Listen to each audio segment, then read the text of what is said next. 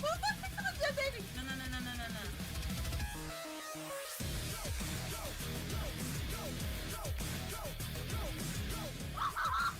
Mutiny! Come on! Oh my god, that was so good! You guys saw that, right?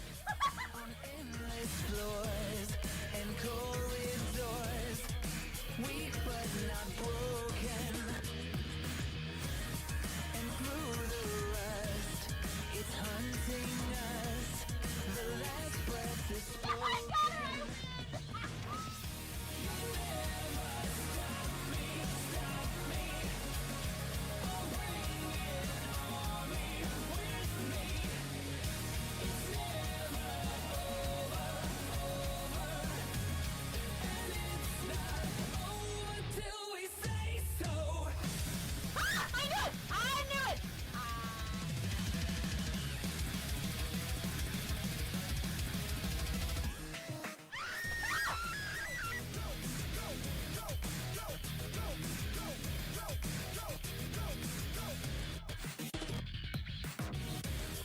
It keeps us here and knows our fear, a kindred divider. So stand up to Are you fucking serious? He just threw his fucking dirty bitch sword at me while I'm struggling to live! How dare you? I'll bring it on me with me. It's never over, and it's not over till we say so.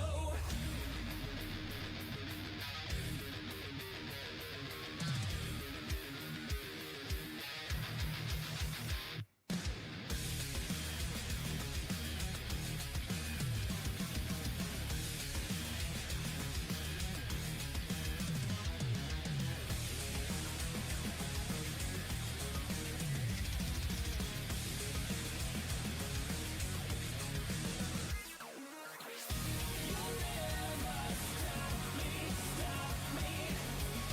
I'll bring it on me with me. Them lashes, they gonna do work. And it's not over till we say so. You'll never stop me, stop me. I'll bring it on me with me. It's never over, and it's not over till we say so.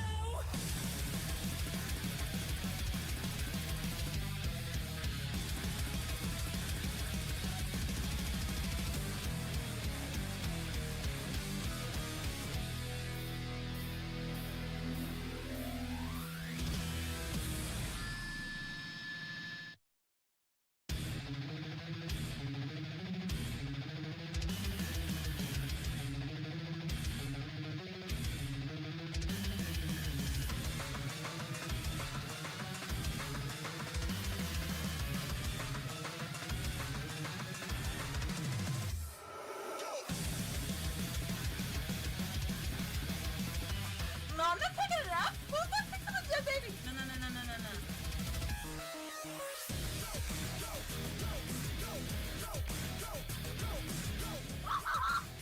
Mutiny! Come on! Oh my god, that was so good! You guys saw that, right? On endless floors and corridors, weak but not broken. And through the rust, it's hunting us. The last breath is Oh my spoken. god!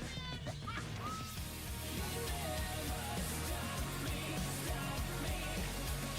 I'll bring it on me with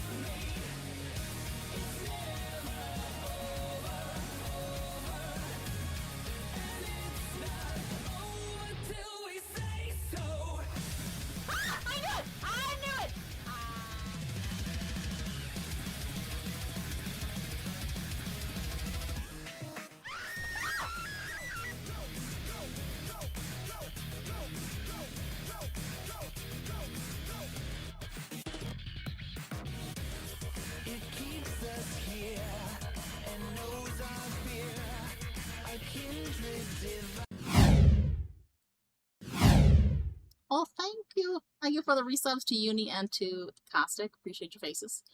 Okay, so it does blink, Caustic. I added a couple of emotes to the channel, a couple for Derek, and then I had one, the one that Caustic uses for Rack, on his camera. So it blinks. It does the awkward bird blink. I also commissioned an emo for Derek in Yeah, the animated one that Uni's got there. Just the eats. Cuteness. Okay, cool. So, recap for last time. The villains decided to assist the Tabaxi woman get away from the thorn sprites, and then they encountered a corrupted green dragon that I refer to as the Usurper.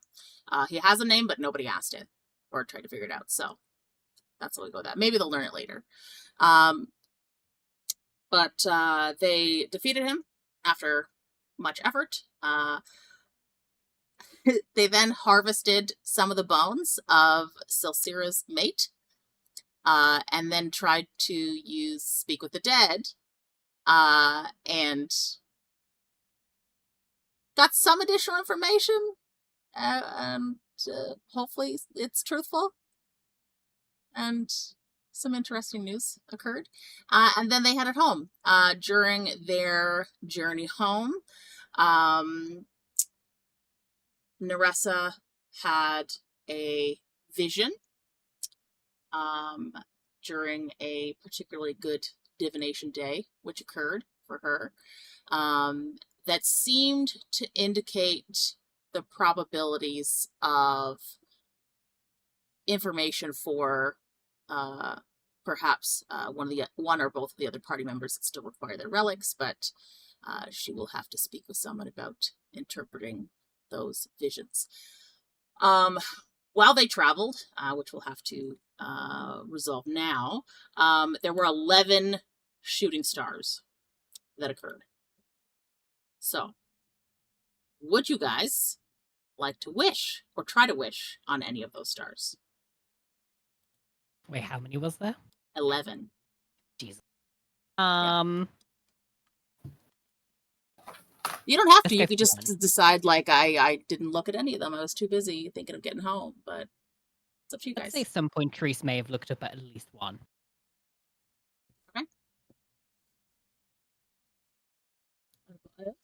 I think Neressa would have looked at some, but like once she had that vision, she probably wouldn't have. Okay, so looked you up had that Skiskad. vision On. the 9th of Sanam. Mhm. So it's actually pretty close to when you got back. So let me see from after that point. 1, 2, 3. 3 of them occurred after that point.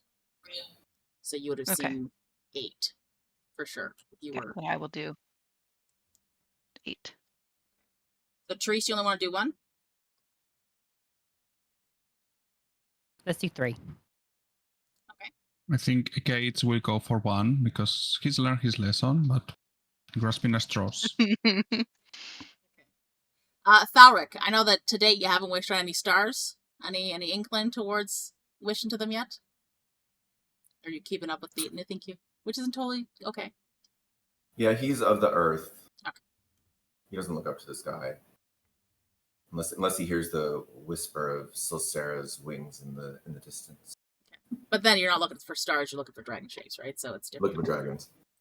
And sorry, Neressa, you want to do 8, right? 8 stars. So we will start with Ekaitz. Can you roll a perception check for me, please?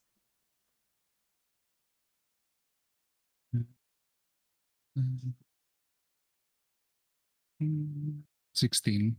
16? Okay, perfect. And then can you roll a D100 for me?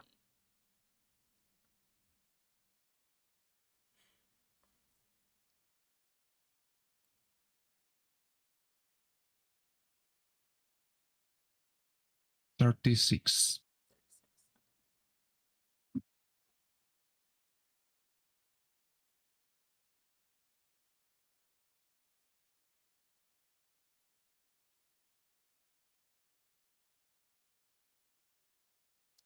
You have no idea what happens, unfortunately. Of course. Why would I? He's like, oh, he's learned his lesson, just one. The lesson went, I don't think you've learned. Not enough. Oh my goodness. Okay. Like, you're gonna use all the bad things in just one fight, and then I'm dead. Not. I would never. I would never. Just when I, as the DM, need a leg up. That's all. Okay. Therese, let's do yours 3 stars. So 3 perception checks, please.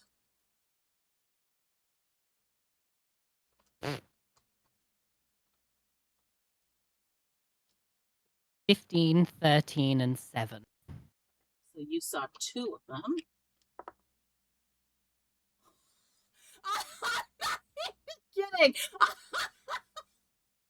I rolled not once. So I need you to roll a d20 twice, please. Maybe Neressa doesn't want to wish on any. Oh, Maybe don't. 17 and God. 16. I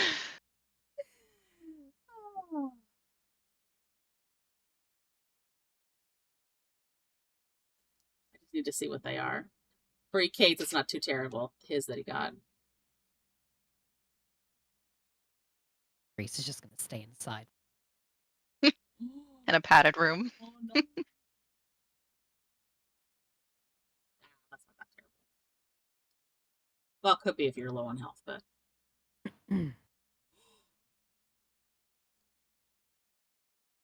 Don't be low on health. That's Let me guess. Reese is dead. no. Is her fate sealed? Can I have you roll a d12, please?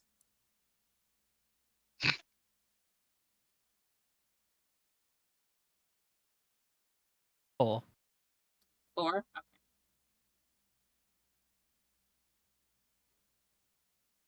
It's fine. I need to see when the second last star was.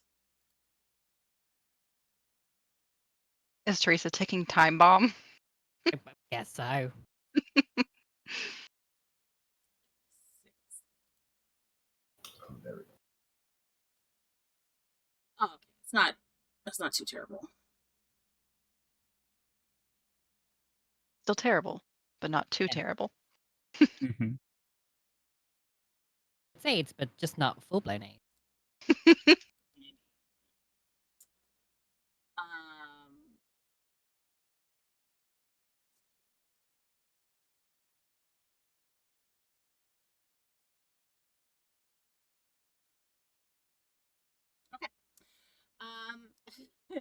Neressa. I'm gonna start just with 3. Because I'm scared. No, you already said 8. You already said 8. 8? We gotta go Okay. 8. Yeah, you already said it. It's already been done. Well, the first one, I got a 23 for perception. A 12. Okay. A 17. Mhm. An 8. Okay. 14. 17.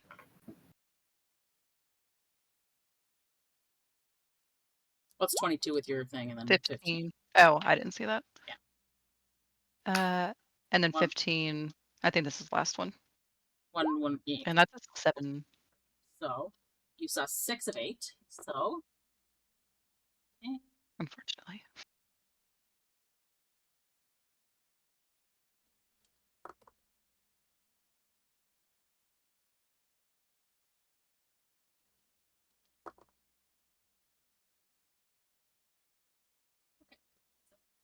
Not awful. Don't panic.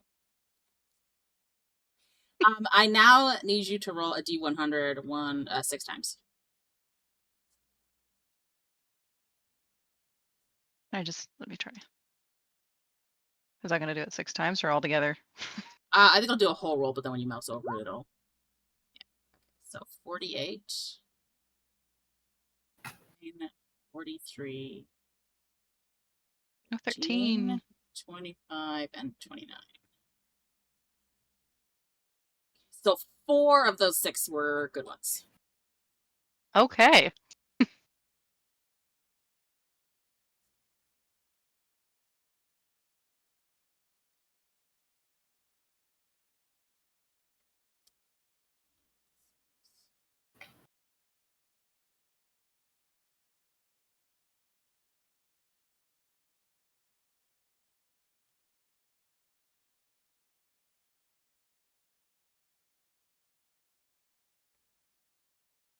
Hmm. Was that Psy for?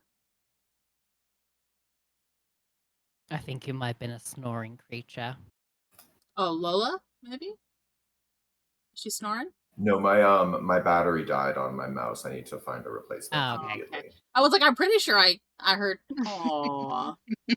I was like, what just happened? Everything stopped moving. Okay, this does something here. Oh. I can't really mute myself either because it died. Okay, this is going to be a fun journey. I'll be right back.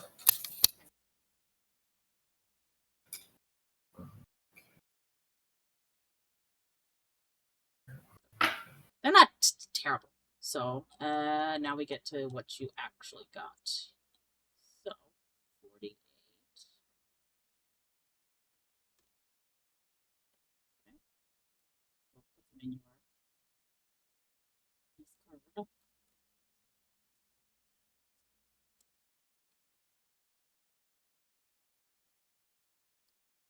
First one.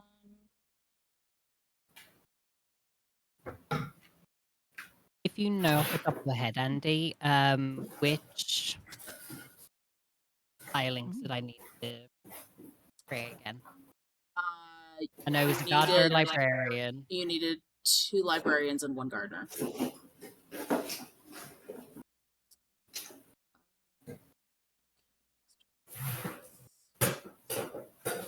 Have you been making compost?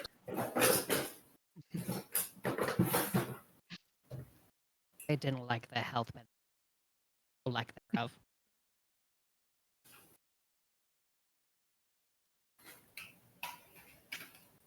Ooh, I like the second one. Oh, that one's good.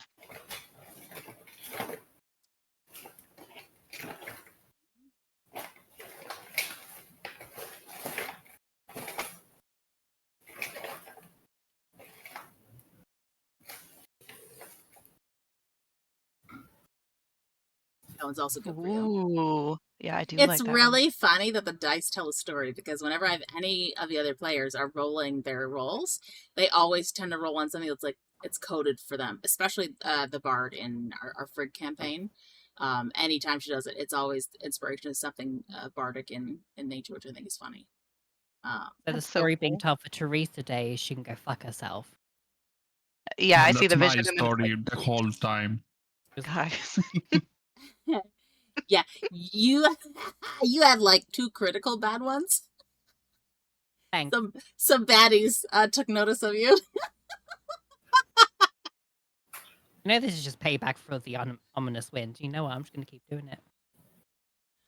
I'm not doing it. The dice are doing I don't it. know what you mean. Oh, Oh my 2 nat God. ones. Like it was, yeah.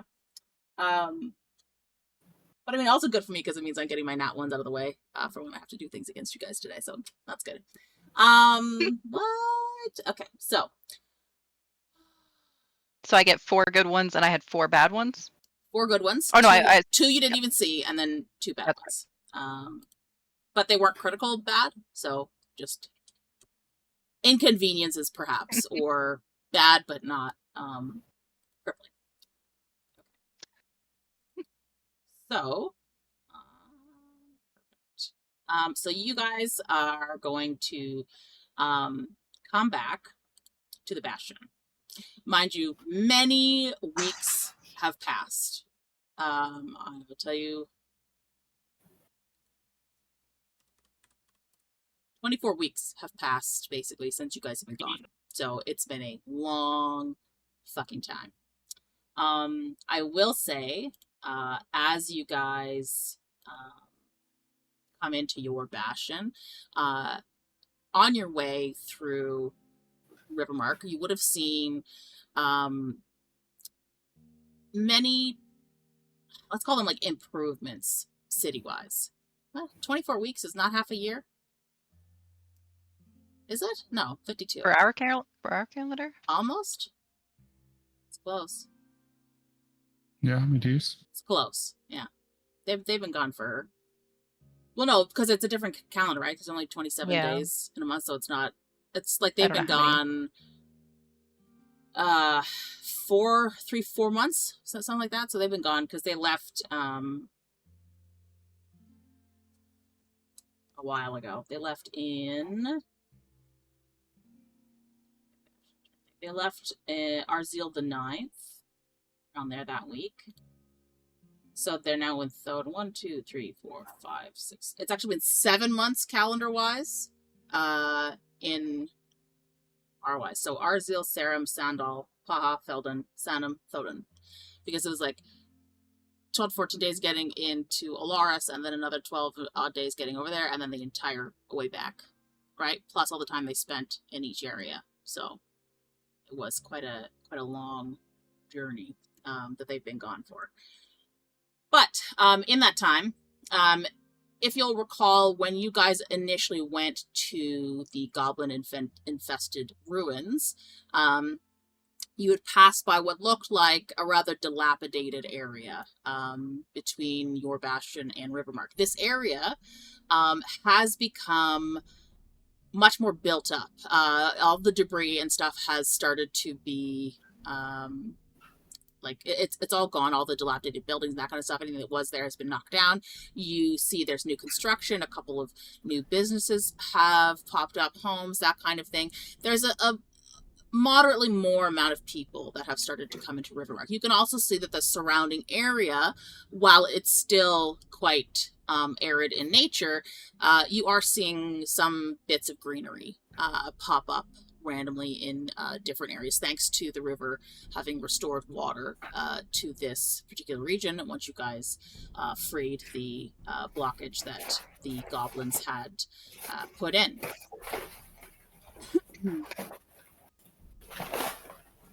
Colby, what are you doing?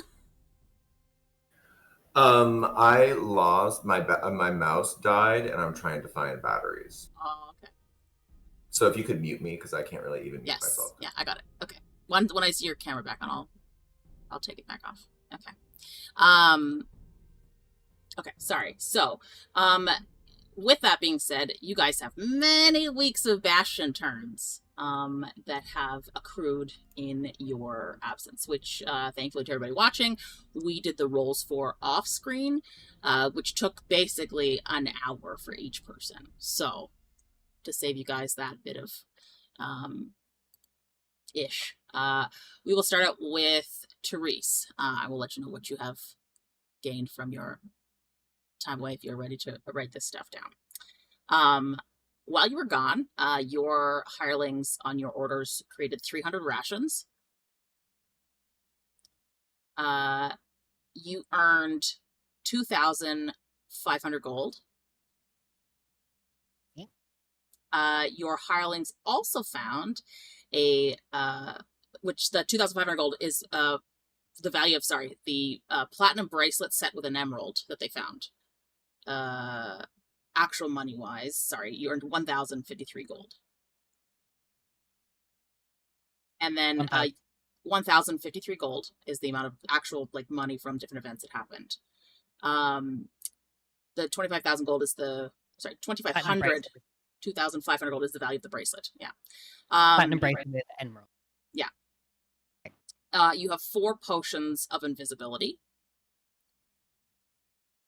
You also decided to partake in 3 of the extraordinary event, 3 of the 4 extraordinary events that you did, resulting in you attending the Fae auction, which Maugri and Saren would have made that discovery in your absence, and then Saren would have attended on your behalf for any of you that decided to partake in it.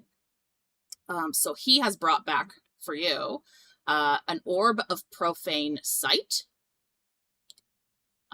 which if you decide to sell it, you can find out the value of later, but it will also allow you to see invisible things for 10 minutes a day if you activate it.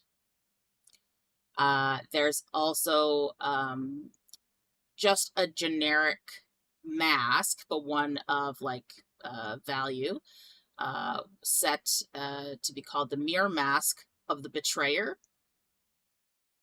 It's inlaid with different kinds of precious metals, so it's quite a heavy piece, but it's definitely ornate.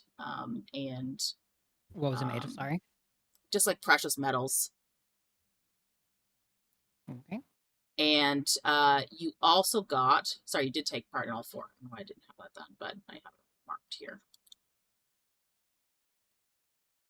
You have a Whispering Idol,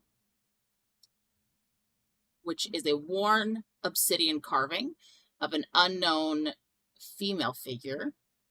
Saren says that the last owner claimed it whispered to him during the night. It is also considered just a artistic artifact kind of thing. And then there is also a bigger ticket item which he managed to procure for you, which does require attunement, but it is a Rod of Eternal Midnight. You can cast Darkness at will and can cast Circle of Death once per week. So Rod of Eternal Midnight can cast Darkness. Yeah, at will. As many times as I want. Yeah, but once you've cast again wherever it was before, it's gone, right? So it's a single thing, but you can there's no spell thing for it. It doesn't consume a spell slot, but you can just sort of move it around. Cast Circle of Death, was it? Yeah, Circle of Death once per week. And that's the base level of the spell, so you can't spell up for it, but it's the base level of it. In week 10, you hosted guests in your section of the Bastion. You were told there were 2 figures in black robes bearing red stitching. They sought a place of respite, and they said that they could often be misunderstood by others. Their presence disturbed everyone in your Bastion and the people of Rivermark, and everyone was more than happy to see them go at the end of their week's stay. That was during week 10. In week 17, you had 2 fellow roguish types request safe space to lay low after a bit of hot water. They left you a message of thanks in Thieves' Cant, which you will notice when you return to your area of the Bastion, and gold, which is part of that 1,053 gold that you have there. You also received several requests for aid during your time away, which Ekaitz also assisted with his Bastion defenders for. In week 11, the Rivermark townsfolk requested your aid in clearing debris and knocking down old structures to begin growth efforts. In week 16, the townsfolk also requested aid in guarding a shipment of materials required to begin building the area southeast of the Bastion, which you guys would have passed through and saw that there had been much development in the area. And in week 23, you were asked to help search for a lost child who had wandered off while his family was watching the eclipse that week. In week 27, which was just about 4 weeks earlier to when you guys actually get back, another agent of Zarvok reached out through Saren and requested assistance enforcing a soul bond contract, which they were successful in doing. In week 22, oh, sorry, let me go back here. Week 20, sorry. Rafgar, your gardener, was attacked because someone that had wanted one of your auction items you'd won at a previous auction attempted to break into your Bastion for it, and Rafgar was killed while keeping it safe. No, my beautiful Leonin. Yes, he died. His muscles will be missed. In week 24, Vina, your librarian, while researching, she accidentally set off a curse that erased her from existence. No records of her remain. She has been magically scrubbed from existence, and you really don't remember ever hiring someone by that name. Odd. Who were you thinking about again? I know. Oh, strange.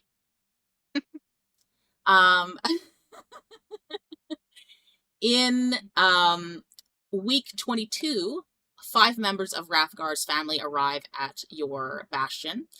They come to collect his body and pay respects, but they were also attacked by bandits on the road and stay for a week to recover. Okay. So they were also attacked and died. Okay. So that's what happened in your area of the bastion there. You are also... you had requested several pieces of information. So, you had requested further research into Dryroot Hollow. Your researchers come back, and I will post this information into your Discord so you can write it down. Yeah, this is a lot. This is a lot. Located several miles upriver from Rivermark is Dryroot Hollow, a rocky basin with sparse growth, mostly dry brush, brittle reeds, and the twisted remains of old trees. Before the river dried up, a farmer's almanac suggests this was a seasonal floodplain used by travelers for temporary shelter and livestock watering. That's the first piece of information. The second piece of information, with the river recently restored, Dryroot Hollow has become damp again. A shallow pool has formed around a massive dead root cluster, partially exposed from the cracked earth. Dead trunks and roots litter the area. One central root system within the cluster forms a natural altar or focus. The townsfolk have advised your researchers that it's part of the petrified remains of a tree that once stood at the river's heart. Third piece of information. A handful of old standing stones marked with old sigils, likely some sort of Fey or ancient local dialects, have reappeared. Noted, without river, they were gone. River comes back, they have reappeared. Magic. Have now reappeared when the river began flowing again. Small, desiccated bundles. I misspelled desiccated. Bundles of twine, bones, and children's toys are tucked into crevices. They're told, or they'll tell you that there are offerings left over the years the river had allowed to float to the surface, and they have been found downriver in Rivermark. Many townsfolk seem uneasy at their reappearance. So, I'll send you this informations. One of your other pieces of information. Oh, that's nice. Do you have names for those other researchers? Oh, you did there. Okay, cool. Yeah. So for everybody else They're watching, in order. would you like to describe the 2 hirelings, the one librarian and the one gardener that replace Rathgar, and the unnamed librarian that you think you hired but can't really remember? So, Tunor showed up after putting a request for a librarian because for some reason just didn't have one. An older gentleman, Triton, but it has an air of being very learned about it. Came to help out. He's a gruff individual, but he gets the job done. He kind of seems like a rougher John Watson. You know, like Sherlock Holmes and Watson. Like a rougher John Watson. Beard. Ilya. You'll have the image. Yeah, I have them. Well, it's going to take too long for me to put them up, so we'll just describe them for now. Okay. Ithilia is everything. Imagine a stereotypical You're grandma. like cutting out a bit. Oh, sorry. Ithilia is everything you would expect a stereotypical grandmother to be. But she's a very aged elven woman who's just looking to look after some lilies and other gardening needs that I might have. Very kind She's grandmother looks. Just sometimes, leave a pie just for all the other hirelings to have. Just lovely. kindness.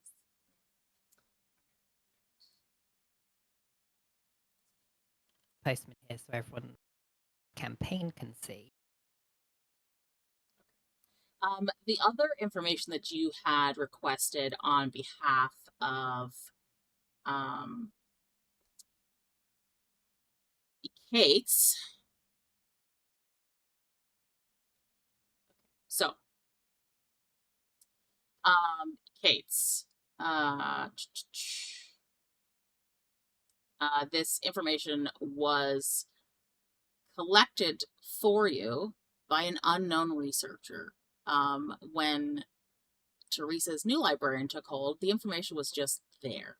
So she can't really speak to its veracity, but she assumes from the look of it that it looks like it was well documented, so she assumes that it is factual information. She can't find anything to the contrary. She tells you...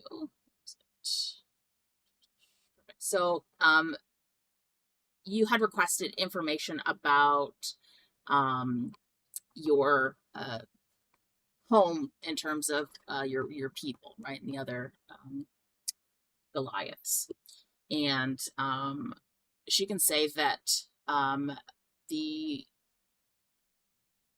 that there's been a shattering of the skybound oaths. Once bound by the oaths of the High Storm, a pact between Goliath Stormcallers and some gods and the tribes that lost their divine standing when Zarbuk fell, the sky spirits no longer answer their shamans reliably. As a result, some believe that the Goliaths have been betrayed by the gods, and they are looking to forge a new dominion with mortal strength alone. So some of the people in your people have decided to cast aside their religious beliefs and are now looking to either find a new god, or they are looking to make a name through their own strength alone. The second piece of information is a new war leader caste called the Chain Tenders has risen among the Highland tribes. These warriors wear braided steel chains, symbolizing the burden of lost gods, and they ruled by merit and domination, which is not unlike what Goliath already did, but they sort of take it to a new level. The strongest among them has taken the title Voice of the Thunderless Sky, claiming the gods' silence is proof of their failure.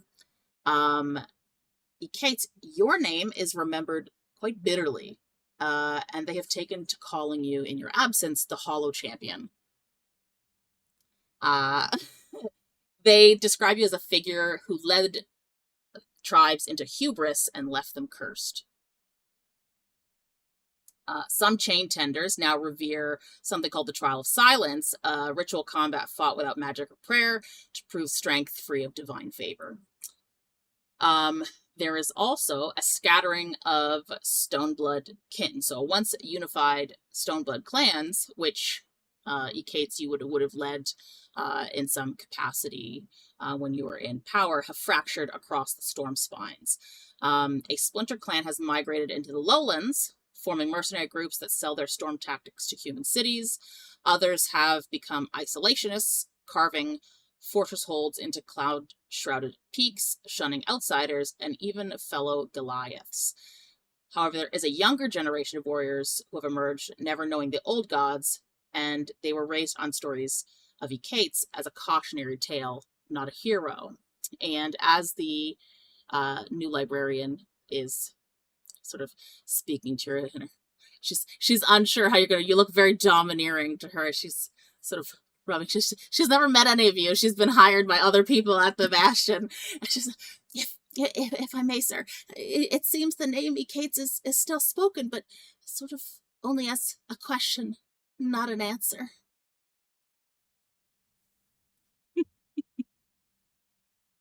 Fair enough, I guess. So that's the information that you learned from that research there. then Therese, you also asked for any sort of post-war gossip about the Pillars of Dawn, right, which is the hero party. And in an excerpt from an article written from the Hespera Post 6 years after the war, it reads, the Pillars of Dawn played a critical role in uniting the fractured realms after Zarvok's fall. Lord Joran Marathis and Lady Sylviana Orloff led diplomatic summits, resulting in the Treaty of Eternal Light, bringing lasting peace to regions like the Sundered Spine. Their military leadership, bolstered by Rumble Tallstag's coordination and other Pillars members, secured the borders and ensured stability. Boo. Oh, let me turn on Colby's thing there. Boo stability, boo. There you go. You're not muted anymore, Colby. We're back. Apologies. That's okay. The second piece of information, your hireling learned from a traveling cleric of Svedonth, who said the Pillars focused on restoring sacred temples damaged during the war. Lady Sylviana oversaw the restoration of the Temple of Rupa in Althiriel, ensuring it became a center for spiritual renewal. The efforts were aimed not only at physical rebuilding, but also cleansing corrupted sites of dark magic. There's also an excerpt from the Elementhus Times 5 years after the war, and it's an article entitled The Academy of Dawn, Shaping Future Generations. The Pillars established the Academy of Dawn in Orindar to train the next generation of leaders. The Academy focuses on diplomacy, leadership, and martial strategy. Its diplomatic leadership initiative has produced influential figures throughout the Empire, continuing the Pillars' legacy of unity and peace. Boo. Boo. So that's the other information for you there. Carlos, I'll put the stuff about your things in there. I have to just adjust it a bit because there's some stuff that is like I have it set where if you ask for additional information, there's more information. So I just have to like cut it out to what you did learn now versus what you could learn later. No worries. Yeah. So, just for all of you, this would be now information that I would assume that would have been provided because prior to the war, you may or may not have known the actual names. Like Therese might have known, and Neressa might have known, and perhaps Ekaitz, but definitely not Thalrik. It wouldn't have been information that he would have necessarily given a shit to learn. But just a brief thing for the Pillars of Dawn themselves. Their leader is Lord Joran Marathis, so JoRinMarathis. He's referred to as... You have to do that surname again, sorry. Could you write them down, please? Yes. I'm going to put it in Twitch chat because it's easier for me to do that. Okay, so there's Lord Joran Marathis, the Dawnblade, is what he's referred to. He is a paladin. And from fighting against him, his appearance is described as Joran stands tall with short cropped golden hair and piercing. I haven't done the image generation for it yet, so don't yell at me. With short cropped golden hair and piercing blue eyes. His golden armor is adorned with symbols of sun and victory. His longsword, Dawnbringer, is at his side and radiates radiant energy, a constant reminder of his vow to lead others into glory. You could ask more research and figure it out, but I might. There's then Lady, and I'll put it in the Twitch chat. Lady Sylviana Orloff, also referred to as the Songweaver. She is a high elf bard. Sylviana has silver white hair and striking violet eyes. She wears a flowing white and blue gown adorned with silver thread, each movement carrying the echoes of her musical prowess. Her lute is always with her, and her magic is woven through her music and words. Above table, for everybody listening to the description as the librarian is giving the information about Lady Sylviana, the way that she describes her almost strangely sounds a lot like Therese visually, except for the eye color. It's Odd. And both bards, huh? Yeah. Fuck that bitch. Okay. Then there is the Earth Genasi, a rumbled tall stag, also known as the Stormforged. He stands 7 feet tall with obsidian-colored skin, glowing veins, and storm cloud tattoos across his massive arms. He has an intense gaze and wields a colossal maul that crackles with lightning. What class was he? He is a barbarian, but he is a Genasi, which is a species. Earth Genasi. Then there is Aragonda Era, Ember Eye, also known as the Veiled Assassin. She is a tabaxi rogue. She is described as being lithe with sleek fur patterns of midnight black and silver. Her golden eyes gleam with mischief and cunning, and she carries a set of enchanted daggers with intricate markings that glow faintly.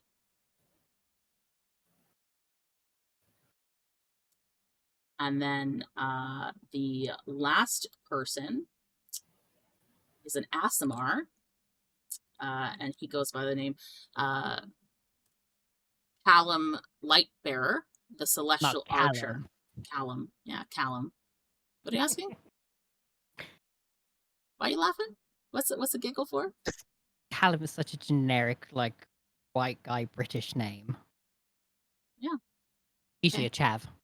Okay. I don't know I that. love I'm it. not British. Anyways. Yeah. He's an Aasimar.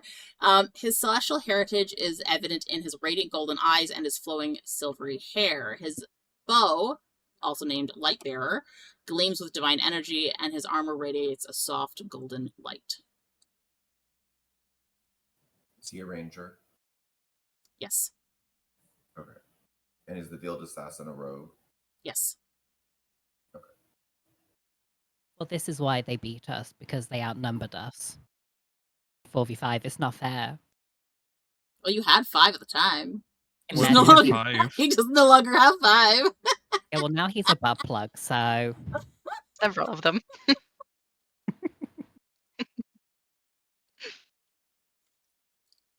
All right, so that's the extent of Therese's what's happened for you whilst you were gone.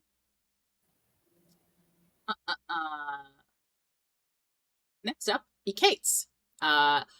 You had, outside of what you had Neressa sell for you, you are given 4 pieces of splint armor, so four different sets of splint armor. A potion of invulnerability.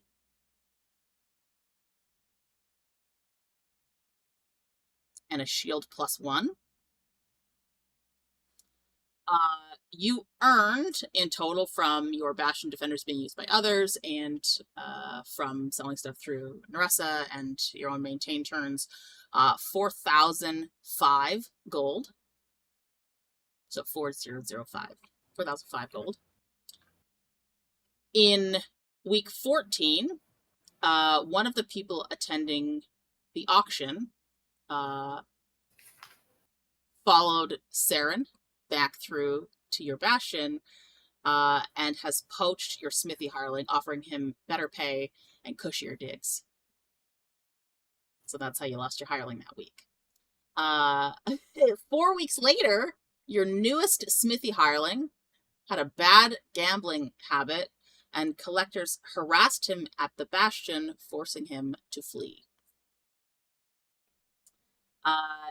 In week 20, you received a request for aid. The guest staying in Thalrik's Bastion requested additional bodyguards during their stay. In week 22, you had some refugees where a merchant caravan transporting Rathgar's family also required aid as they too were attacked during the travel. They paid better than common folk for the refuge. Above table, Wrathguard's family only paid 200 gold, and then these merchants paid you 600 for the same week. It was funny. In week 25, Saren believes a scrying ritual is attempting to locate him. He uses the aid of your Bastion defenders to help mask his presence by casting specific magics on them to disrupt the scrying efforts, and he pays you for the trouble. In week 27, a group of survivors seek respite to recover after their camp was attacked. They tell tales of vicious attackers who killed them indiscriminately and without reason. In 2 weeks later, in week 29, your bastion is attacked. The mercenaries that attacked the bandits 2 weeks earlier, revealing that the group of survivors that had stayed in your bastion were in fact bandits themselves, try to take revenge on your bastion for harboring their bounty and helping them get away. One defender dies, but the mercenaries are repelled. In the following week, week 30, so the week before you guys get back, a fiend that directed the mercenaries to your bastion the week prior is following their trail. He plans on collecting on the bargain they made as soon as they reach their destination. And as he leaves, he tells your hirelings, "All hail our lord in the dark."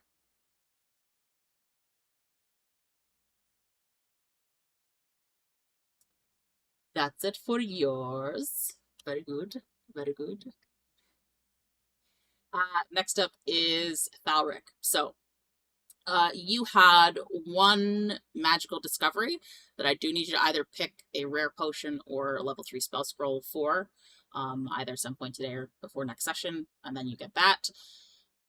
You have a pair of manacles that were made, and you did decide to go to one of the auctions in your rare opportunities, extraordinary opportunities thing, in which Saren procured for you an amulet of black glass, which he says offers resistance to radiant damage for 10 minutes, 1 time per day.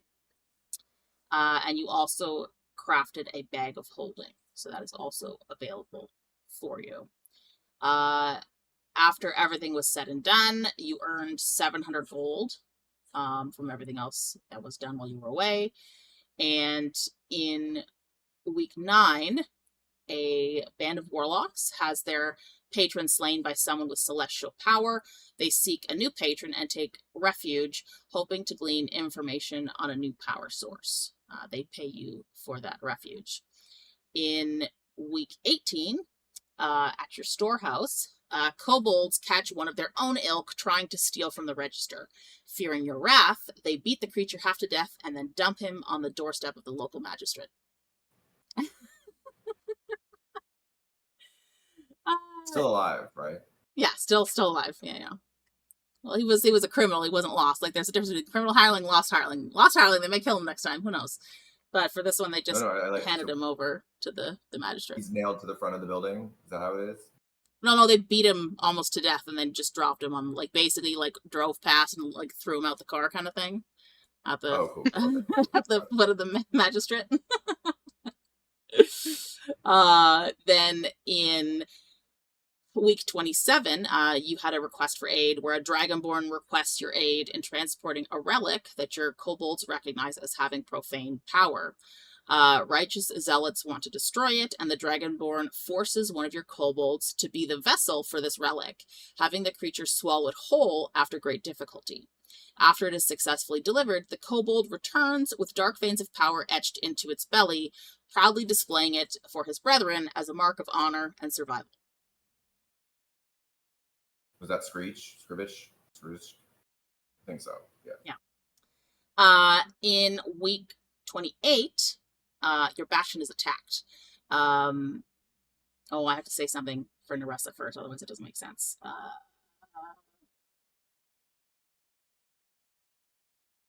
The week prior, in week 27, Neressa, for your arcane study, your hireling was studying necromancy and practicing their skills. They tried a spell too complex for their skill level, and it backfired.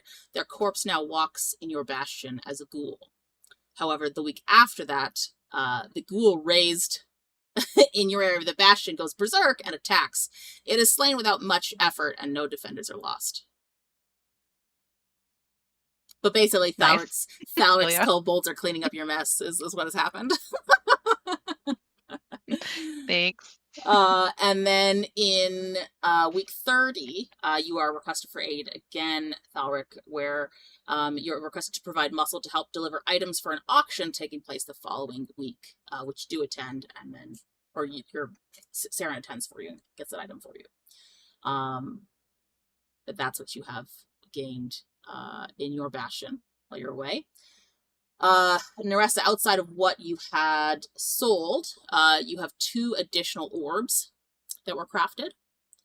And your hirelings find for you an embroidered silk handkerchief worth 25 gold. Minus money spent on crafting items, you gain a profit of 1,447 gold.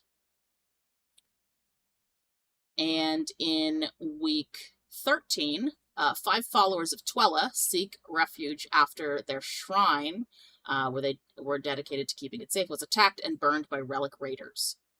In week 18, debt collectors that were after Ekaitz's hireling attempt to attack the bastion and take what they're owed by force, not believing the reprobate no longer resides there. 1 defender dies.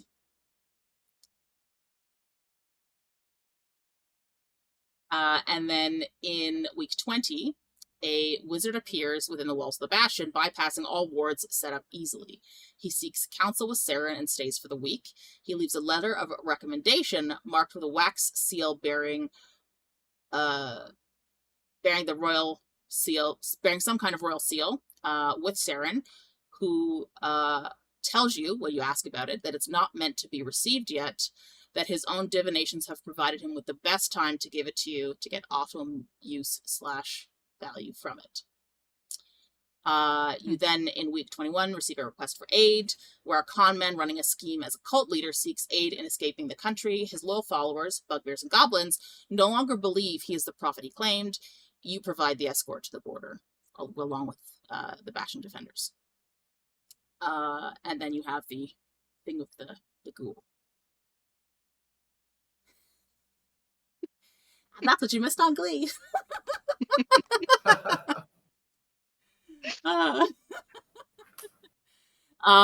So that is what happened in your bastions while you were gone. Anybody have any Quick questions? question. Yeah. I might have missed this while I was in absentia, but I know we had discussed last session about the bag of tricks and the sentinel shield. Have those been yes. made and given to me? Let me double And check. vice versa. And also So I know I was that was getting new the stuff. goggles of night and cloak of protection to Yes. Ekaitz. So you guys made. Here we go. Who's that one? Neressa, you would have also made a bag of tricks, bag of holding, second bag of tricks. Both of them were gray. One you were giving to Therese, and one you were giving to Thalrik. And then you also got a bag of holding made for Ekaitz as well. Mhm. So those are the 4 additional things that were done during that point. Cloak of Protection was made by Thalrik, and Goggles of Night, and a Broom of Flying. So those are the 3 additional items that you guys made last time. And Ekaitz, your hirelings made a Sentinel Shield.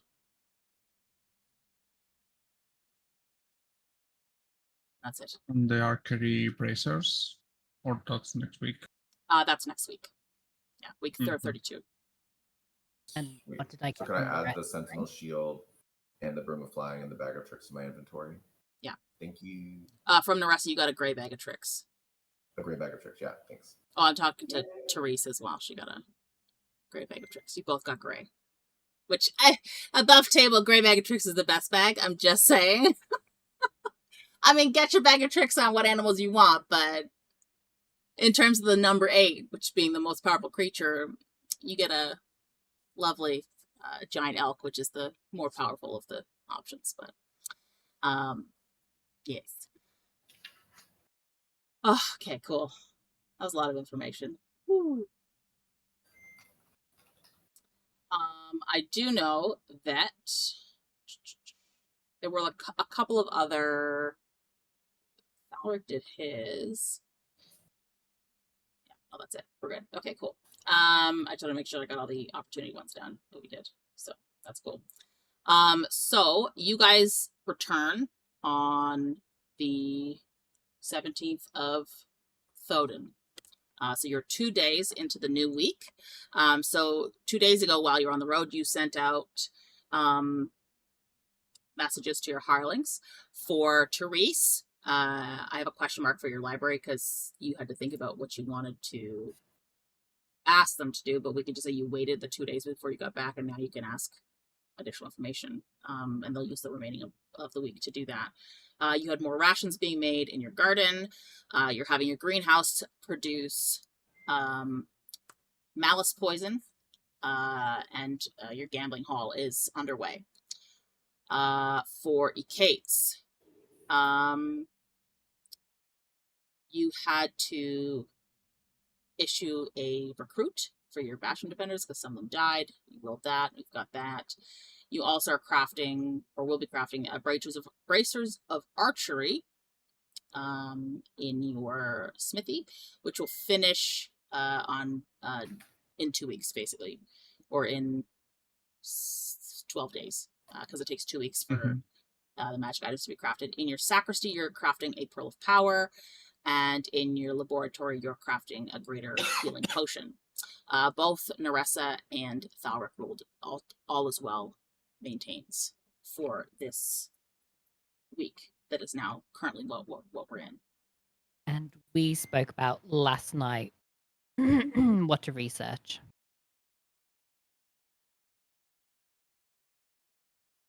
Did we?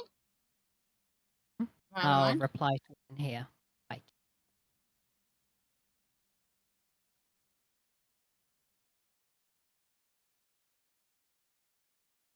Oh, that's right. Okay, perfect. Okay, so I already have that information. Okay, we're good.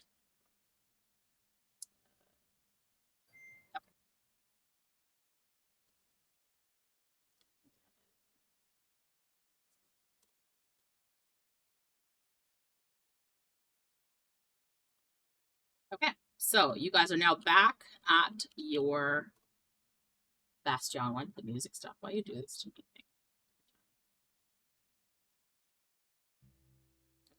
If they're back at your Bastion, would you like to review anything with each other? I'll just let you take things from here. Thalrik will definitely say to Neressa, long have I coveted my own bag of tricks. Truly I am, I owe you. So, of course, let me know how I may be able to satisfy this debt. I will keep that in mind. I believe I would seek knowledge, maybe more than an item, but I will think over it and let you know. I will also approach Neressa. Much appreciated. Bag of. Do let me know what I owe you. I will. Thank you. Everyone is so polite. I mean, Don't ever will say I also didn't do thank- anything nice for you guys. We respect one another. So also Thalrik will approach Ekaitz and say, "My, those goggles of night certainly do fit you well, I have to say. And truly, the Sentinel Shield. Feel more alert already." Thanks a lot.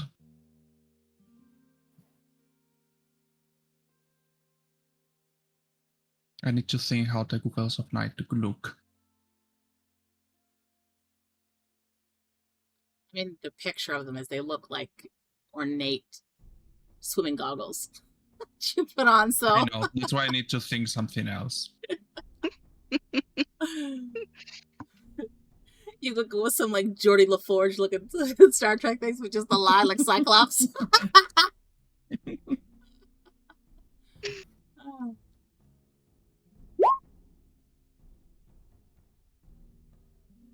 That was that noise. What the fuck was that? That was in my roll 20. Catching up with all the rolls that Neressa did. But like all at once it was really loud. I just muted the tab.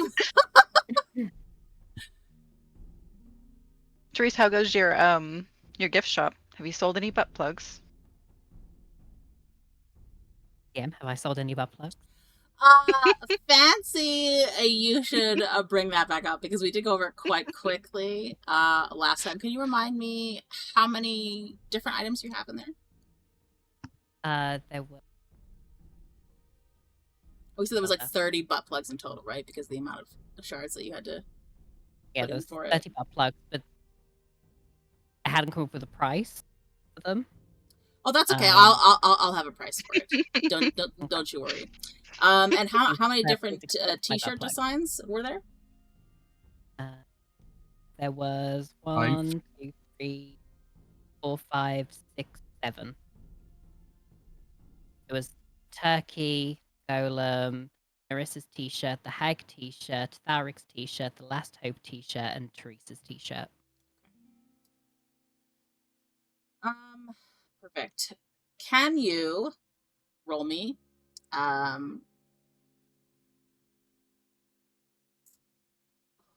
many? Roll me a D100 6 times.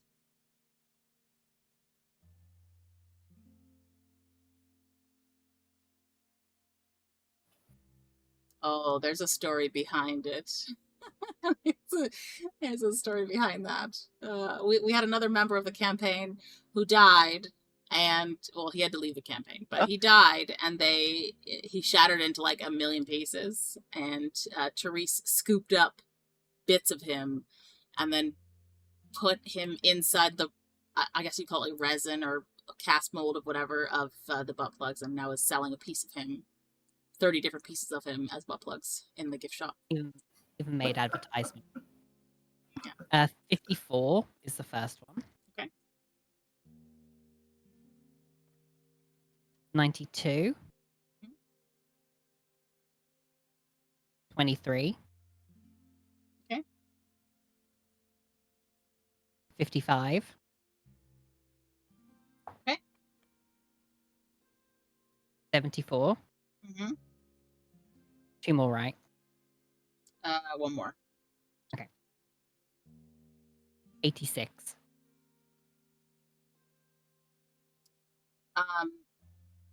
Unfortunately, no butt plugs have sold yet. You did have one inquiry, but the person didn't end up buying it. Can you now roll me a D20 and a D6?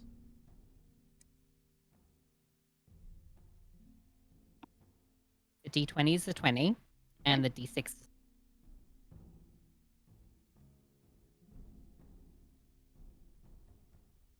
Sorry, D6 is what? A 2. 2.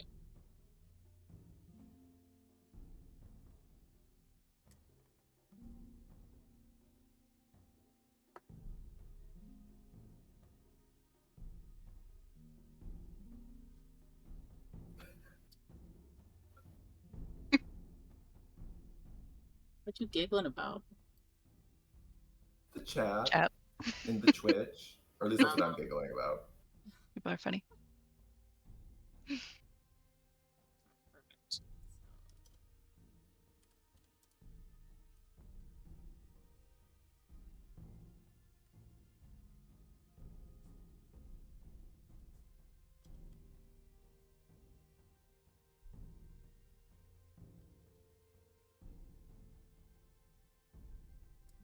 Your gift shop has generated a revenue of 648 gold while you were away. Word. Do we get to know which shirt sells the most? Damn. Like who's Rolling in the people money over there. We need to is our The Last Hope shirt, which we have a nice visual representation of, that sold the most. Fucking love that. Oh my god, that's awesome. Oh. I feel like that's like heroic My inspiration favorite. for the month, for both. That's just my call. I'm not the DM, but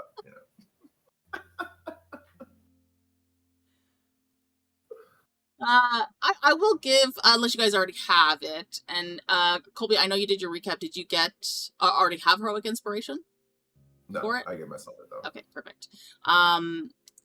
For Neressa and Therese, who did work on the shirt designs, you could both have inspiration if you don't already have it. Yay. If you do already have it, let me know. We'll roll you a boon. I already have it. I did not. So do you want to roll a D100? Sure.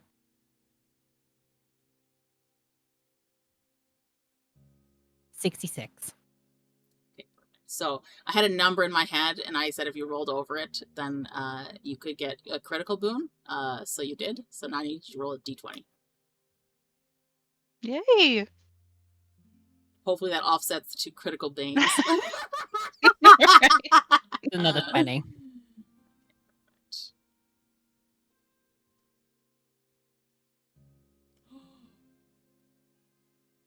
You're gonna like this one. Okay.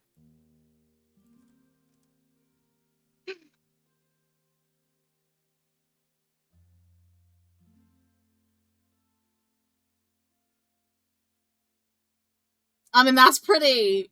It's pretty good. It's pretty good. I'm just saying, it's a. A good get out of jail free card. Okay. So you will recall, I don't know, Neressa, if you would talk to everyone more about those visions you had, or if you want to share them with Saren, whatever you want to do. I think I trust my group more than Saren right now, so I think I would probably go to them first and explain my dream. I may have waited until we got back to the Bastion to talk about it because I wanted to think about what I saw first before I spoke to everybody about it, instead of while we were traveling.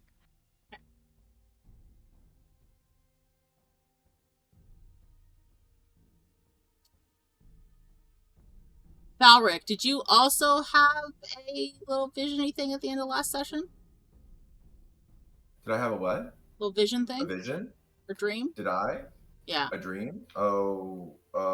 You might not have. I know that we rushed things a bit at the end there because I wanted to get it out before we got All to I the know end, is that we cleared the circle. The corruption is cleared of the Circle of Dragons in Linvale, and then 12 weeks of travel,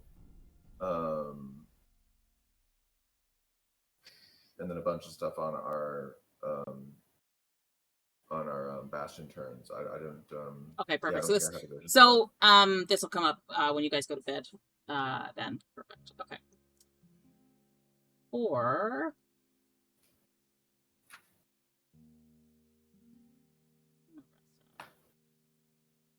do you recall what your vision is? Neressa? Me? Yeah. I do. Do you want me to? Do you want to just explain it like a flashback to what happened? No. You should don't want to explain, because imagine it's a dream. You had it. You know the information. Right. You're now describing it to others. So leave out information that you don't want them to know, whatever you want, or embellish parts that you think are more important. Because remember, when you have a divination, right? It's based on your interpretation, right? Mm-hmm. So you're giving the interpretation to the others of what you think it means first. Right. I did want to ask, the petal that was left in my bowl, the violet petal, would I know anything about that? Or would that be something maybe I could talk to Saren about? Okay. You could talk with Thalrik about it. He might know. I mean, it's a nature thing. Okay. It's a flower petal, right? Mm-hmm. The only thing that you knew is that there was no flower that color anywhere in the vicinity or anywhere during your travels that you saw around where you were when you had the vision. So, okay. So I would ask for everybody to follow me into my room for privacy. I want to speak to you all about my vision now. Oh, a vision. When did this vision come to you? Well, let me be quiet till we get to your room. You guys would have known. It would be the she night had when I some kind of- screamed. yeah, the night she screamed, right? And then Mhm. woke. I'm pretty embarrassed about it. Yeah. Yeah. So the night of the evening star, when I scryed as I normally do,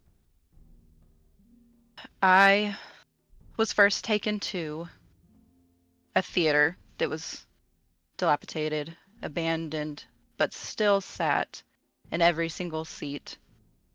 Someone with a mask, and the mask was stitched closed. And when I looked to my left, I saw a mask on the stage, also stitched closed, but with golden thread. And then I heard when I turned back to look at the crowd, they all looked at me and they said in unison, "One face hides 1,000 lies. The other devours every truth. Beware the collector. Beware the curator."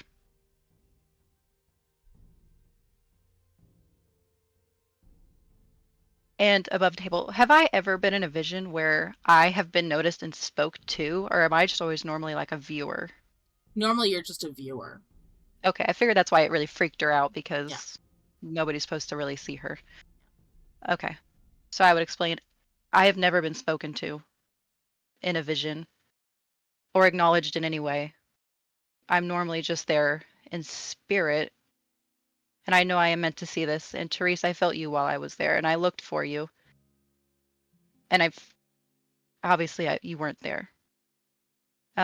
Before I could make sense of anything else, I felt as if I had a rope tied around my waist and I was yanked, and I assumed I was coming back to you all back in camp, and instead I was transported again, something that also does not happen, and I was greatly taken off guard, embarrassingly. And in this place I was surrounded in darkness, and I heard thunder, and then I saw the lightning and clouds, and below me, as I continued to fall, it looked like the ground was undulating, and I stared and I noticed it was bodies writhing over each other.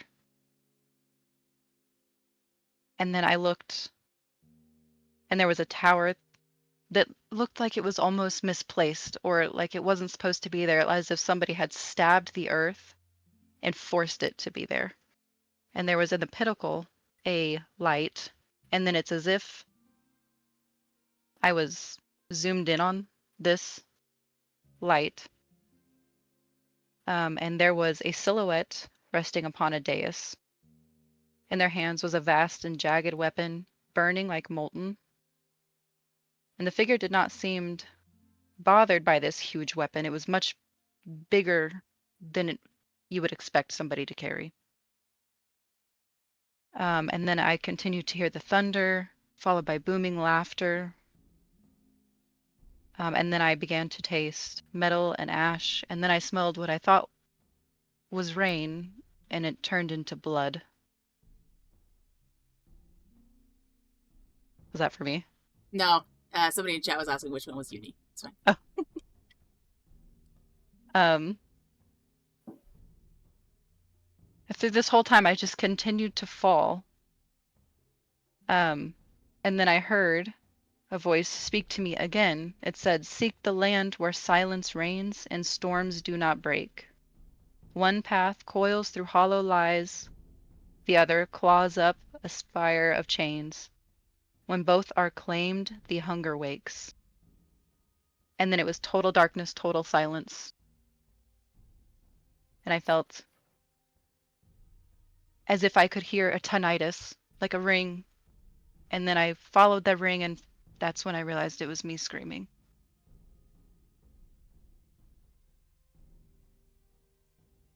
Hopefully I did it justice. You did.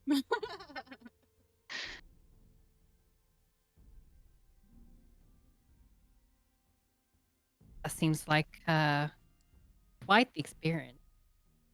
Any of the things we said to you, does any of it make sense? Say that again? any of the stuff that was said to you, does any of it make sense? Well, I was hoping you would know because one, like I said, the first vision, I felt you. I felt your presence. So I was hoping you could shed light.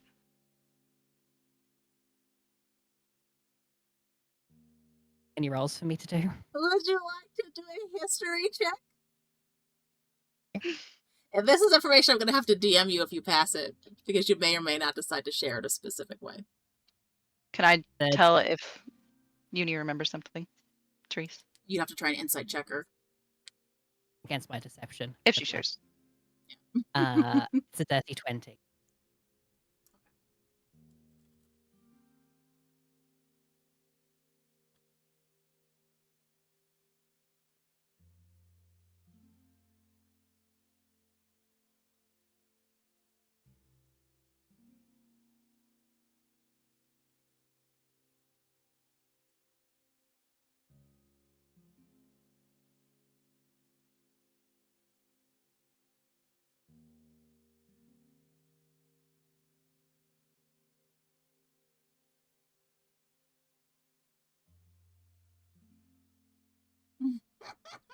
See what I mean?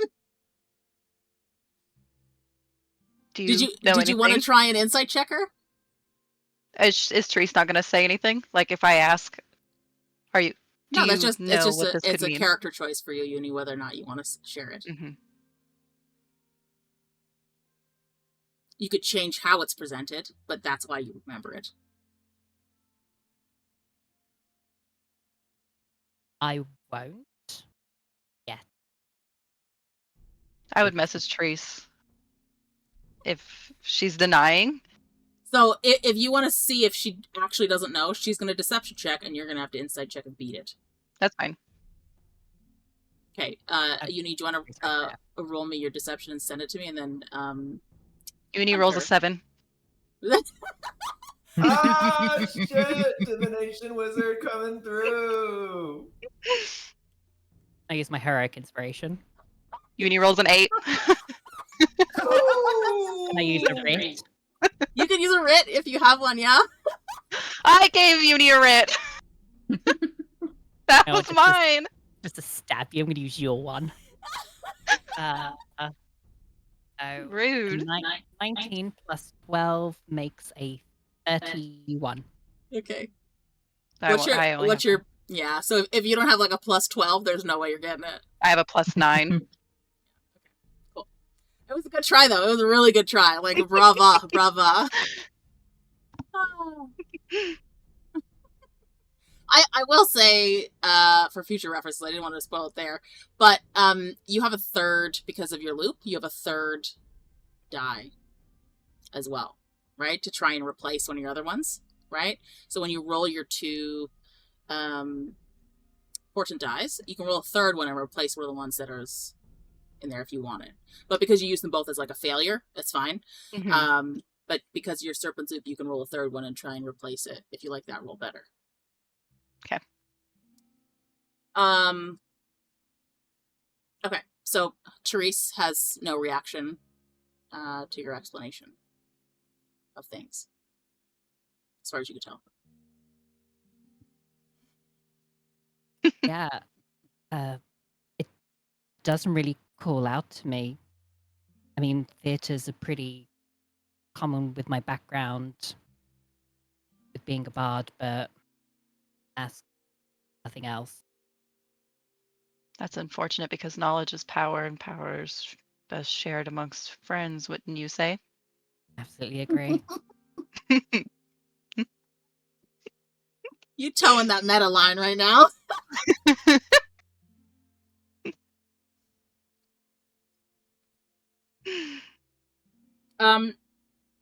Information you could share with them, Therese, is that the sky around the tower that she describes sounds like the skies in Vithralis, which Neressa might also kind of think about.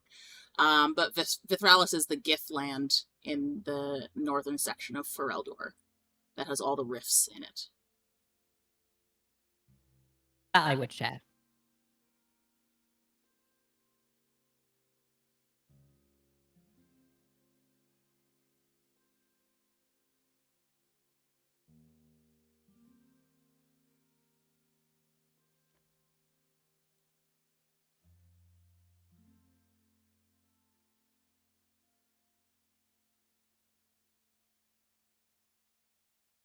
Wait, what was that? Did you say you do share or you don't share? Oh yeah, no, I would share it. Oh, cool, okay. Sounds like the gift lands. I guess Thalrik will say, sort of interject, be like, I wonder if this is where we're being led next, or if we should perhaps talk to Mulgrew. The best bet probably to ask Mulgrew.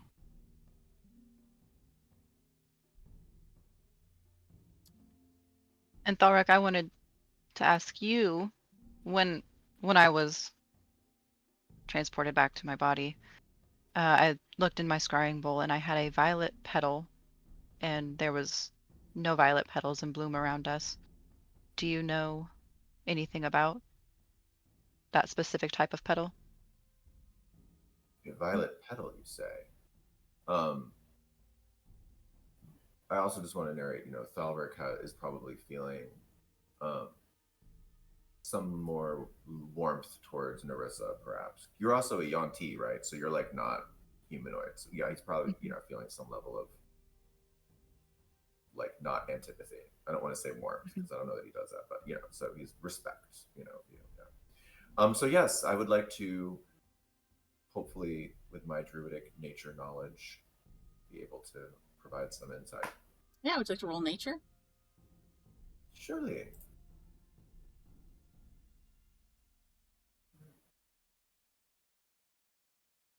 Wow, that was so close to being a 1. I don't even want to tell you. Which, by the way, doesn't make any sense. Like, how can a druid like not know nature stuff? Like, why is it? Sorry, that's like above board, but like, it's an intelligence thing. It's like doesn't make any sense to me. Anyway, 25. Okay, so for your roll, you know exactly as you touch the flower petal that she provides, you feel that crackle of like arcane energy from it, just very dull, brief. But because you are in tune with nature, you feel it, whereas Neressa might not. And you know specifically because of that, that this is a rift flower. Its flowers specifically grown near rift openings, which are not plentiful, but are not uncommon, specifically in Vithralis. And that the nature of where this one came from is probably next to a rift opening somewhere. When you say rift opening, like, do you mean an interplanar rift? Correct. Is there any way to tell what type of rift it was next to? Like, did different ones grow by different rifts or anything? No. Okay. So in that case, it's just something that like the extraplanar energy infuses into the plant life around it, if there are any. And because Vithralis is quite desolate, like it's not a very lush territory, any flowers that there are, they would have to go around rifts that are either permanent or recurring in the same space. So you might have the opportunity to find or pinpoint areas that have more permanent rifts versus ones that are like when you have an Aurora event, right? It's a rift that opens briefly somewhere in the world, right? And then closes eventually. Whereas these flowers would bloom around ones that have like long opening periods, recurring opening periods, or permanent. And even then, it wouldn't be a lot. You'd have maybe like the same amount as like what's in a garden bed, just like spread around the opening of that rift. Okay. So Thalrik's going to look at the flower and gaze at the flower and be like, remarkable. This is a rare specimen indeed. This is a rift, a petal of a rift flower. These grow only in the most magical of places where the rifts and the ley lines intersect with our plane of existence. They grow there. This must be a sign that this is from one of those areas. So where we were that night, do you believe that a rift would have been nearby?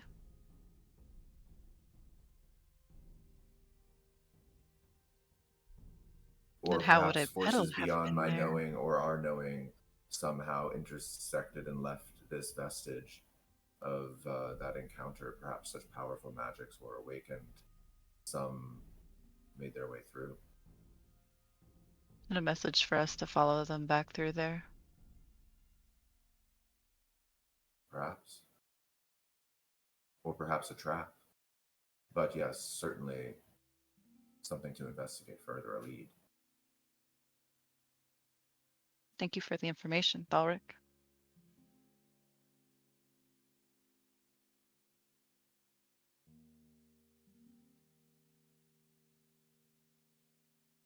Ekaitz, did you want to try and glean any information from this vision that Neressa has shared with the group?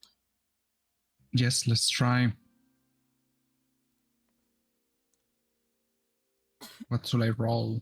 Well, what kind of information do you think Ekaitz might want to try and focus in on?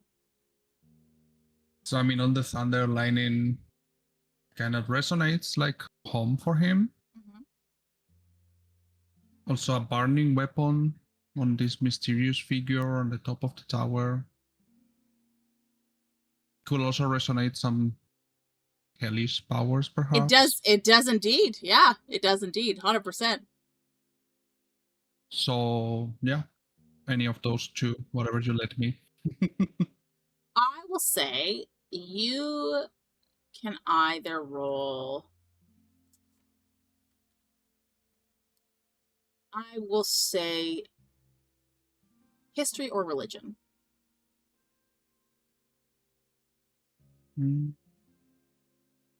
History.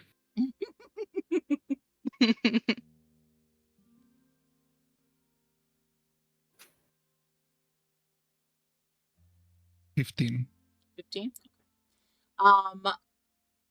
The region that Neressa describes with a sort of bent tower going through stormy clouds and some sort of thing at the top. The light at the top and the weapon or the infernal type thing, it seems familiar to it, definitely hellish in origin in terms of the description that she gave.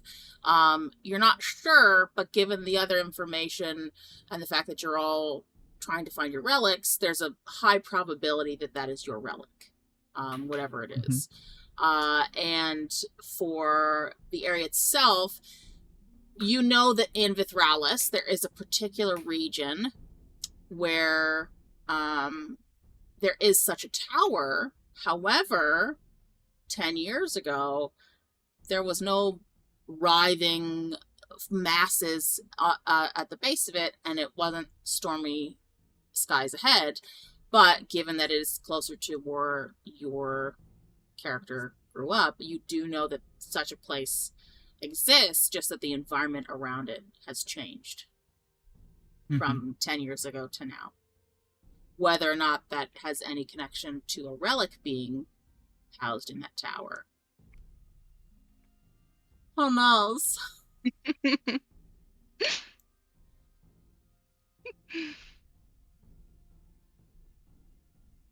What's the name of the region again? Or Vithralis? area? Or That's the territory. Vithralis.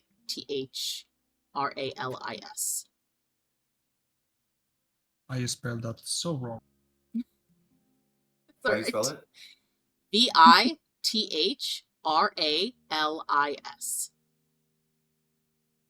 Vithr. Yeah, I'll put it into chat. Vithralis. Got it. Vith for the gift? Pretty much.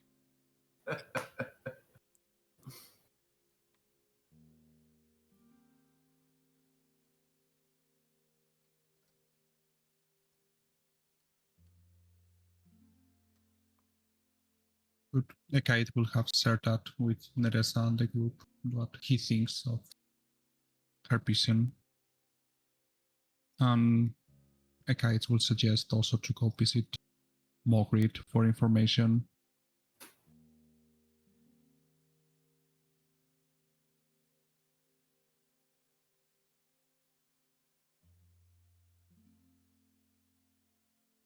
All right, well, it is quite late in the evening by the time you guys get through speaking with all of your hirelings, catching up with each other. So above table, my suggestion is to go see her in the morning. but that's up Yeah. to you. Mhm. Sounds like a good plan. Real quick, so Thalrik's gonna also have a conversation with Ekaitz and Neressa and Therese and say, I've noticed that these artifacts we are after seem to have powerful effects on beings, and I wonder if that surging mass of bodies has something to do with that artifact that you think might be yours. The writhing bodies that were below the tower. Yes. Something we will likely have to deal with in order to reclaim this relic. Yes.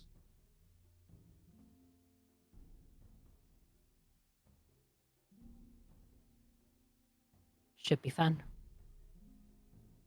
Famous last words. The things we do for you, Ekaitz.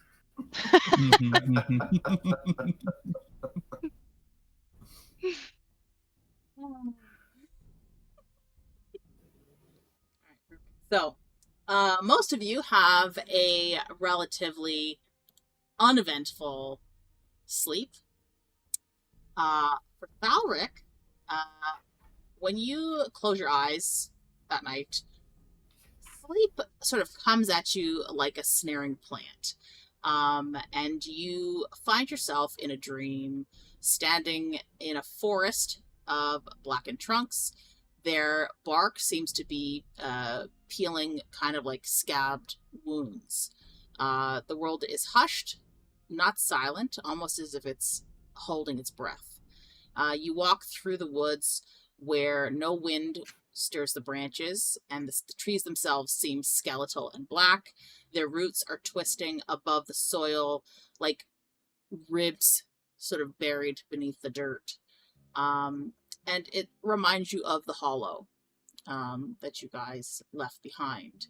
Ahead of you, you see a pair of eyes softly glowing, blooming behind a set of trunks. And Do I you recognize see... these eyes? Hang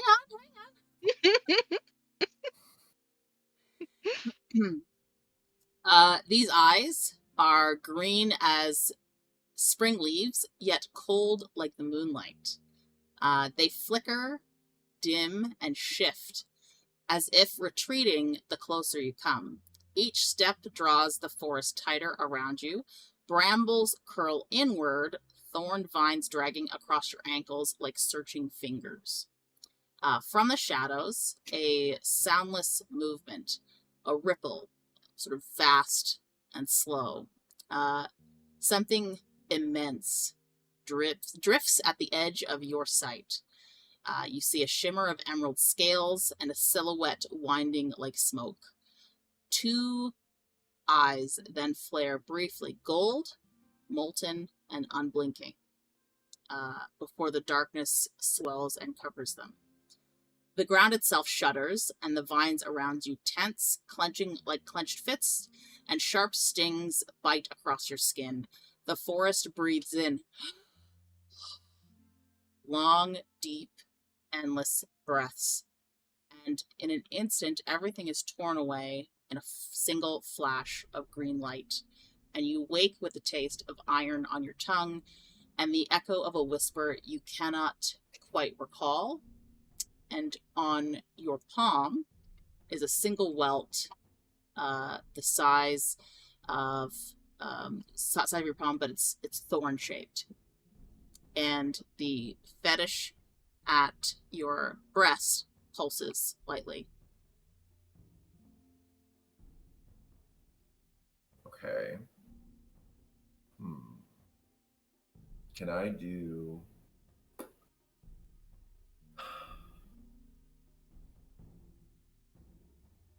like a history, like some sort of check to try to understand like what just happened? You like, could certainly insight check yourself and see if you can figure out what the fuck.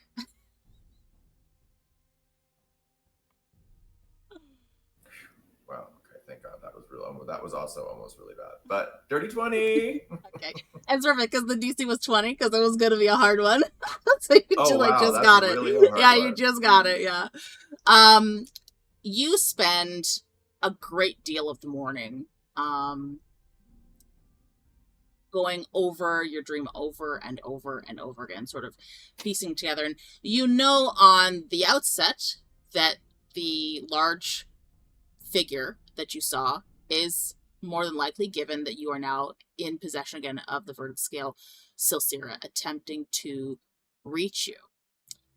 What you also realize as you consider it is that the thorns and vines aspect of your dream is likely a representation of Grelthus.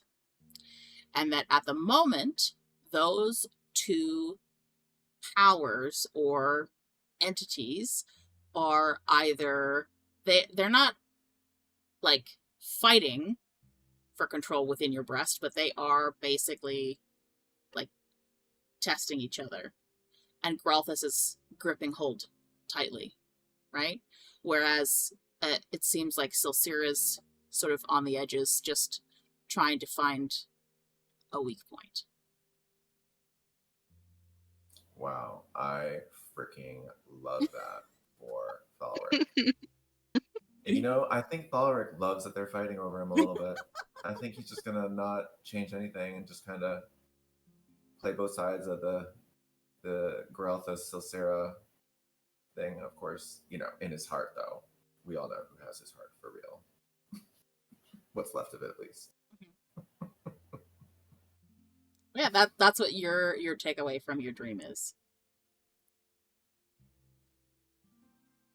Me as the character, I'm wondering, am I being forced to make a decision of which one I want? I will say for free that it could be a possibility down the line. Right now, there's no need to make that kind of decision, but depending on events, that could be a possibility. But we'll find out when that time comes. Above board, not to be too meta.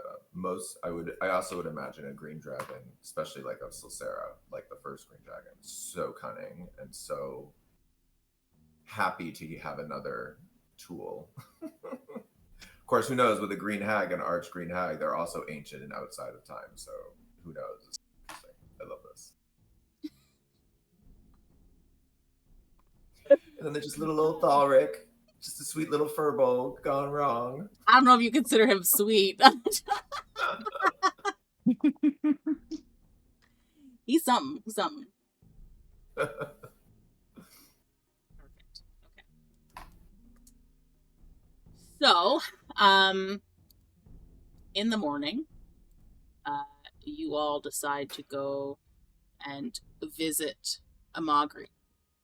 And as you get ready to leave the Bastion and head into Rivermark proper, who has the highest passive perception? I think it's Thalrik. 24? Passive? Passive. Anybody else have a I higher didn't than? I could go high. Nope. I have 15. Mine's also I have 50. 15 too. Okay. Could perceive a lot, but couldn't perceive the woods. Okay, got it. Let Thalrik have this win. Let him have it. So Thalrik still sort of like up in his own head, while the others are getting ready to head to the stable and saddle their horses, head into Rivermark. You notice a figure leaning against the wall of your bastion just off to the side. And when you stop to look and take her appearance in, you can 100% see that it is Magri. She just gives a little wave. Hey, girl. And she says, heading out, are we? Indeed, we're actually on our way to find your very self. How Oh. convenient. Wonderful. And she's going to come up off of the side of the house. Well, please, after you, I'd love to see the inside. Oh, it's suspicious. Wait, am I alone? Are we all together, or is this just Thalrik? Well, they've started heading off towards the stables. They didn't notice. You're the only one that noticed. Oh, okay. So, sure. So he follows her, I guess, wherever she's going. She wants to go into your bastion with you. Oh, okay. Yeah, so he'll definitely whistle to get people's attention. Okay, so from behind you just hear Thalrik's awkward whistle, and then you I turn. think it's very elegant. He's a druid. I'm sure it can Okay. sound like some sort of bird call or an owl. Some sort of heron. Who knows? Bird call. Call of a His bird. dulcet tones. Ollie, onion free. Do you know what? Secretly, I just hope it sounds like a chickadee, because a chickadee literally sounds like chickadee dee dee dee. I know it doesn't, and it's gonna sound a lot more cool, but like to me, that's how I always remember what a chickadee sounds like. It's a chickadee dee dee. Yeah. So you hear a powerful whistle come up from behind you, and you turn and see Maury, who gives another sort of coy wave to the rest of the group as you turn and see her. So she's not disguised right now. She's Nope. Maury. She is a Maury herself. Mm-hmm. She is vamped to the nines, honey.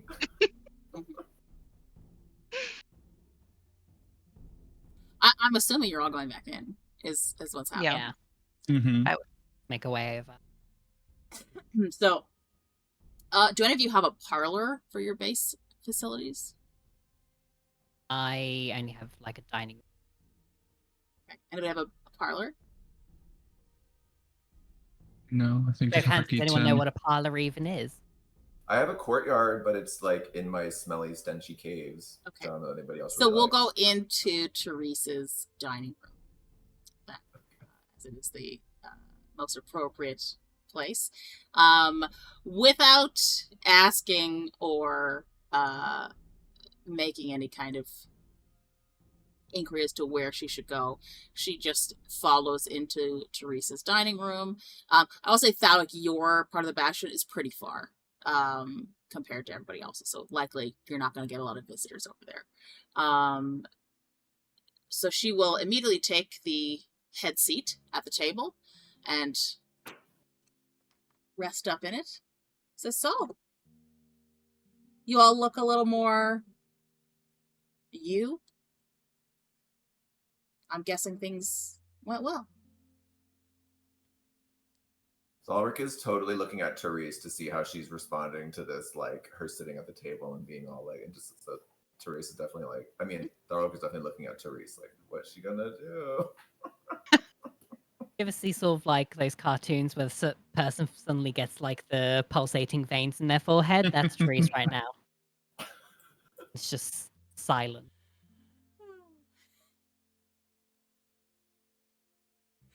I will say, Maury will give you a look. Like, she knows exactly what's going through your mind, but she also knows that you can't take her right now, so she's living it. She's living it.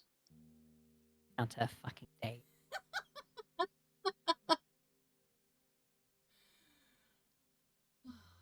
So, went well, I assume? Any trouble along the way?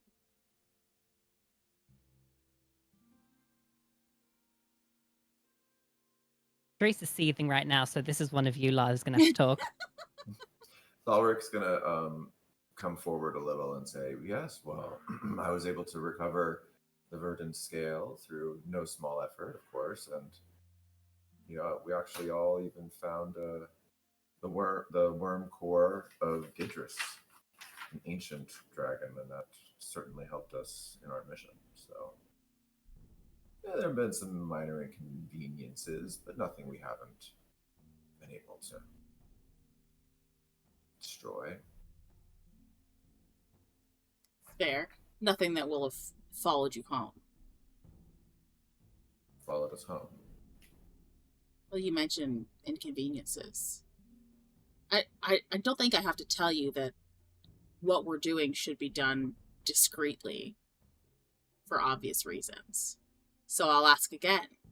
Anything that you did that will follow you home? They were disposed of. Wonderful. Perfect response. Hopefully truthful. but time will tell, obviously. Oh, I haven't yet found information which would be beneficial for another relic, but I have found some other information that I am seeking into in terms of alliances or power avenues for the lot of you. And I should have some in the coming weeks, some more information. Regarding alliances, Well, you don't exactly expect to go up against an army with only the 4 of you. that wasn't what I meant. Who is the alliance with? As I said, different avenues. Some are aligned with our Lord. Some not yet. But should you prove as worthwhile a group as I hope you are, I'm sure you could sway them in our direction one way or another. I'm sure that we could as well. One way or another, yes. Evil smile on Thalrik. Obviously, at the end of the day, they will be disposable, whoever they are. We need only get them to the end goal. Obviously not information you would ever share with them. A little hard to gain allies if you tell them that ultimately they'll die. But I did have a few cultists once, but that's another story. In any regard, you've had quite a lot of activity at your bastion in the last few weeks. Several visitors. A couple were worrisome. Others helpful. I'm sure your little hirelings made you aware of what occurred. Yes? Above table, they briefed us on everything, right? That was last night, right? Like during the day when you got back, you got all your back loot and stuff. She was wonderful, and the auctions have been quite, I'd say, lucrative for the investment. I would assume you would continue to do them, but they do also bring a certain, I wouldn't say notoriety, and not the kind of attention we couldn't deal with, but some attentions. As that one attack did prove, some people, when they are after a particular item, may try to come and get it, so it's always something to consider. But I then would believe that that item is useful for whatever purpose it may have.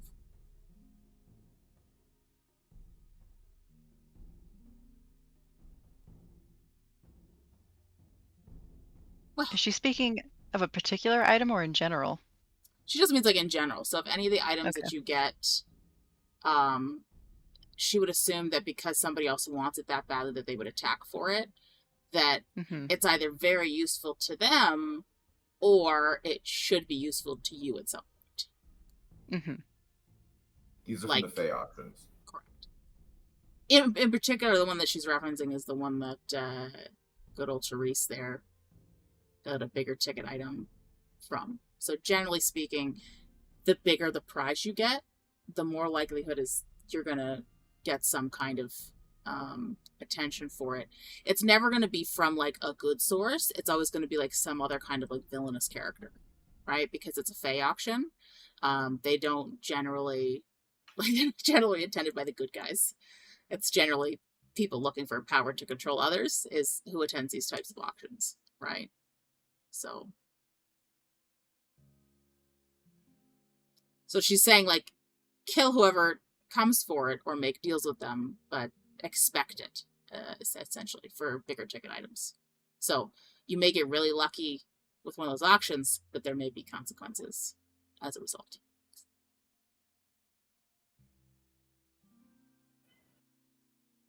Just something to bear in mind when you decide, yeah, I'll pay 500 gold and see what I get from the auction. And then, well, you got this really cool item worth a fuck ton of money, But also, You got a target on your back. now somebody's coming for you. So, just things to consider. Okay.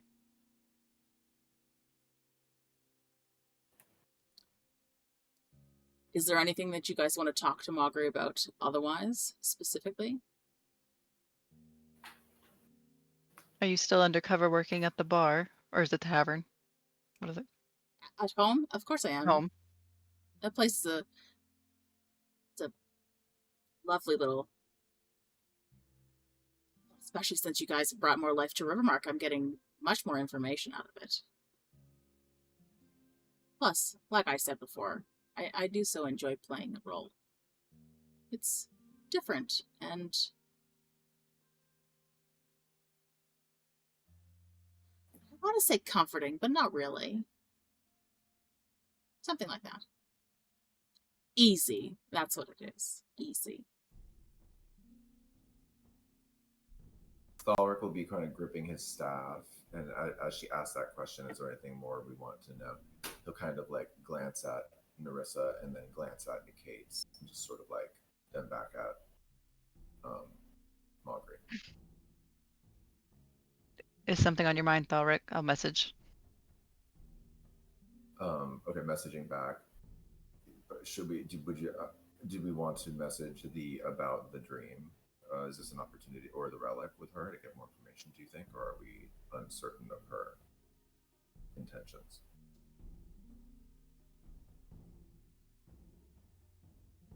I am not certain that I want to speak to her of my vision yet. I may want to talk to Saren first, and she said it would be a couple of weeks before she had information for us. So I believe we have time to think it over. Okay.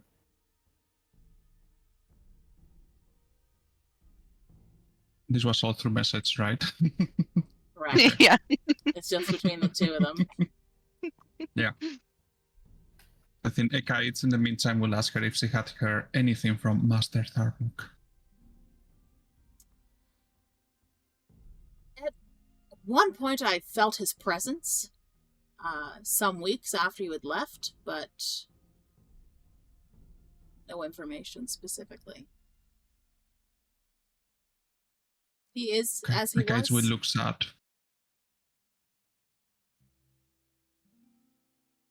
She'll get up from her chair and sort of move over towards Ekaitz and just like pat him on the shoulder and say, "Fear not, he will be free soon."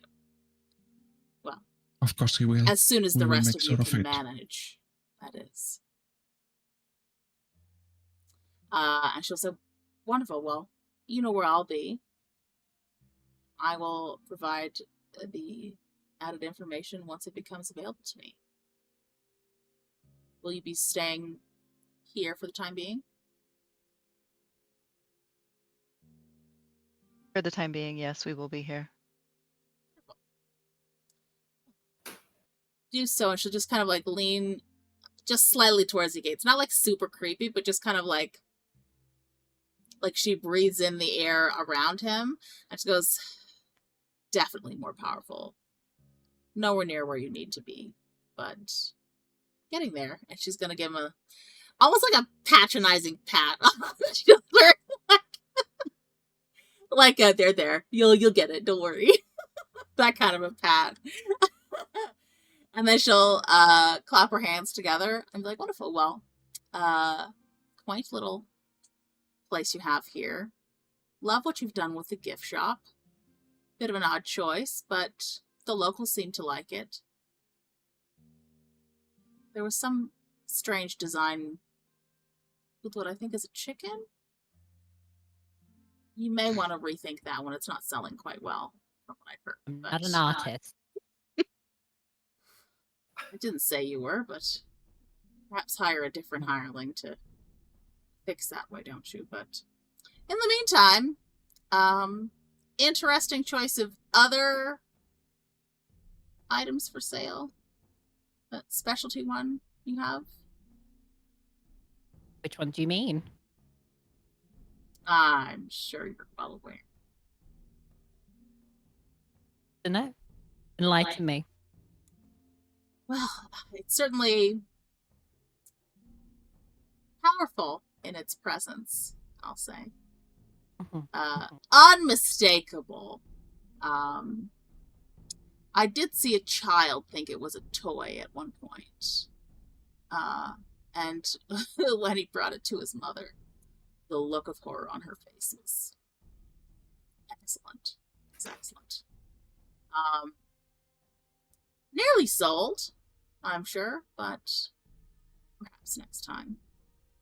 In any event, I felt I had an uncanny resemblance to him, so well, any sort of resemblance is one that I'm sure he may or may not enjoy in perpetuity of his now absence. In any event, I do need to get back to the tavern. I do hope you all rest well. I imagine the next leg of the journey is equally, if not as difficult as the one you've already been on. Do let me know if you need any assistance. She will give a... It's, you know, like when somebody bows from stage and like put one slight foot behind them, but it's like, it's not a full one. It's just kind of like a, almost like she's, it's not mocking, but it's borderline. Like it's not really respectful, and it's just sort of cheeky. I should just like, and then she will turn and walk out. Thalrik scowls.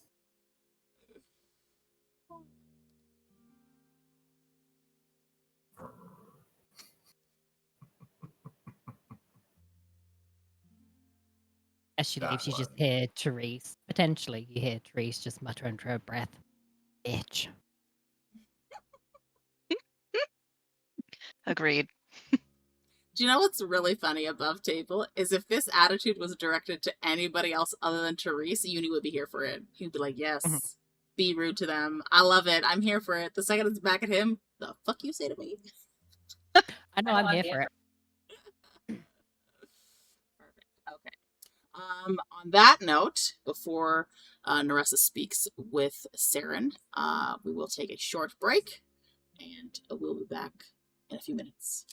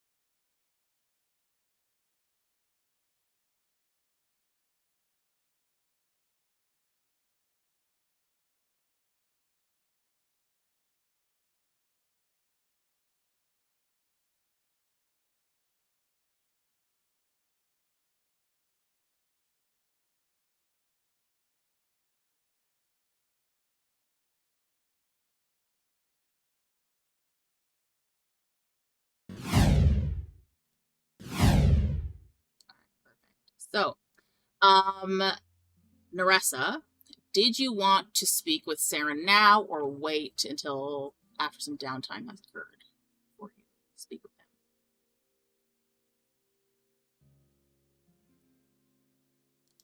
I don't know that it really.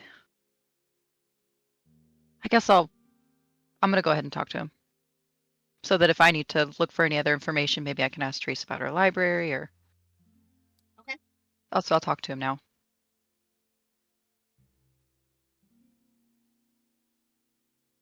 So he is in your arcane study. Do you ask anybody to come with you, or do you just go and speak to him yourself? I'll just go speak to him by myself. Okay. He will give you a polite bow, recognition when you return, and do a little adjustment of his monocle, and say, "Was there something that you needed my help with?"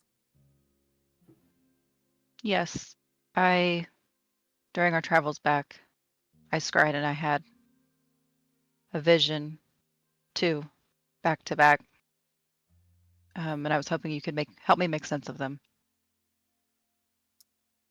One vision that led into another, you say? Interesting. It's quite rare. Usually just Yes. diviners of a certain power are able to. Have you ever experienced it previously? No, I have never experienced it previously. I wonder if it is... Were you doing anything different when you scried? No, but above table, when I exhaled and I saw like my breath, is that normal?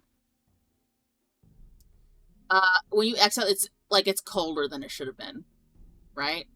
Because the air around you was warm, so it's like seeing Right. physical breath.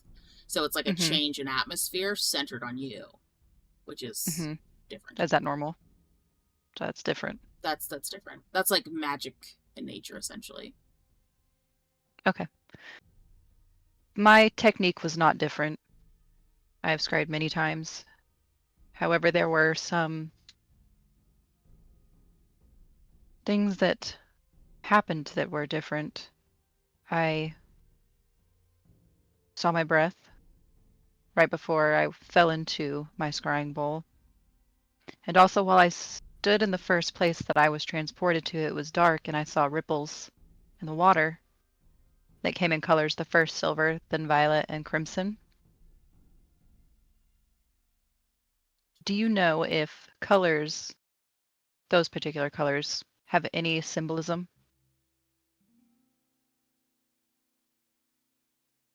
Violet, crimson, and what was the other color? Silver. What you divined related to any particular question or answer that you sought?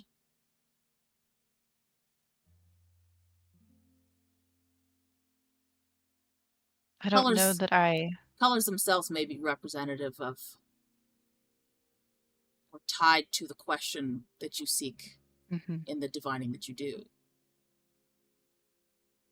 Silver itself is quite a mercurial color. It isn't often found in the type of answers. I would assume it may be related to an individual. Red is often found in visions of anger or blood, and violet often royalty, but I'm unsure if that is connected to your vision itself. It would be dependent on what exactly you saw. So okay, and then I would do you describe tell in him full detail what you saw, or do you leave anything out? I would leave out that I felt that they were tied to Therese and Ekaitz, maybe just because I feel like I need to not protect them, but if it's bad, I don't want him to be like, we need to kill them. Okay. So I would leave that I felt pull towards them, but I would tell him that, like, about all the occupants looking at me, what they said, I would tell him. The stitching of the mouths shut on the masks, the person in the tower, what I heard there, the bodies, and then the bowl, how it was dry and cracked, and only a single violet petal lied in the center. Sounds you had a powerful vision. I would imagine that the remnants of power left in that vision is what used up the water in your bowl, cracked it, and left behind that petal. And if... Do you share that Thalrik told you that petal belongs most likely from Vithralis, or do you leave that Rift. part out? No, I think I'd share that. I mean, he's such a good diviner anyway. I'm sure he would. He's gonna know eventually if we have to go there. So he will agree that Thalrik's assumptions of it being a rift flower are completely accurate. And he will say that the one place across all continents that you would find the most predominant amount of rift flowers would be Vithralis, because of the amount of constant or recurrent rifts that occur in that region. That across the world, there are often measures taken to curb the appearance of rifts outside of Aurora events. So the likelihood that a rift flower grows anywhere outside of Vithralis is like a bajillion to one. Like, it's highly unlikely that you would find it outside of Vithralis. And so if both visions are, both visions are likely to be places in Vithralis itself. And when you say the name, the collector, the curator, his eyes light with recognition. And when you finish your description of that, and as he's speaking with you, he tells you that the curator is a being that belongs in the Shadowfell. That it is some sort of otherworldly creature that literally collects things of interest to him, things of power, things from across all planes.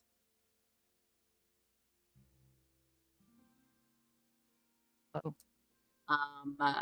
He will say that if the theater you saw belongs in the curator's domain, which he feels is quite probable, the only way to access it would be to go through a rift in Vithralis to get to the Shadowfall. Okay. He also says those that enter the curator's domain, the likelihood that you'll return alive is at the behest of the curator himself. So if you go, you should take something of value to offer in trade for your own life. Mm-hmm.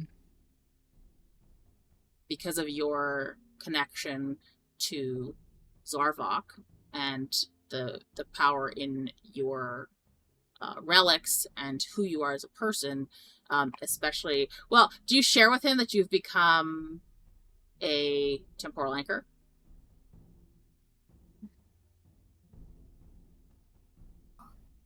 I mean, up until this point, Saren has only helped all of us by, like, doing the auctions, and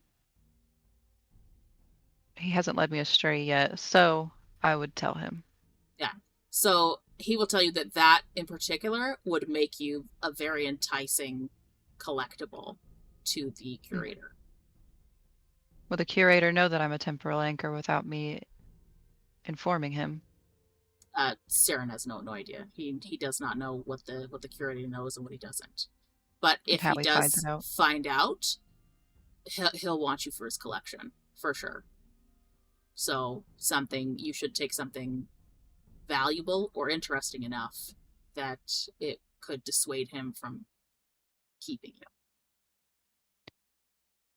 Do you know what he could be interested in more than a temporal anchor? I'm unaware of the things that he covets other than the strange, the unnatural, things that are unique.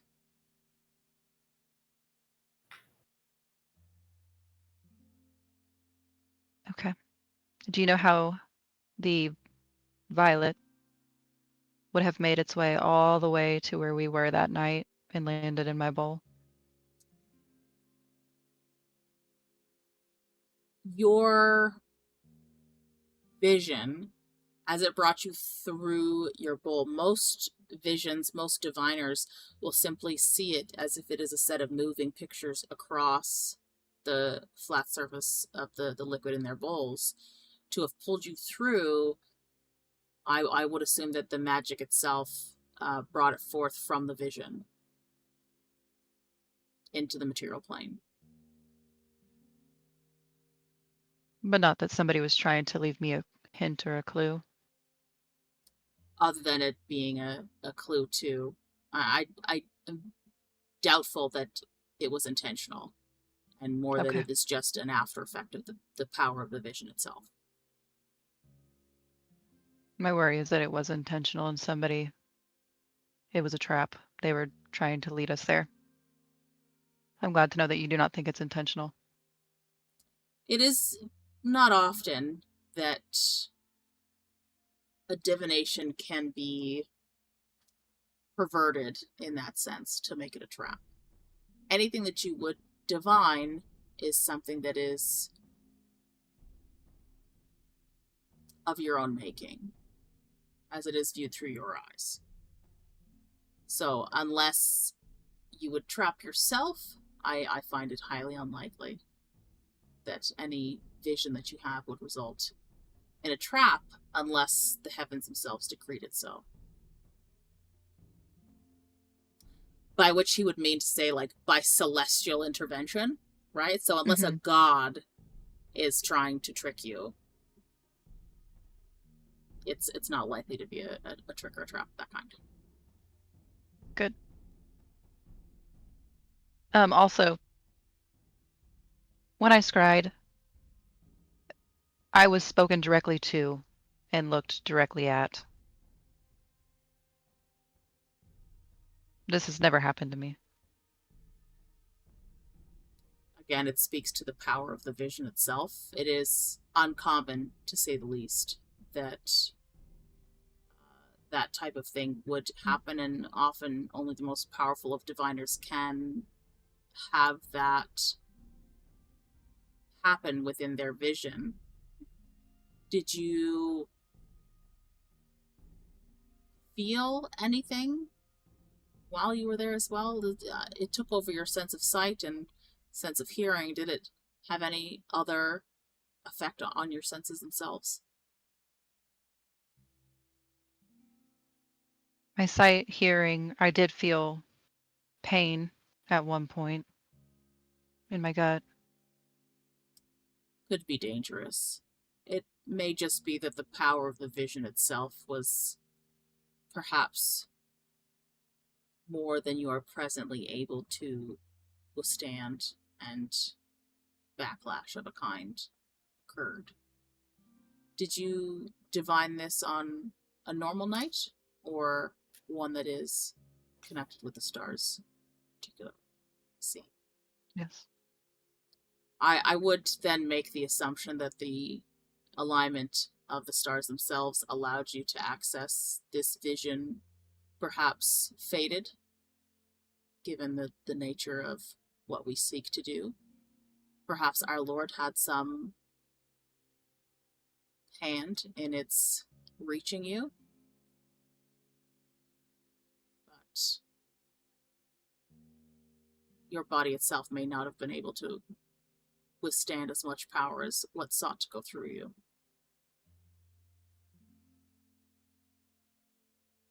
I would caution any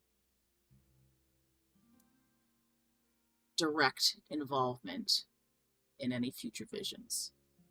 And by that, you would mean to say, like, if something looks like it's coming towards you, don't touch it. Like, don't try and interact in those types of visions where you get that kind of immersion, because it could have bad backlash on your body. Okay. Like in that vision yourself, you didn't try to touch anything, you didn't try and reach out, so you were just kind of like falling through, right? You also didn't fight it at any point, right? You didn't try and like pull back or pull away. Just observed. So you just observed and made your way through it, and still you felt pain, right? Not enough to do like actual damage to your health or anything, but he would caution that if you try to do that in future, it may have negative consequences. I'll remember that. Thank you, Saren. Of course.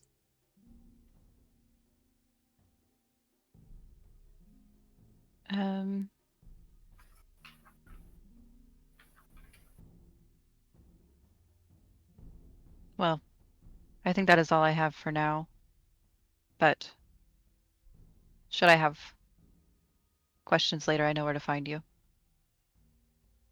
He will give a nod and return to his own work in your study.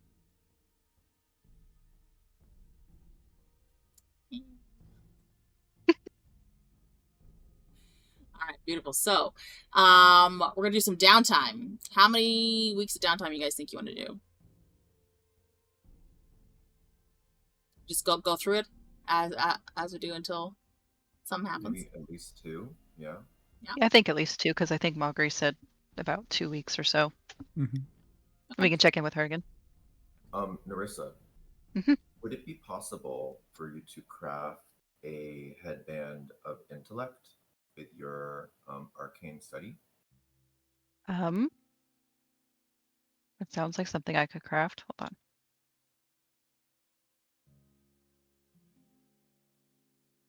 It is an option in your study. It is.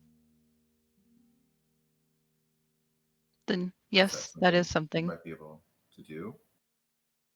If it makes you stronger, it will make me stronger. Awesome. And then, would you like this amulet of black glass? It gives resistance to radiant damage once a day, or you could, sell it, I guess, or I could just give you the gold for the intellect, the headband of intellect. I would take it if you are offering. Yes. Here you go. This is the Thank amulet you. of black glass, which, Andy, it's resistance to radiant damage once a day for how long? For That sounds like it will be useful. resistance to At radiant some damage for 10 minutes once per day. Does it So- require attunement? It does not. Hmm. So that's the kind of instance where it's like it's good for a singular fight, or maybe 2 fights if it's done within 10 minutes, but it's one of those things where you basically have situational radiant resistance, right? So like if it's a surprise thing, or if it's like a trap reaction, you won't have that kind of resistance. But if it's like you're fighting something that does radiant damage, pop that, and then you're resistant to it, right? So it's not like an at will. I'm wearing it. Activate.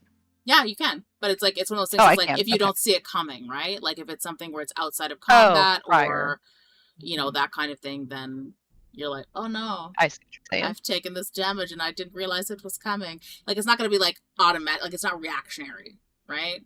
You have to take the action as like a proactive. I'm using this, so you would then, as your action, activate the resistance for it. That makes sense. That also said, if you know you're going up against creatures that have celestial origins, you would activate it even before you start the fight, so that you have it throughout the entirety of that fight, right? That kind of thing.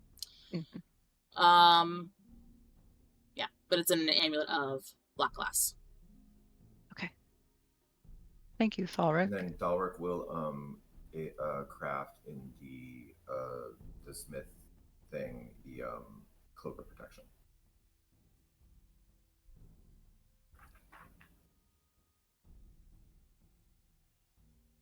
So this is in the week following this one. So right now you guys are on the 18th of Thoden. So you're inside week 32, which ends on the 22nd. So if you're having Neressa, if you're taking the rest of this week to then push everything down, that's totally fine. You can do that. Do that.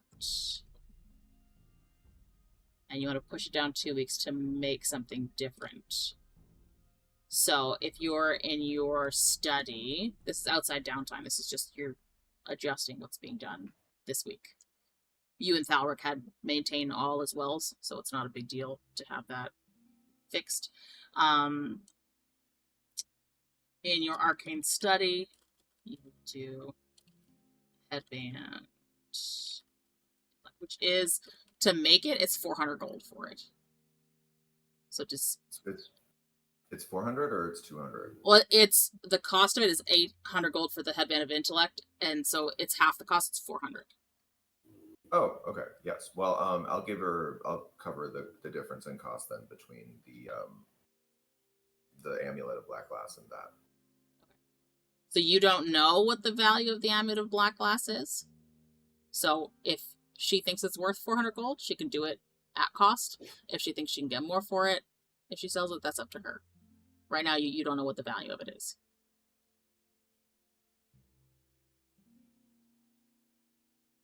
So Neressa, do you think that the headband of intellect is are you willing to just be like flat trade? Or do you want them to pay a little bit more? That's up to you, whatever you want to think.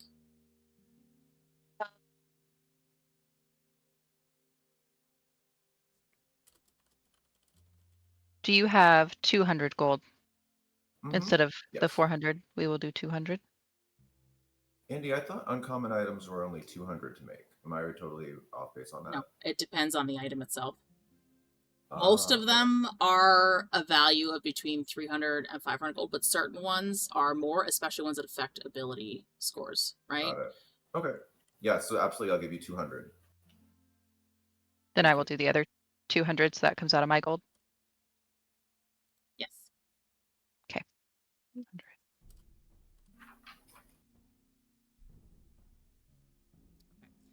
What do you want to do in your other areas, Neressa? So that's in my arcane So that's study. your arcane study. Yep. I Okay, will so that I say, have my storehouse. as you are spending the week in your bastion, you will also gain an arcane study charm, which will allow you to cast Identify once without spell slots and materials. So that is something that at the end of this week you would be able to use as well. So you have the teleportation circle, which you could try and summon a spellcaster if you want. You have your scriptorium, where you can have them make spells and you just pay them the gold for it. We can decide that part later if you want. If you want to think about that. Yeah. And then your storehouse. So you have up to 2,000 gold that you can put worth of stuff in there to sell, or you can procure that much, and you earn 20% on it. Ekaitz, did you have items that you need to be sold? Yes, I have quite something. How much is the item? How much money? I don't know, because I have the 4 splint armors. That's 800 gold for Oh. the 4 of them. And how much can I sell now? 2,000. That we've 2,000. Okay. And then I think I have 2 ores. I would also like to sell my old chain shirt and my old shield just to get rid of them. Okay, so chain mail is 50 gold when it's new, half when it's used, so 25 gold. Same thing with the shield, would be normally 30 gold, so it's worth 15. It's 40 gold for the 2 of those. Change gold. The orbs, the 2 orbs that you have is 40 gold as well, because it's 20 for each, because they're brand new. And then you have the 800 gold for splint armors. So that is 880 gold that you have sold. I know Therese there has some fucking rations. I don't know if she wants to sell any of the 300 that she has. Well, now it's 409 total. So yeah, maybe. How much would I be able to sell with what's over? She's got 880 use, so there's 1120. Okay, quite a bit. I sell 200. You're asking Neressa, you're not asking me. 200 That's gold worth or 200 rations? 200 rations. Is that 200 gold That's worth or how much? That's 100 gold. 100 gold? Yeah, you keep me fed. I will sell these rations for you. Thank you kindly. Thank you, thank you. Thalrik, do you need anything to be sold? I don't think I have anything right now. I've been too busy making magic things. And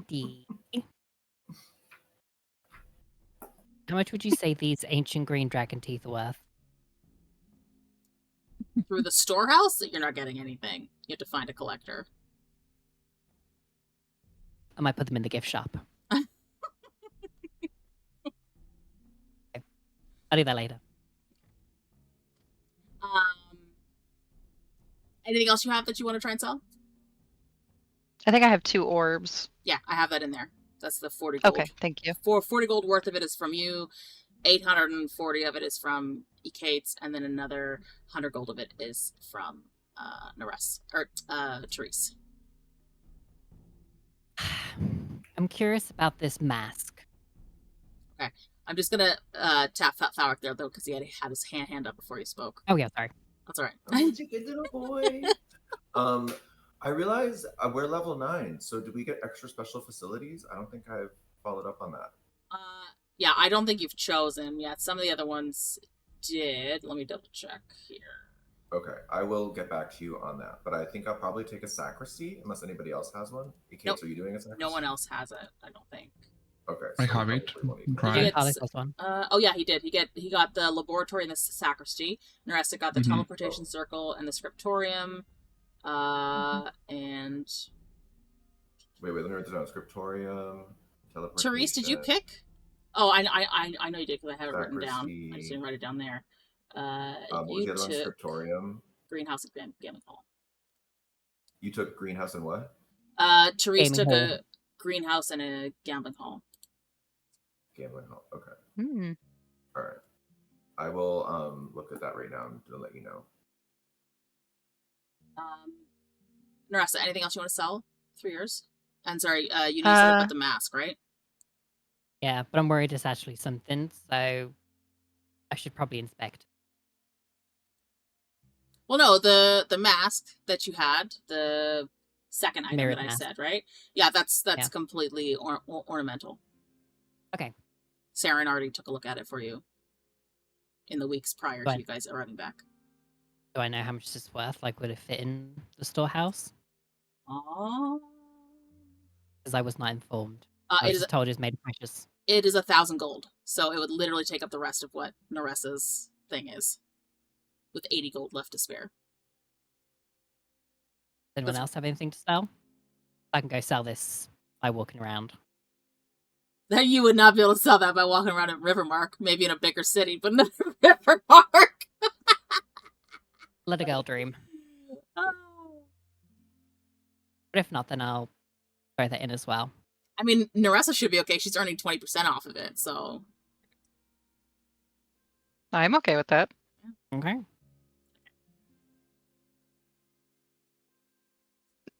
I'd be getting back with the rations 1100. yes. That's after the 22nd, which Yeah, is when yeah. the end of the week is.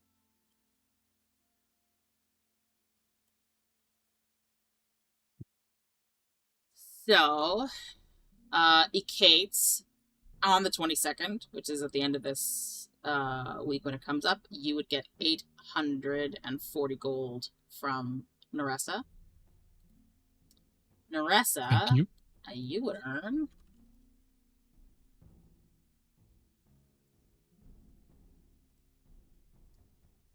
plus your 40 gold orbs, 424 gold in the profit from.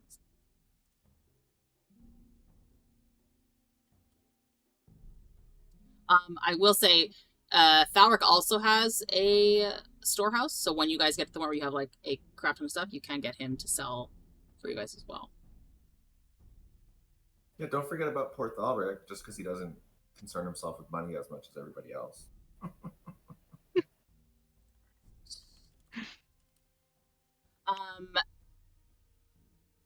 Thalrik, what was it that you wanted to make in your workshop?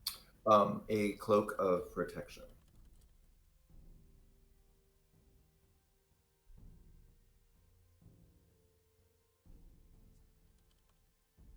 I think I have 500 gold after I paid the 200 to Neressa. Yes, that one's 500 gold for that, so it'd be 250 to make it. It's 500 total, or that's the half price? The half price is 250. Oh, So great. Okay. the total Yeah, so value of it is 500, half 250. Mm-hmm. Cool.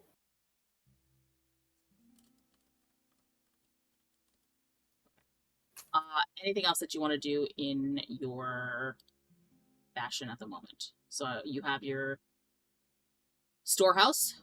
Do you have anything that you want to sell through it, or do you want to procure, or? You know what? I will. No, because I think I don't really have a much. No, I don't think so. What you could do, Mr. Flush Money Buckets over here, you could ask him if he could lend you some procurement funds and then split the profit with him when it comes in. Sure, that would be lovely. Would you like to RP that up? Hey, kids! Oh, Ekaitz, I happen to notice I have this storehouse over here. It's practically empty and certainly seems a sin to our Lord Zarkov. Zarvok, our Lord Zarvok. Ekaitz is getting really upset right now. To not be fully taking His silent is twitching. Opportunity of this ability to make money on top of money. Would you like to perhaps invest some of this gold you have into this venture, and maybe we could, split the profits, or something? That would be great. Sure, only if it will help you remember Zarborg's name. I could never forget Zarvok's name. That's what I said.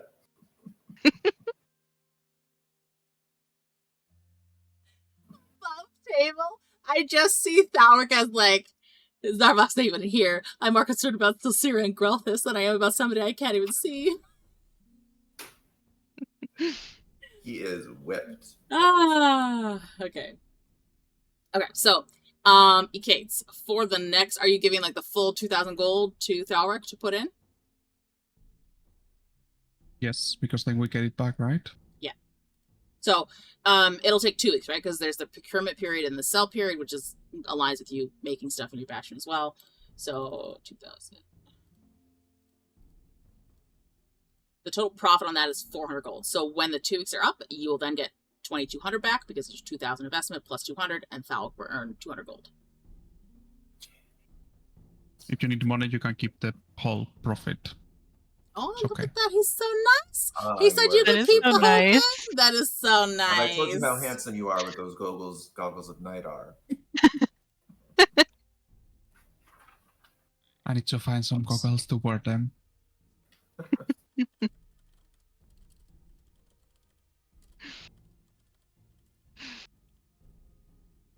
What am I crafting this week? You are recruiting into your bastion to replace bastion defenders that got defeated. You are crafting the bracers of archery in your smithy. You're crafting a pearl of power in your sacristy, and you're crafting a greater healing potion in your lab. I've already calculated the cost of that from your earnings from when you were gone, so you don't have to worry about that. Will the bracers be ready this week? Because then I think I was crafting my armor, right? It takes 2 weeks for uncommon stuff to be ready, so it won't be ready until the 2nd of Dufrum. That's why you guys are doing 2 weeks worth of downtime, I think, until that stuff's ready when Mogri has more information, potentially. Can we use our downtime to speed things up, or how did that work? Only if we had the skill? Only if you have the ability. So if you can use smith tools yourself, then you can help with that. You also wouldn't be able to do it in both locations, right? So smith tools, you could speed it up. You wouldn't be able to do it in the sacristy because that is something specific to that. And you would need alchemy supplies. You can't help speed it up then. That's it. Mhm. It's just unfortunate. Then I You need to can, study. you can, however, do downtime activities to earn more money during that time frame. Right? So there's that. Mhm. Right? Can I do downtime learning activities to learn how to use some of these tools? What is your intelligence score? 13. So plus What's one. so you can learn one new tool set. I can learn one. Okay. One. Yeah. And then that's it. You can't learn anything new. You don't have the brain capacity for more. Not the sharpest tool in the set, I guess. Well, then maybe I want to learn the smith tools. Can I do that during downtime, or do I need to find, I don't know, a teacher, a book, or something? I would say that you could probably, within what's the remaining of this week, find a book to teach you the information. I'll roll to see how much that book is going to cost you, and then in the week following, you would have enough time to read it. So within those 2 weeks, you could learn smith tools, the basic. Okay. Yeah. Andy, real quick. Yes. I think I know what Thalrik would choose for his level 9 special facilities. Okay. The stable and the trophy room.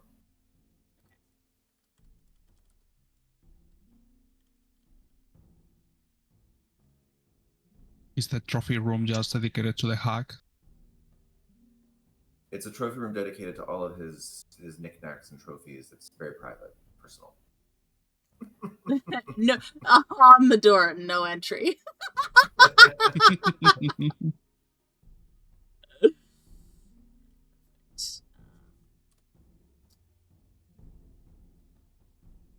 We said And trophy I'm going to room ask for the trophy and... room to research some lore, but I'll message you what that is, if that's okay. Yeah, that's fine. Stable. Did you want to try and get anything into your stable? I don't have enough gold right now, I don't think. So I'm just gonna. But it does come with, and it does come with a couple. But I was wondering if at least some of the horses we have could at least be boarded there. So Yeah, you could board your horses there. You've got the 4 horses. You could I can put only them in there. fit 3 horses for now until I'm able to enlarge it. But I'll just say, if it's your 4 horses, right? Like, you're not getting additional animals, I'll just DM say you can put your 4 animals in there. It's a bit tight, but they'll live. cool. Okay. And trophy room. Okay. So, for Neressa, did you want to try and see if you can bring in a wizard or a sorcerer for your teleportation room? Yeah, for sure.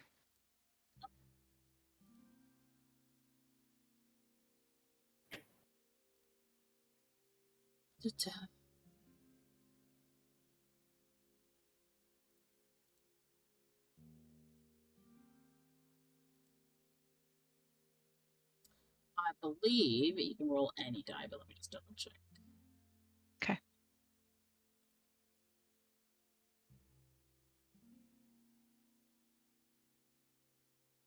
Yeah, so you can roll any die, right?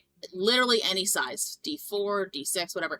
If the number What? rolled is odd, the invitee will decline the invitation, and you gain no benefit having issued that order. Or if it's even, the invitee accepts the invitation and arrives at your bastion via the circle. Okay. So you could choose which one you want to roll. Okay. Well, we don't get one. That was odd. That week. That week we don't. We'll try again next week. And both of my portent rolls are odd. Not that I don't know if I could use one anyway, but I don't think you'd be able to use that for this because that's fine. it's a bit different. And in your scriptorium, so you have a couple of craft options. You can craft a book replica of a non-magical book. It'll take 7 days, but it requires a blank book, which I think is kind of dumb unless you're doing it to like hide the fact that you've stolen somebody else's book and you're just trying to replace it. I don't Hmm. understand that as a crafting option myself, but whatever. Anybody who steals books. I was gonna say I know a I girl. mean, maybe. Ooh, There they sound is amazing. there is the option to craft a spell scroll. So it's anything from the one spell scroll from either the cleric or wizard's spell list of level 3 or lower. So like I said, Okay. you could just like bookmark, I want to craft a spell scroll from it, and then decide later which one you actually want. The hirelings have the calligraphy supplies and all that kind of stuff. You just have to pay the cost of what it would be to make that. So there is a list. I'll show you another time. But like for a level 3 spell scroll, takes 5 days, which is the week that the thing is, and it costs 150 gold. Right? So any level 3 wizard, cleric, or lower, but a level 3 one is 150 gold, 100 gold for level 2, 25 for a 1, or 15 for a cantrip. Okay. Why you I like so that. because you're a wizard yourself, you could then I want to learn them. You could then take the spell that Scroll. you've learned from that scroll and copy it into your book. So yeah, it was a very, very, very good choice for you in terms of which item to take. But yeah, so good for you for that. You can decide later which scroll you want for that.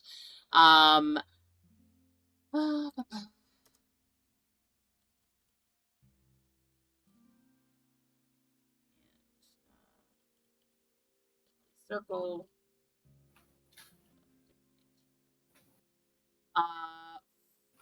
You said you're gonna message me later, right? Thalrik for the lore that you want later. Okay. Stables null. The following week, did you want them to? Because your cloak is still being made, your storehouse is going through the selling process. So, and I'm assuming the horses are still being stabled at your stable because you're still there. In that second week, do you want anything else researched in the trophy room, or do you want to have them research a trinket and bring one back? No, it's gonna be lore things. Oh, So I'll message you later if that's okay. Yeah. Okay. Well, you get 2 weeks worth, right? Because it only takes them a week for it. So yeah. I'm just because there's that 2 week period of crafting. And for Neressa, your arcane study is making that headband of intellect. Your storehouse will have brought back the stuff from having sold the week previous, so you can either procure or sell anything else additionally, or just leave it. You can then choose another spell in your scriptorium and try again with your teleportation circle if you want. Yeah, I definitely want to try for the teleportation. And I'll just put down that I'm going to look for 2 spells. Yep. Roll your dice. See what happens. I want to pick a different one.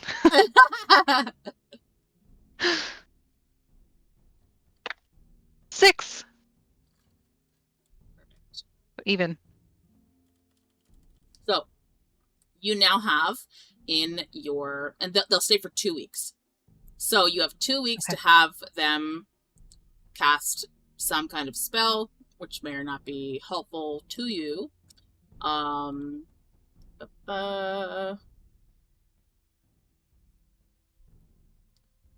So the spell that they can cast is level 4 or lower from the wizard spell list. Okay. So that they're there for 14 days. It may be something where they never cast anything and they just go home, but they were there for the opportunity, right? In case I need them. Yeah. So you have them there for the next 2 weeks. When you get to level 17, the spell level maximum for them increases to level 8 spells. So those are quite good once you get to 17. Wow. But, yeah. Okay.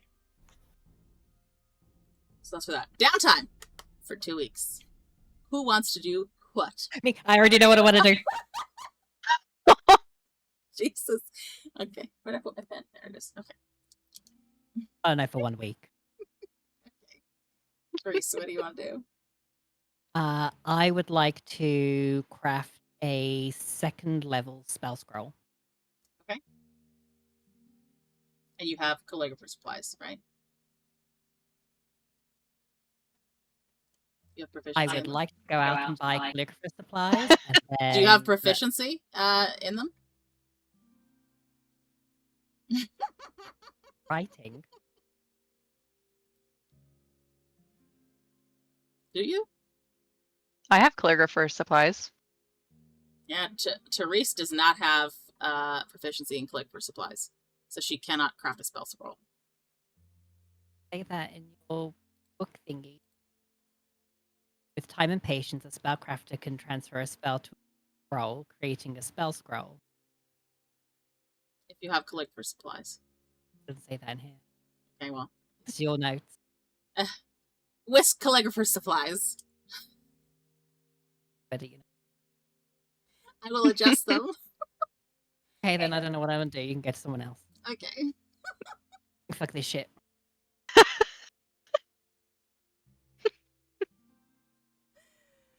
I mean, you could perform, try and earn some money as a bard. Someone else can go first. I'll find out what I want to do. Could I teach Therese since I'm proficient? You could I try could and teach see Therese, right? what's your intelligence level? Yeah. So if you learned to use calligrapher supplies, you guys could spend the next 2 weeks teaching her. But then that's I'm the only thing proficient that with you them, can so I have learn. 'em. Because you only have a +1 to your intelligence.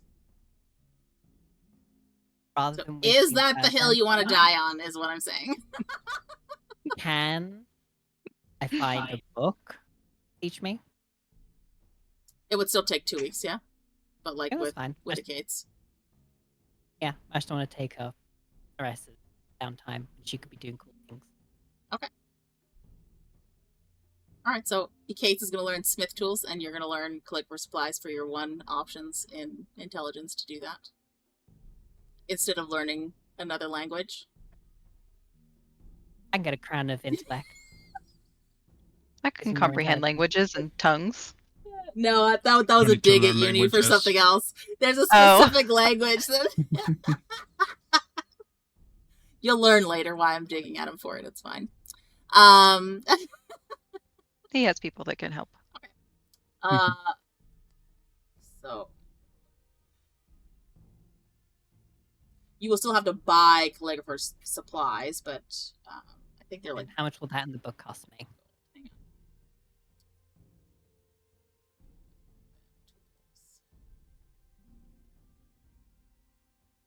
so calligrapher supplies cost 10 gold.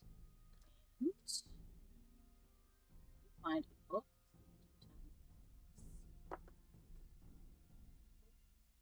You were able to find one for cheap, only 15 gold for the book.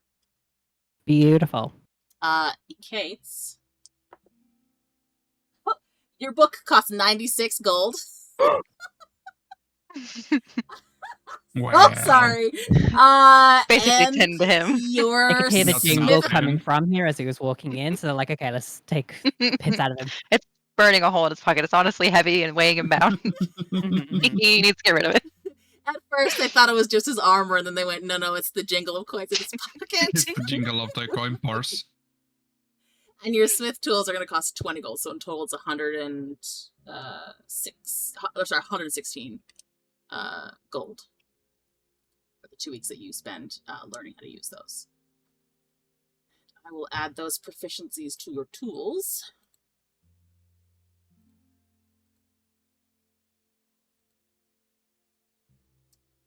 So that's for you. And Thalrik, do you know what you want to do in your downtime? Did you say Thalrik? Mhm. Yes. I would. The first week, I would like to try to sell the rare potion.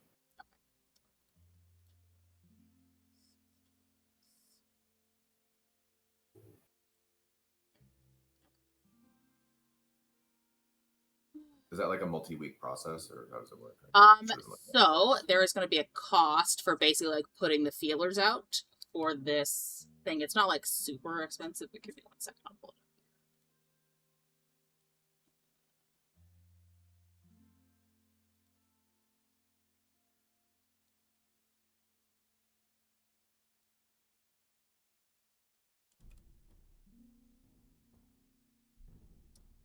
So for selling a magic item, it will cost you 1 work week and 25 gold, which is used to spread word of the sale.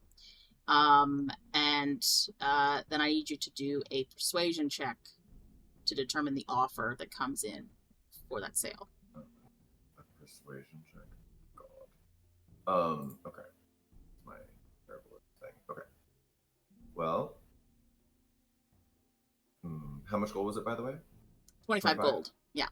Okay. I'm gonna reduce that. I'm gonna take that out of my my character sheet instead of from my bastion. Okay. So I'm removing that. Okay. And then here we go. Well, I do have 1 heroic inspiration, so this is persuasion, you say? Yep.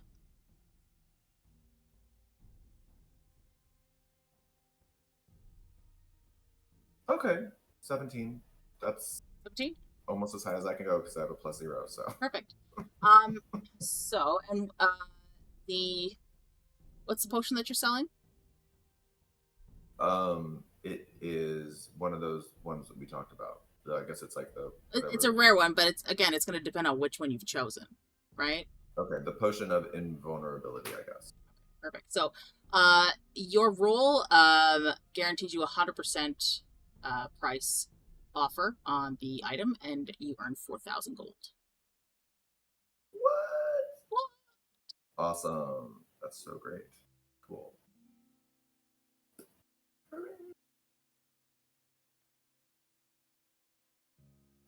I guess in the other week of downtime, I'll just sort of be. I do, however, need you to now roll a d6.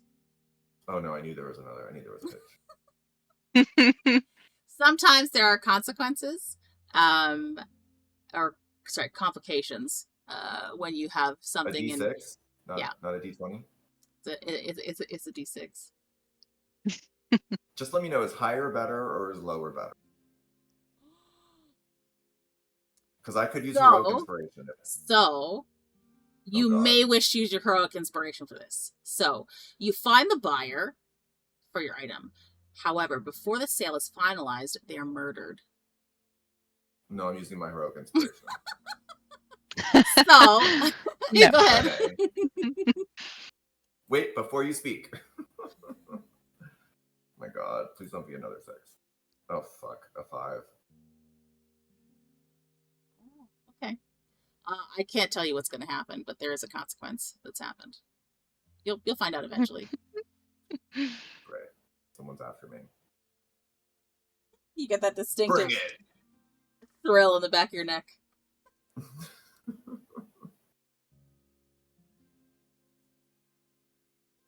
But you do get 4,000 gold for the potion. Sweet.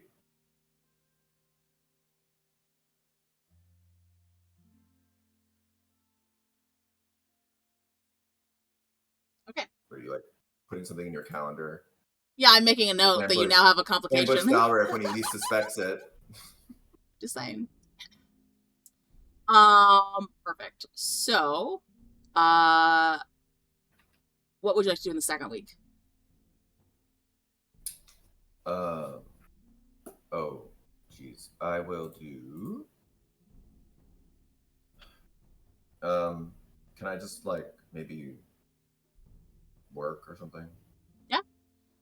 Do you want to do something alignment based? Do you want to do something background based, or just like regular random stuff? Just I guess like regular stuff. Yeah. Okay. Let's see, something would be. Maybe he would do crime. Actually, he does. No, I don't know if he wants to do crime right now. There's a lot going on. He'll just do some.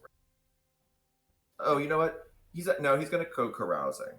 I think he doesn't do that very often. Okay. I think he's gonna celebrate his recent contact with Silsira and let down his horns a little bit.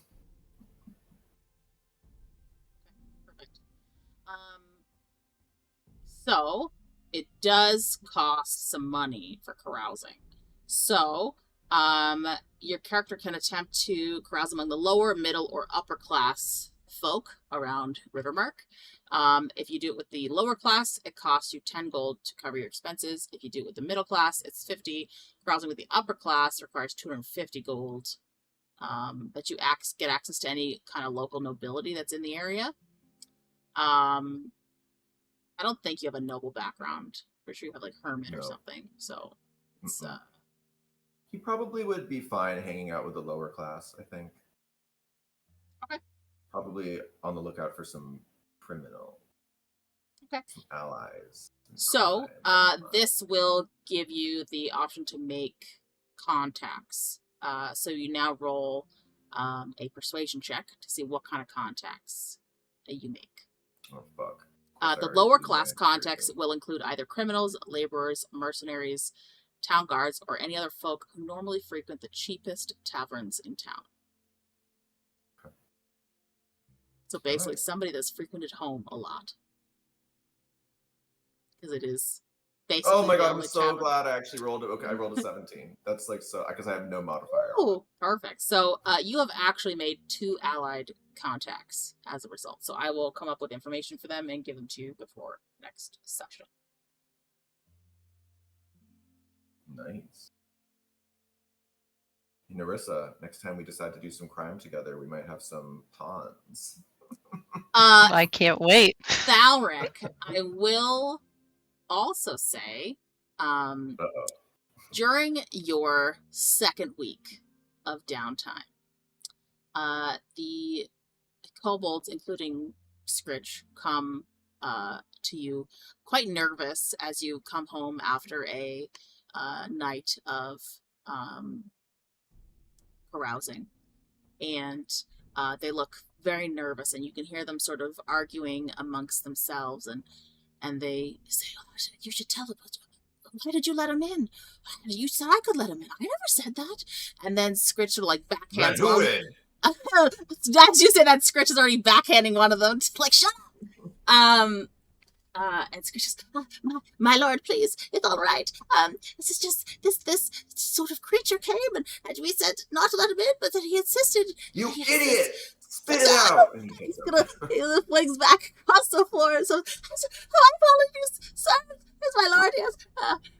And he will lead you without touching you, but doing that kind of like subservient sort of thing, as he leads you into an area of your bastion. Obviously, you don't like letting people in. They take you into this side tunnel in your bastion, where they have, you can see like a couple of other kobolds are basically like not holding, but like keeping this man trapped in this side alcove, and they have like weapons pointed at him to like don't you move kind of thing. And the person that's there seems to have a glassy-eyed look over his face. It's almost like if you were to like go like this, no reaction.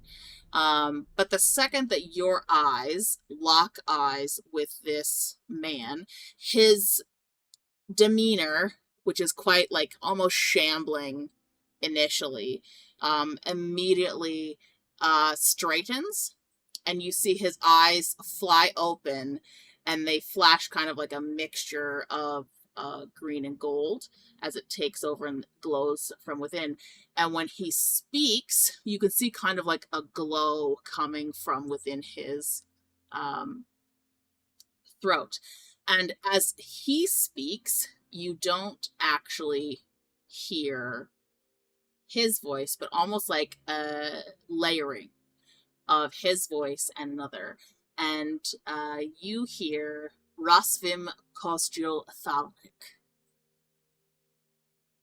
And as soon as those words come out, this man takes the opening of his shirt and rips it open, and you see that there seems to be like claw marks down the center of his chest, and they are deep. And the second he rips open his shirt, all of his innards spill out over the floor, and he falls down dead. Your kobolds are now screaming, "That wasn't me! Sir, I didn't do it! He did it all himself! You saw! I never even touched him with my spear! Shut up! And then they're just like fighting amongst each other as they're scrambling. Silence! Yes, Get out! yes, of course, sir. And they're just gonna like scramble off. You are now left alone with this dead man on the floor of your bastion. So the words were Razvim, what was it? Razvim Khorghil Thalrik. So RASVIM and then KoSJIRL. J-I-R. So this is the same message as last time. Okay. Well, I want to go and see what I can perceive about the body or the remains. Okay. Would you like to do an investigation check and search through the body? And I'm talking the body cavity. Because this man is dressed in rags. He does not look... Yeah. Like, imagine the look of him is someone who basically has walked and traveled for an untold amount of time and has never stopped. Like, as you look over the body, you can see, like, on the bottom of his feet, completely, like, the soles of his shoes are worn through, and it's just, like, scraped and bloodied, and it doesn't look like he's eaten in some time. But if you'd like to roll investigation. Like a powerful, I would assume that it'd been, like, a powerful PS spell or something, you know. Could I do perhaps a history check, Draconic Lore, to see if this is something she's done before with me? Like, does this remind me of how we communicate or anything? Yeah. Okay. I got actually a plus 9 when it's dragon stuff, so I'll just add 4 to whatever it is. So 24. Perfect. So, you will note that, yes, this is a means of communication that Silsira has used previously. Obviously, for you, it's been a really long time. The suggestion that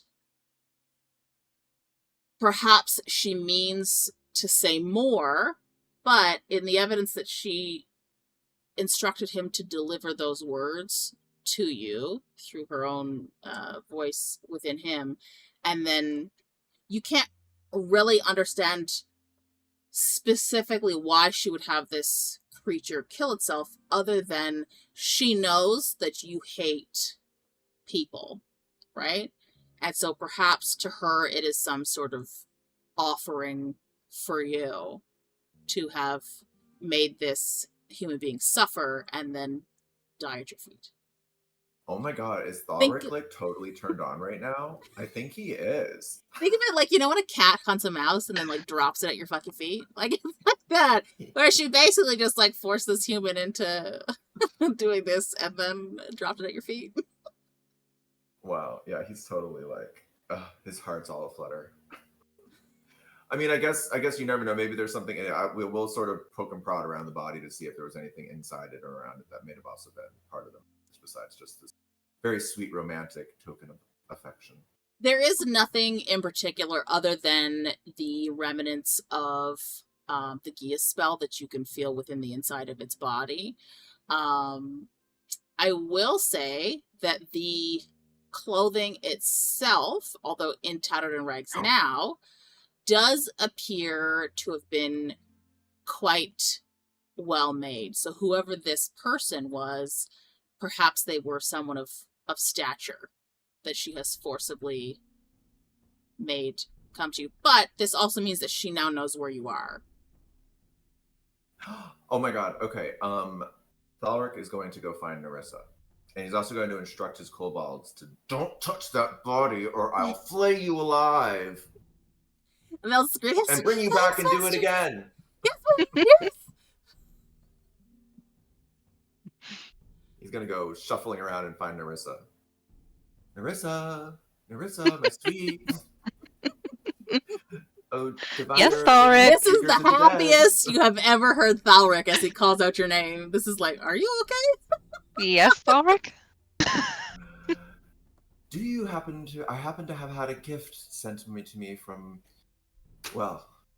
my lady love. I'm wondering if perhaps we might be able to use that spell of yours, Speak with the Dead, to gain some further information. I would love to. I love to commune with the dead. Ah, excellent. Follow me to my chambers.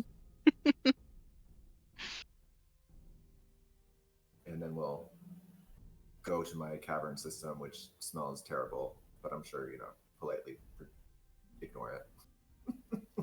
Politely ignore it. The smell of stench and decay. It's so sweet, isn't it? Just makes me think of the Grinch. It's just disgusting.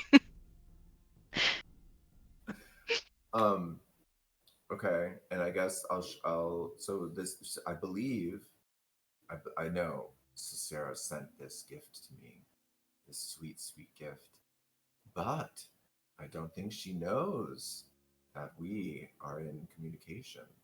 So perhaps we can find some information of what she's plotting or where she is.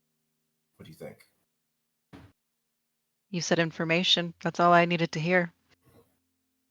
You see, I came back from carousing the other night. Hiccup. Excuse me. And Scrivich was all a Twitter, and there was this creature here. And when I walked in, it spoke, and it was her dulcet tones. And then it just disemboweled itself in a most satisfying manner. And, well, as you can see, it's now in quite delicious decaying state on the floor. Glad it's your floor. So what would you like to ask? Well, perhaps we could ask some questions, perhaps, of where... Gosh, what kind of questions do I want to know? Where did he come from? Where is she? Who was he? Perhaps we can find out more about what her plans are. She is a powerful ally who I am most keen to reunite with. So are you wanting to know where he came from? Would Silsira, is that how you say her name? Silsira? Mm-hmm. Perhaps who he is would be important. Where he's from. And would he have had to have come in contact with Silsira for her to do this to him? Yes. Yes. So Yes. knowing where. Sure. Now, she may have been in human form. So we would really want to know who it was that perhaps last he spoke with. I believe, based on the evidence, it was a powerful Geas spell or some such, which she is capable of. Her perhaps singularly among dragonkind. Okay, so we want to know, who are you? Where are you from? Who did you last speak with? Mm-hmm. And okay. We get 5 questions. What else do we want to know? I don't know. Is there anything that you might want to know about from this person? I'm trying to think of what we're in. Do you have any ideas what might be good questions?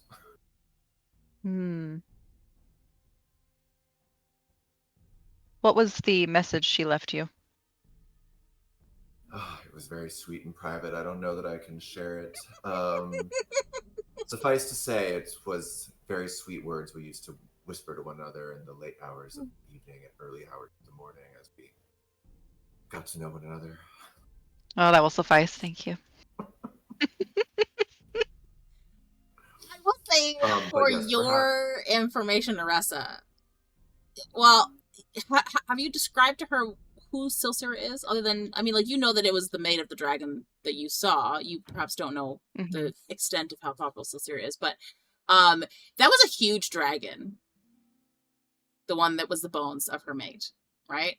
The male. And so him, just to give you the visual, right?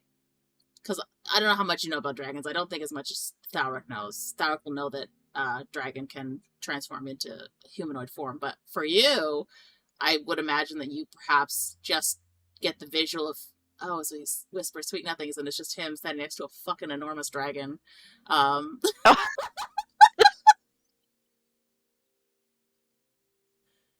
Just to put that visual out there for everyone. Just thank you.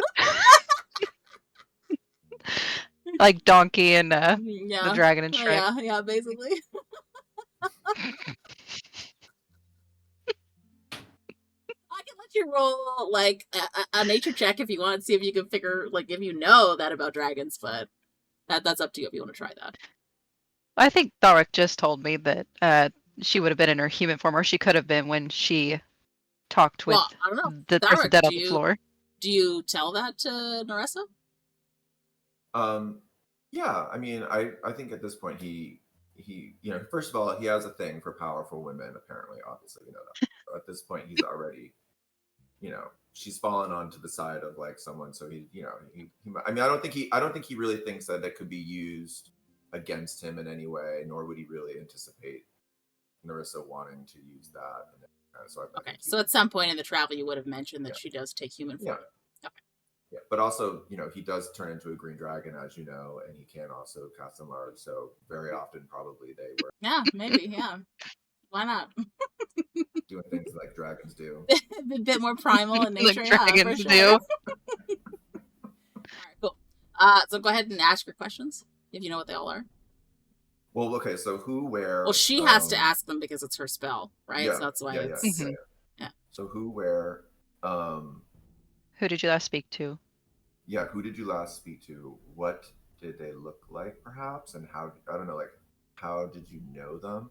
Because I feel like she probably has a plot going on somewhere. And so trying to figure out where it is and who and what Pinpoint. would be, like, important. Okay. So who are you? Where are you from? Who did you last speak with? What did they look like? And what was your other one? Let's see how those questions go, and then if it's okay, Andy, we'll go. Oh, that's we'll do fine. a quick side Yeah, chat I'm for totally that. fine if you want to Okay. do that. It's just a matter Message and don't say a question out loud, because as soon as you do, it's gonna answer Yeah. whatever the question is. So Mhm. Okay. I would walk up to the body and maybe like look like I'm gonna breathe in like a life into it so it can talk to me. So just like it did back in the Hollow, this body sort of lifts slightly off the ground. Some of more of its entrails like spill out on the floor. Some of it go across your shoe, Neressa, just because you're there. So sorry, you now have blood on your shoes. Side-eye Thalrik. And then you see the visage of a man that looks much more well-fed than the visage of this husk of a man that is there. You see that his clothes are well-tailored, all that kind of stuff, as he comes forward and asks your questions. Who are you? That raspy voice comes out, and he says, I am Rhaegar Vexal. Rhaegar Vexal. So Rhaegar, and Vexal is Vexsal. Okay. Where are you from, Rhaegar Vexal? He will say, I am from Kaldorath, which is one of the human countries within this. Can you spell that again? For Kaldorath, Kaldorath. Neressa, I will give you an opportunity to try and, other than knowing, because you would know where Kaldorath because it's on the map kind of thing. But if you would like to sort of think about other information you might know, I'll let you do a history check. Okay. Because you a wizard.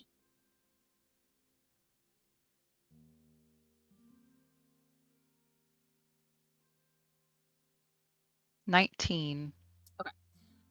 So specific with Kaldorath, it is the on the northeastern side of Azrathus, juxtapositionally, diagonally on the map, on the southeast side of Fereldor is Kaldorin. Both countries used to be connected as the single kingdom of Kaldor. And there was a split for it. Pull up my history timeline here. Where am I meant to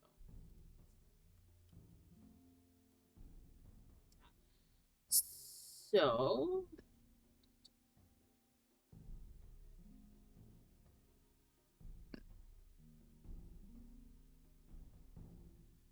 in 425 AC, the kingdom of Kaldor was torn apart by internal strife.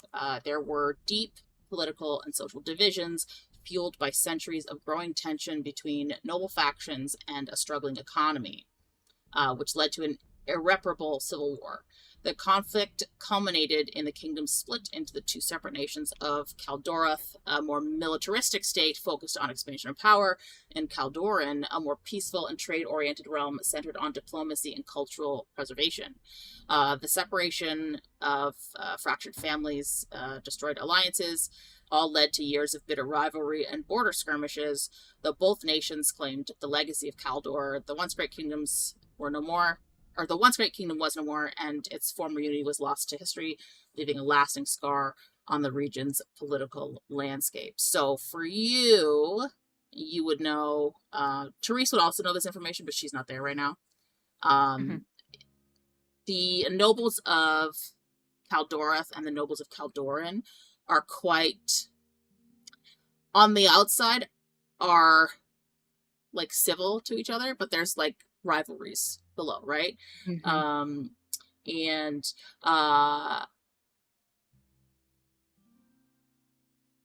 You would also know that Kaldor, as it expanded as a kingdom, increased conflict with dragons after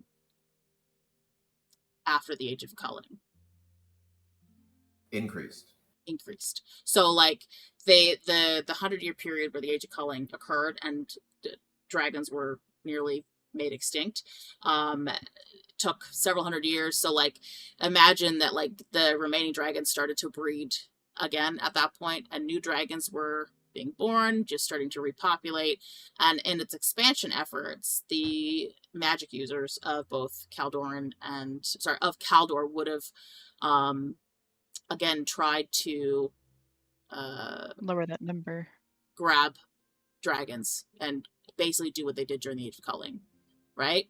So because of their expansion efforts, Silsira specifically fucking hates them. Like that human kingdom is both are absolute, like the worst for her specifically. That makes sense why she got somebody from that location. When Nerissa's talking to the dead, do all of us hear what it's saying, or is it just like only her? Yeah. It will only hear what she says, but it speaks out loud. Okay. I think that Thalrik would motion you aside and whisper to you very quietly. Or you could mess with your ear. Isn't that our signal? Oh, yeah, you can do that. Yeah, that's okay. Yeah, we're messing with you. That's good. It would say, of course, he's a Kaldorath.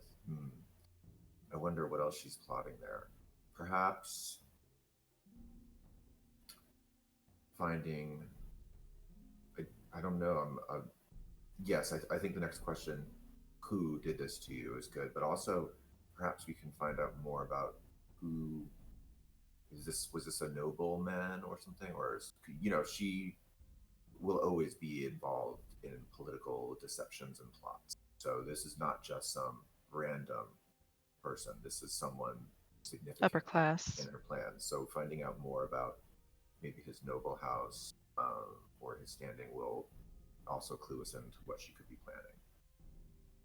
And we may be able to research that in Therese's library, even if he is of high standing. But do you want me to continue and ask, who did he last speak with?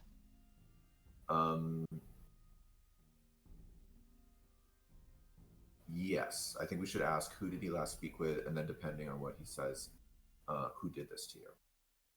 Okay. So far we've only asked 2 questions, right? We have 3 questions left. Correct. Yeah. Okay. Who did you last speak with? Before me.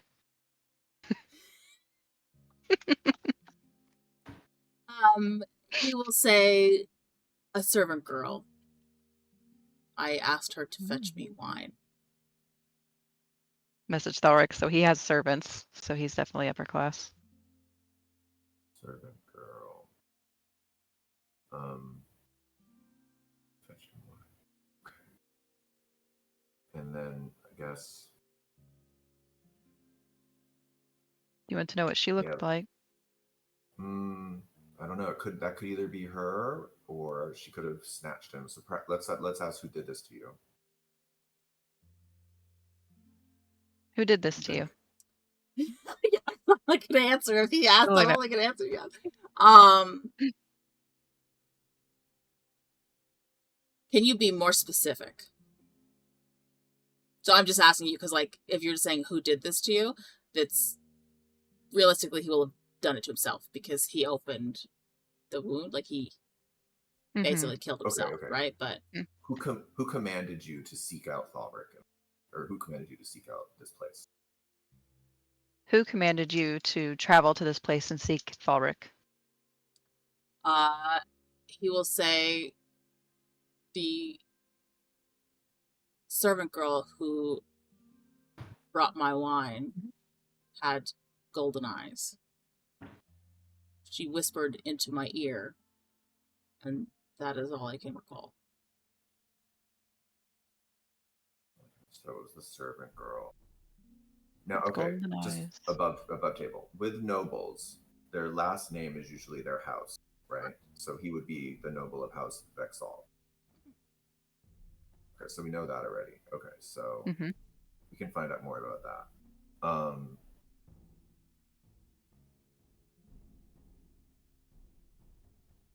Do you want to know how long like that servant girl worked there? If she had just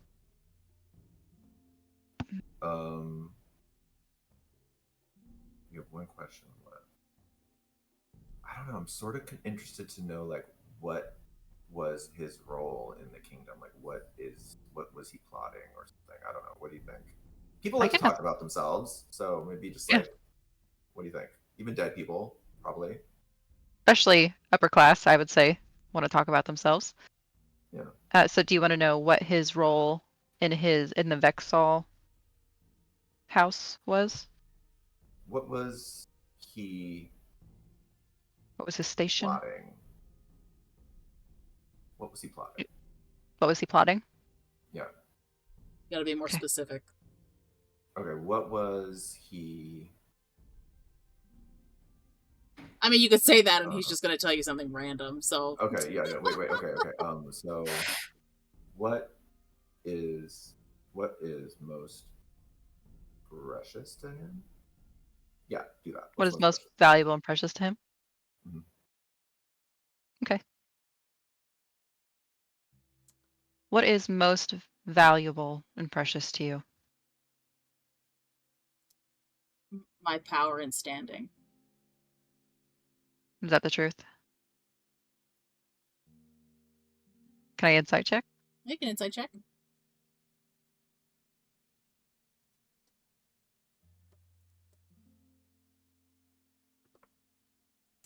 $24. Oh, you so high on that. That is the truth.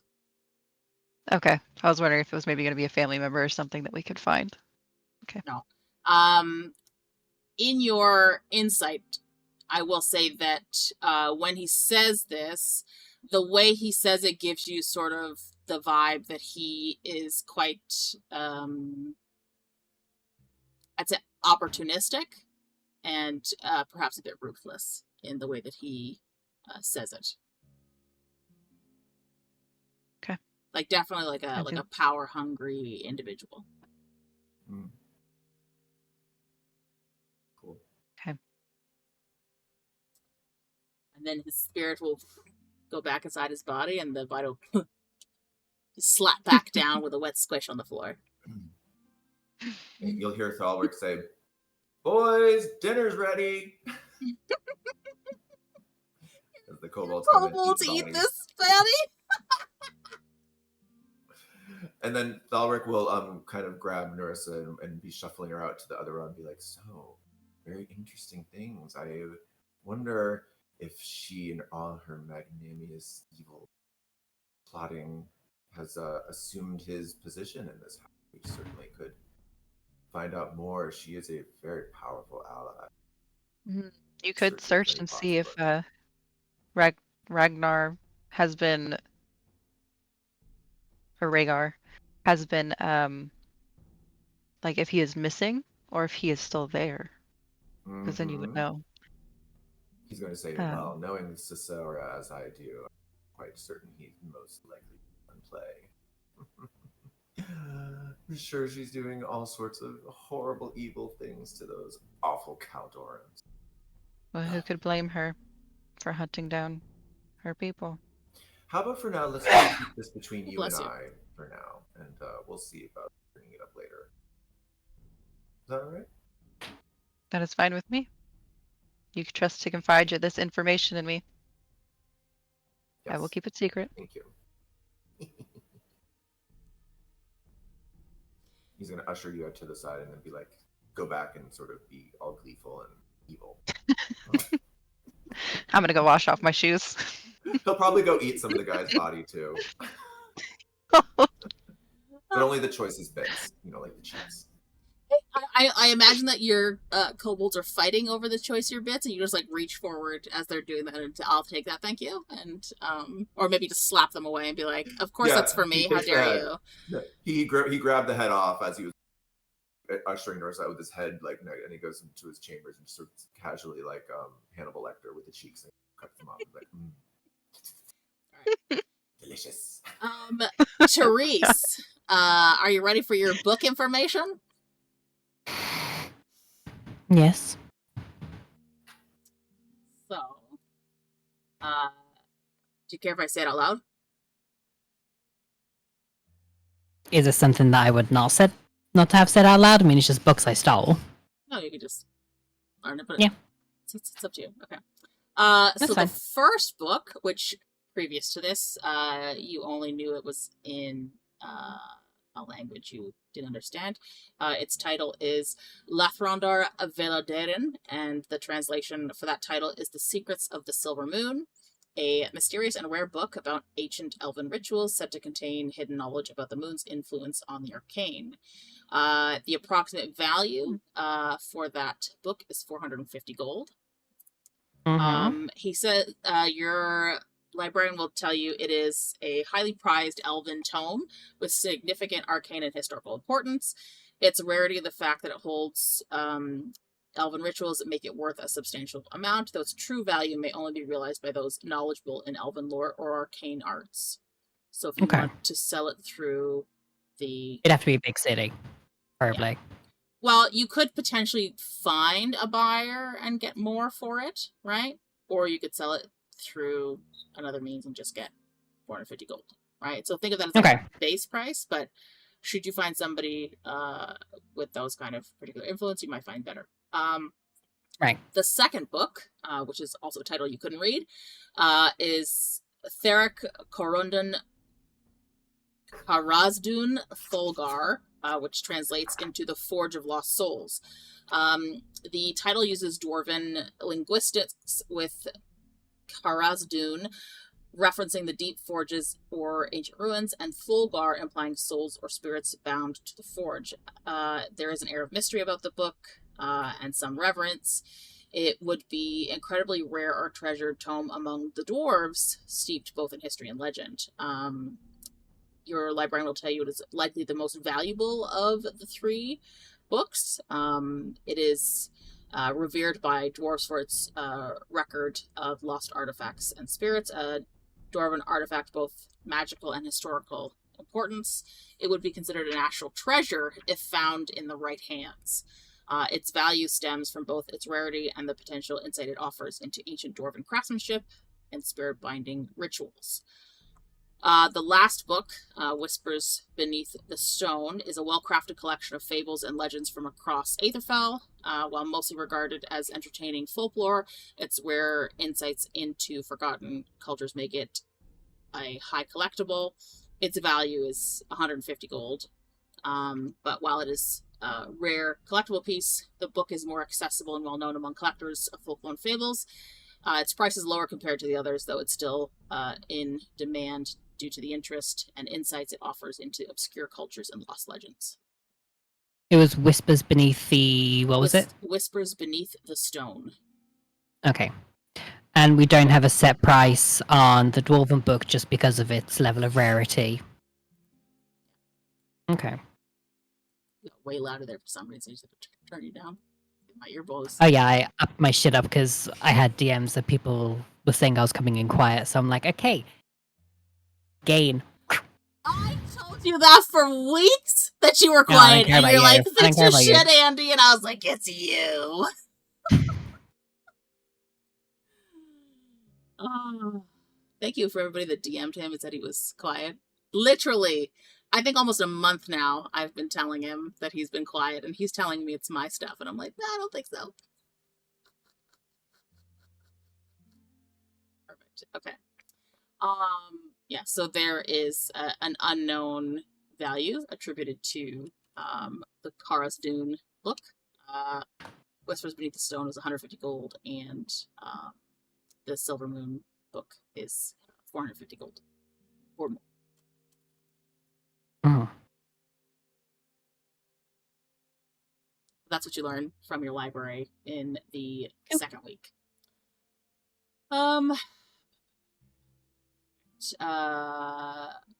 So in that one, you will now have your malice poison. Your gambling hall gave you 70 gold. And your garden has produced 100 rations.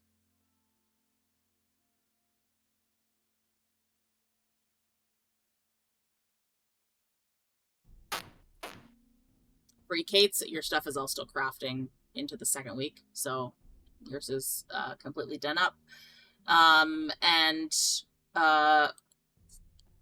Unfortunately, as you are there in the Bastion, Therese, your... No, thank you. Double it and give it to the next person. Yeah.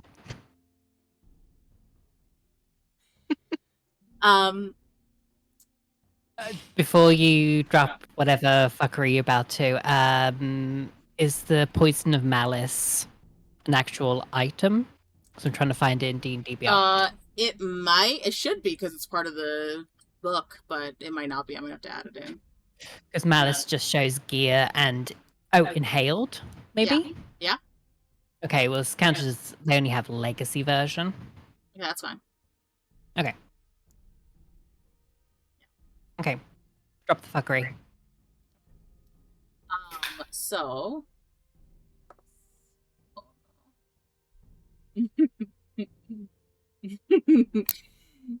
Your librarian... What's his name again? Your brand new little librarian. Tunor, the... the Triton. He disappears during that second week. Would you care to investigate to see what happened to him? Not that Therese cares about him. She's more caring about the annoyance of why he felt it was okay to disappear. And make me have to find a new person. Yes, I will. So, investigation? Yes. That was almost a flawed die.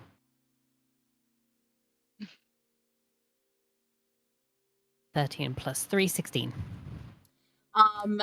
You go through and he disappeared. His belongings are all still there. You go through several of the more recent papers that he was inspecting, and you find clues to indicate that he was researching Fey bargains. And as you inspect the area where he was last seen, you do find traces of Fey magic.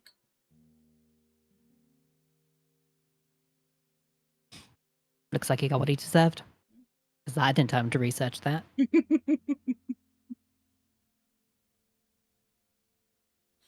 Okay. It's so refreshing for a villain's campaign. I'm like, no, my friend is gone. You're like, oh, he got what he deserved. Fine, gone. Okay, next. Like, I mean, it's not so much I'm sad like about my Leonin dying. It's more just I miss his muscles, that's all. And he was good with the rations, so... So, in your facility that week, what else would you like to do?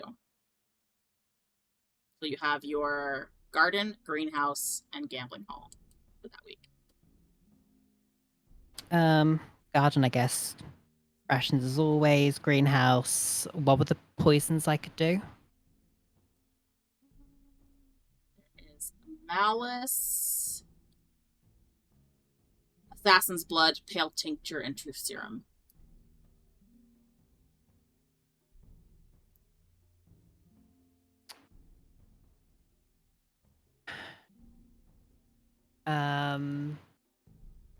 What does the assassin's blood do?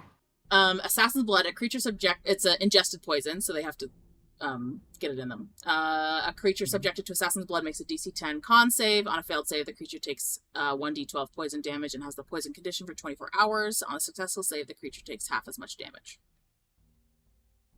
Yeah, let's go with an assassin's blood. Mulgrew better watch herself.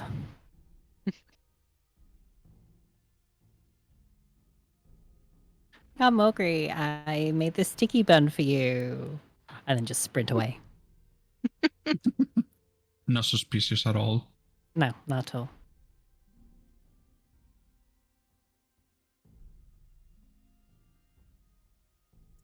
And your gambling hall, I believe.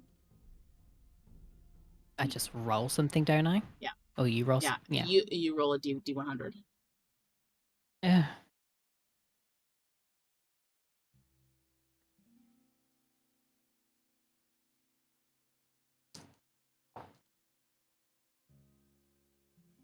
$69.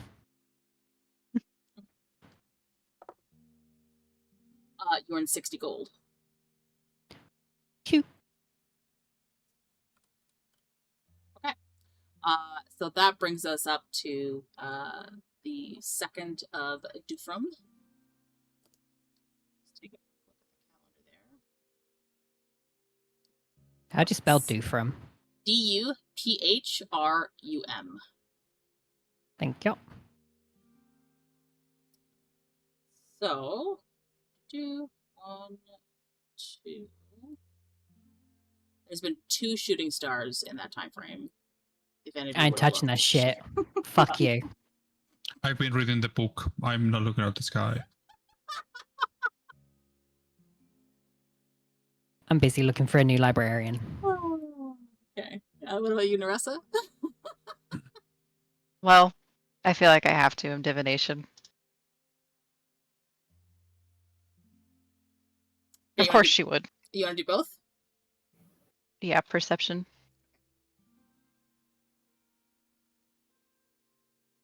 $19. Okay. Yep. 8. So you only saw one. Mm-hmm. Can you roll a D100? Mm-hmm.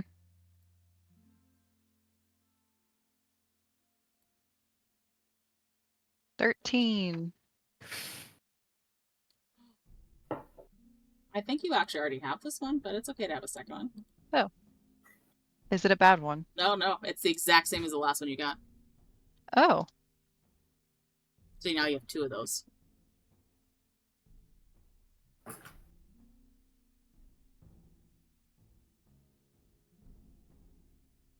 Perfect.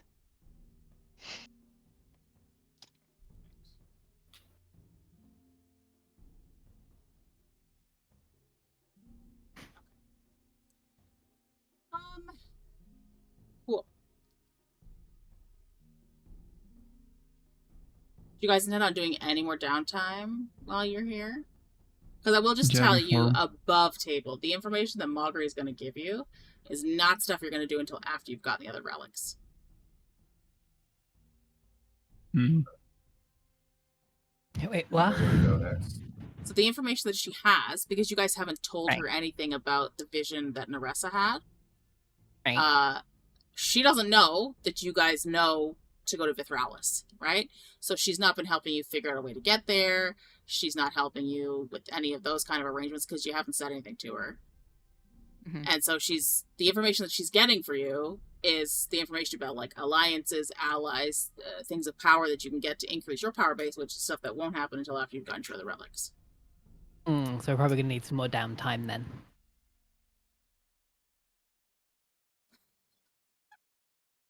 Uni's now like, that 2 weeks. now that I know calligraphy is Let me just. Okay. I'm gonna craft a 2nd level spell into a scroll. okay. That's what, 250? So it's got to be one that you know, right? It's one I know. Yeah. Yeah. So for a 2nd level spell, is it? It's 3 days and 250. Yes. Yep. Then I will take out the 250.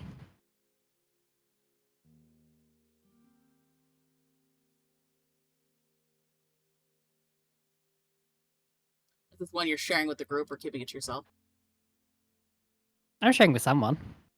Obviously the wizard. You not gonna tell me? Why would I do that? Where's the fun in that? Wait, you don't want to tell me, the DM, to help No. things? I see. Okay. Alright. So, after Therese's made this in the 3 days, she'll go over to Neressa. Hey, took me a while, a bit longer than expected, but, this might be helpful to you. And I hand her this spell scroll. She already knows what it is. I figured as you guys were giggling. I get it. Mhm. Oh. Is there so for Ekaitz, because it is a 2nd, you have your braces of archery are done, your pearl of power is done, and you have a greater healing potion done, so you can add all those to your inventory as well.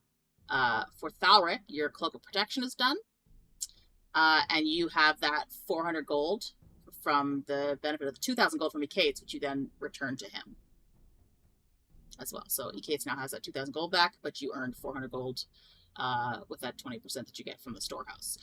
And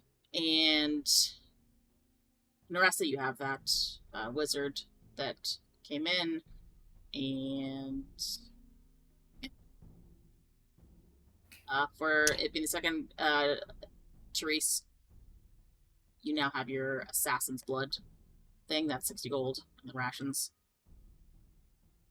And you have a new hireling.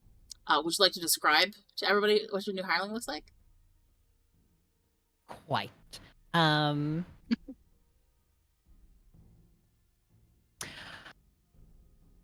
So, Gilad is a tall individual. He's a tiefling.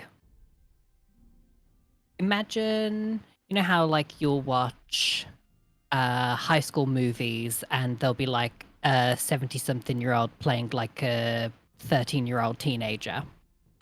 Imagine that, but instead it's a muscle-bound jock playing a nerd.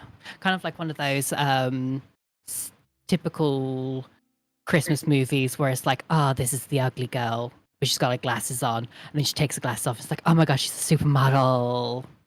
He's pretty much that. The Superman effect? Pretty Or much. sorry, the Clark Kent effect is Mhm. the Clark Kent effect. Yeah. And I'll put him into chat for everyone.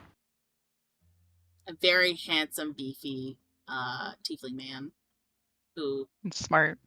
is the kind where you ever see like a TikTok thirst trap where it's like some really nerdy guy and then all of a sudden it's like, you're like, oh my god. It's like that. That is Gilad. Woof, daddy. Oh my. I suddenly have lots of questions that need answering. Perfect. So, for week 34, which is what you're now beginning, Therese, you had asked for 100 rations to be made in your greenhouse. Your Garden. garden. Greenhouse is making malice, and your gaming hall is underway. Your library had, well, he comes in at the end of this week, so because you're hiring him this week. The other three, you all had all as well maintains. Do you have a question? Because I used 3 days of my downtime, is there anything else I can do with the remaining of the week? You could do a shortened downtime thing. Do we have Just- teeny you weeny just get- activities? So like the normal ones, the like hunting wild game, assisting a wizard, cleric work at a temple, helping the local magistrate deal with petty crime, working for a thieves guild, which I believe is something you would probably do. Yeah, Working probably as a go work at a merchant's thieves guild. assistant. So like the working as a merchant's assistant, you may be working at the gift shop in your bastion, trying to help with sales and then taking a piece of the cut. It's up to you. I'll go with What you I'll go wanna with the try to do. thieves guild. I think our gift shops do well. So whatever amount you get, because you're only spending like half the week, it's gonna get cut in half at the end. So just so you're aware of that. Yep. Okay, I'm gonna do the rolls with you, and then I'm gonna tell you the events of what occurs. So can you give me a sleight of hand check, please? Absolutely. A 23.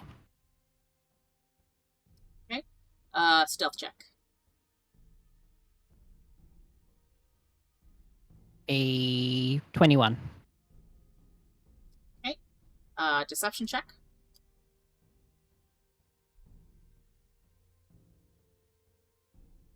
$23. Acrobatics check.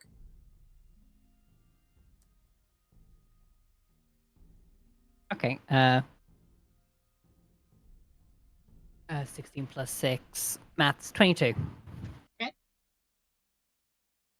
And can you do a dexterity check and add your proficiency modifier for Thieves' Tool?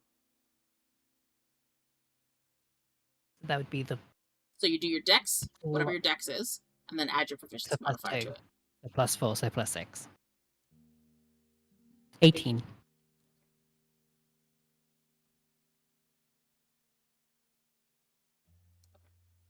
So, the Thieves Guild asks you to do some pretty mundane stuff. Nothing crazy, but they start out by asking you to just do some pickpocketing. They're testing your skills for the local area. You are successful in pickpocketing the sort of marks that they've picked out for you. Their next task for you is to sneak into a restricted area that they have found, and they ask you to avoid detection while completing that task. You are successful in that endeavor. However, you do come across some guards that you have to bluff past, which you are able to do successfully. And in order to evade other guards who are less likely to believe you a second time as you pass through the area on your way back out, you have to do some physical maneuvers to avoid being seen, which you are successful at. However, during that heist, when you attempt to disable the security system, you fail. What role did I need to pass? That Thieves' Tool one, Which one was that one? the last one.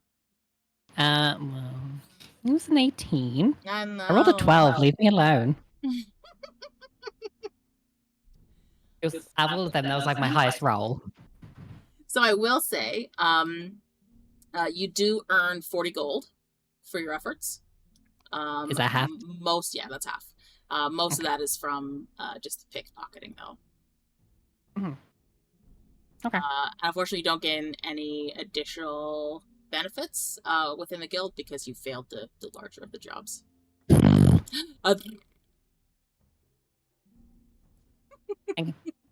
That's fine. I got some pocket money. I'm gonna get some penny sweets.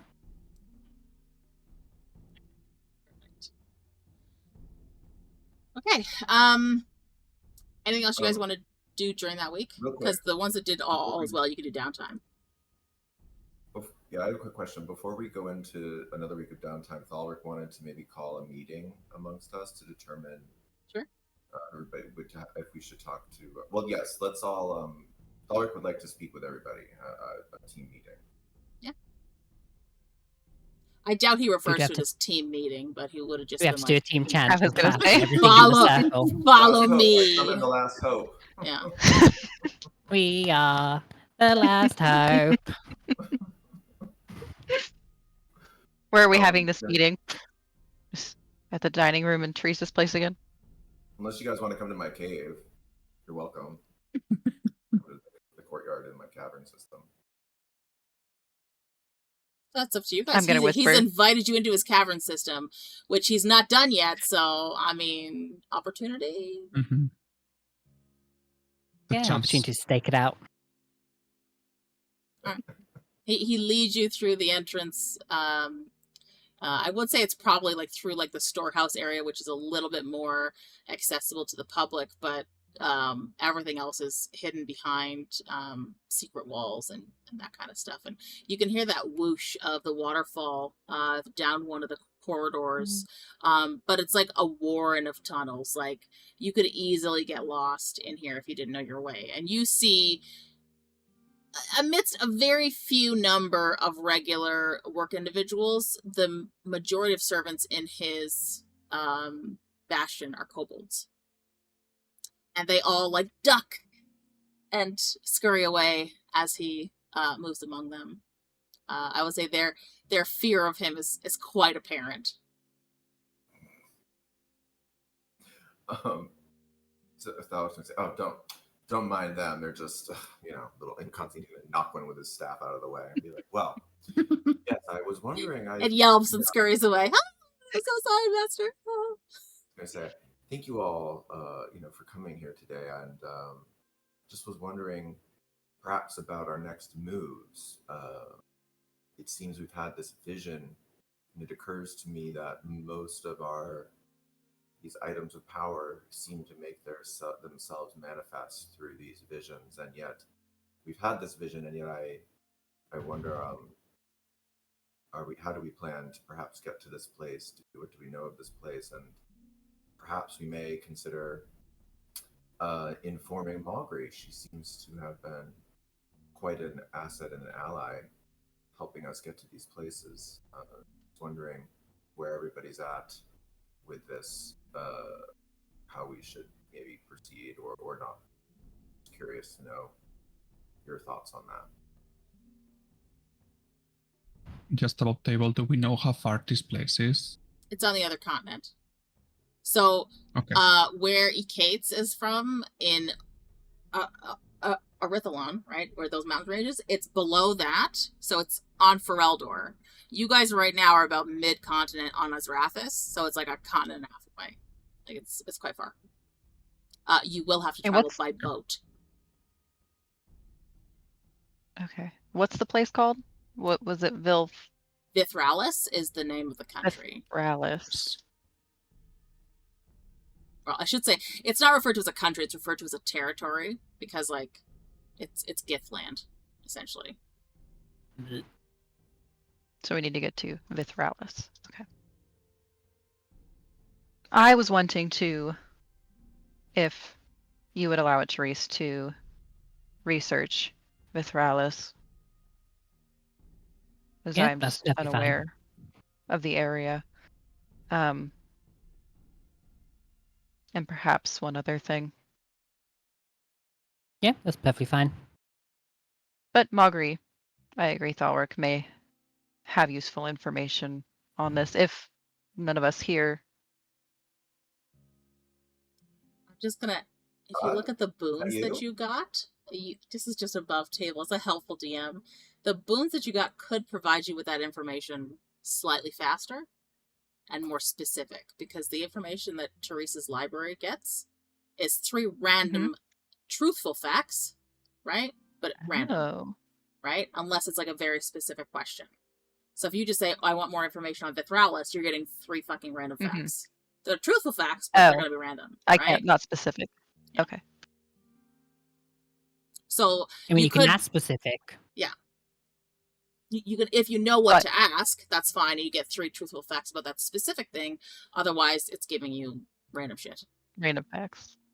Like, Therese asked specifically about Dryroot Hollow, right? So she got specific information about Dryroot Hollow. Maybe not necessarily specific information she wanted, but definitely good things to know for that area. which may Okay. lead her to then include other things. But you also, because of the boons that you got, you have something that you could use to try and gain some information there. Because right now, for this current week that you're in, she can't use her library, which means that you would have to use it the following week and then the week after in order to get more information. I see what you're saying. Okay. Yeah, then I would just use one of my boons. And then we can just ask. I think it is a good idea. If you guys think it's a good idea to talk to Maugrey and maybe decide what all we do want to tell her and what we want to omit. Well, if anything, she might be useful for once and get us a boat or something. Yes. Can any of us drive a boat? Sail a boat? I hope No. it comes with sailors. I mean, is that something I could learn? Because I have the Not in the +5 amount intelligence. of time that you have. Like, learning a vehicle like that is a lot more. Also, the kind of ship that you would need in order to cross the seas is quite large. Securing passage in a ship would be something that you could ask her to do. Yes, Thalrik? What's the question? Thalrik reaches into his bag of holding and pulls out his broom of flying and says, "Bow, or perhaps we could arrive in style." We'll still need 3 more. Yes.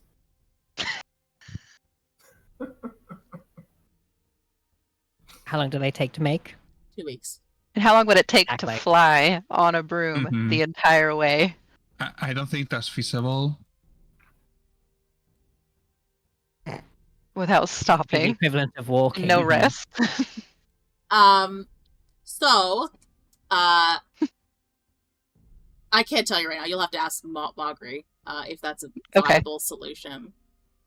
Because I there's don't, she'll bully you. information. Well, no, there's she'll tell you the truth. Do you? You might not like In a the mocking answer, but there's a couple of avenues that you could travel. You could use the broom of flying, but you'll understand better if you ask Maugrey why. I'm not going to tell you because it's information that she would have told you if you talked to her about it.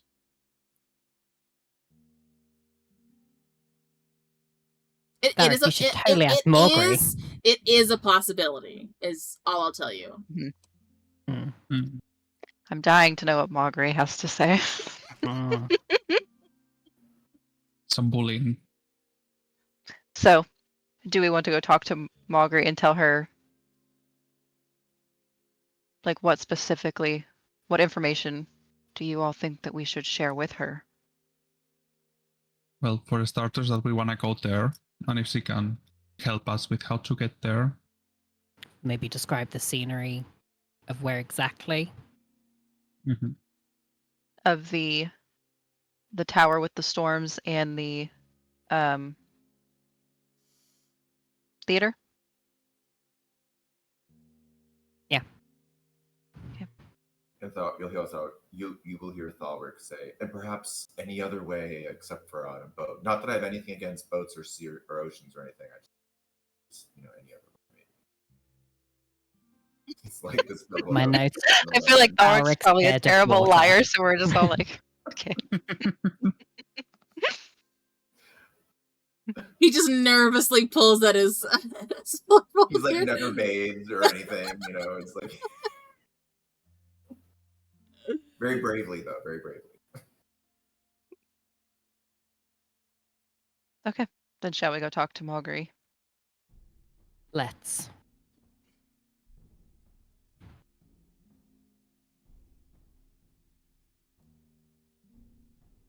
Perfect. So, as per usual, you are all brought into the secrecy of the back room of the tavern.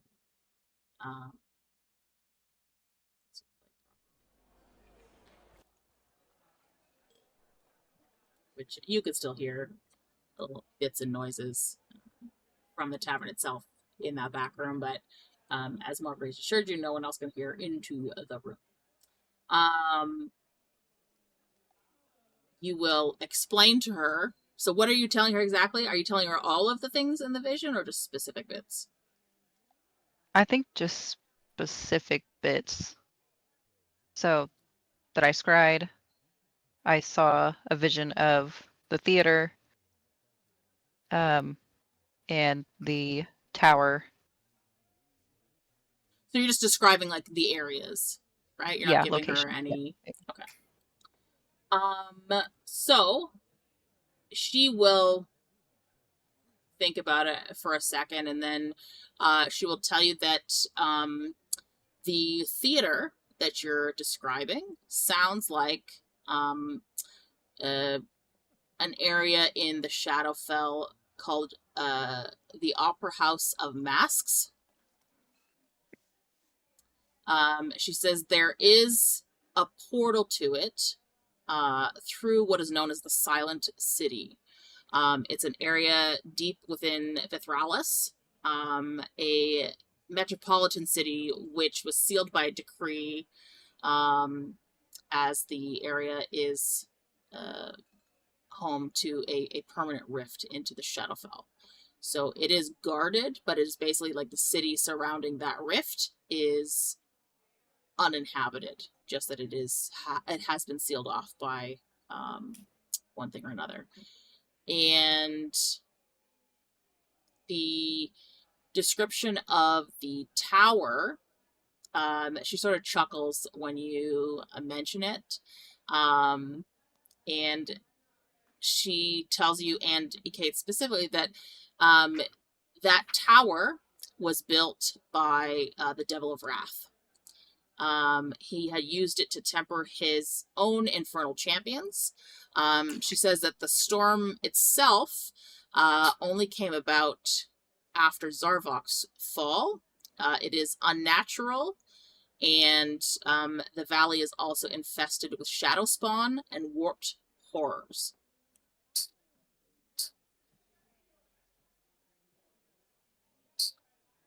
No one goes there anymore. Not even Wrath's champions. How does one get there? Fun. She'll sort of point To the out rift on wall? a map where it's located, but she says anybody in Vithralis will know exactly what you're talking about when you describe it. So like she'll point sort of like mid-north region of the country's map, but and anybody once you get to Vithralis could take you there. Whether or not they'll be willing is another story.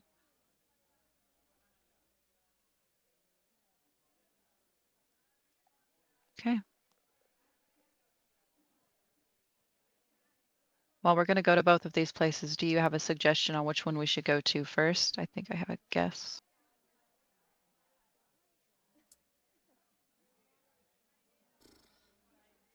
Either one poses its own problems. One is a place you may enter and never leave, and the other is one you may die before you ever reach. Choice is yours.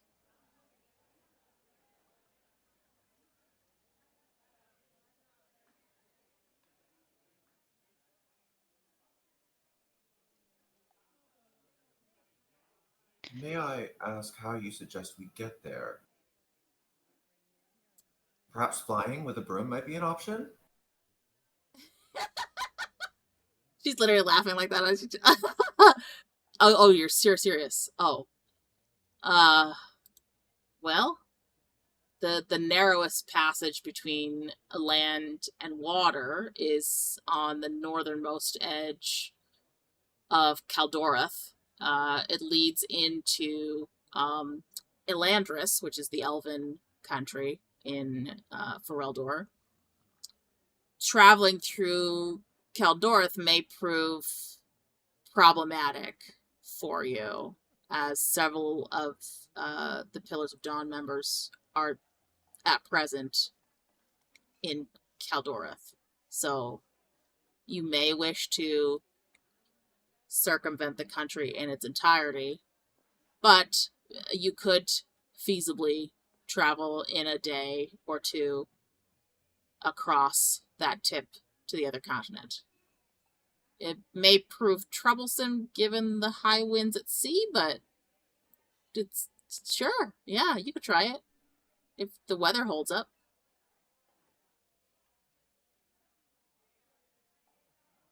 So it's possible. It's possible. Mm-hmm. She's now looking at you like you've just told her that you plan to jump into a vat of acid as a bath. No. Yeah, it's possible. Mm-hmm. Whether or not it's a good idea is entirely your decision. Would you? Why maybe? Nobody? No, that's okay. Voted Yeah. You could always fly above the boat and land if you needed to. And we would be on the boat. I could keep a lookout for us. You could. Yes. Probably wild shape into something that swims too.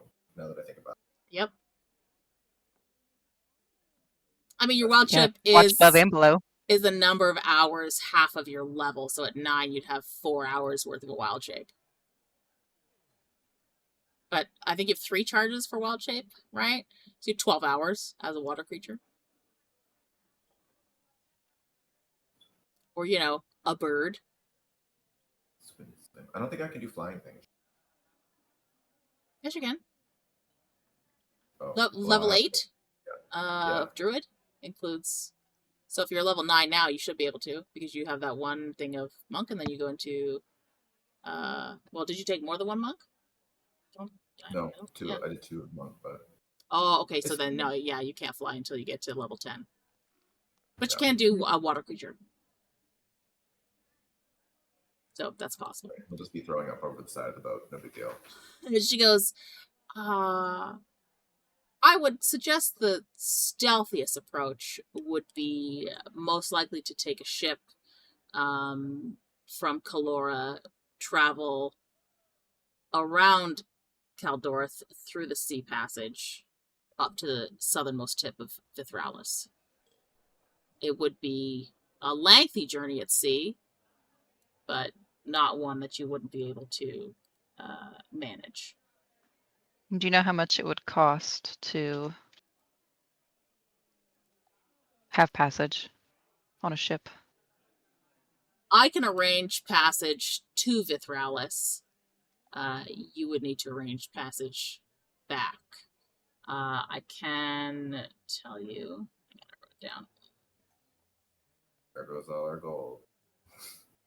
No, she's gonna get you passage there if that's the way that you want to go. It's coming back. You have to deal with the Gith, which is you have to deal directly with them. She's not gonna be able to do it for you.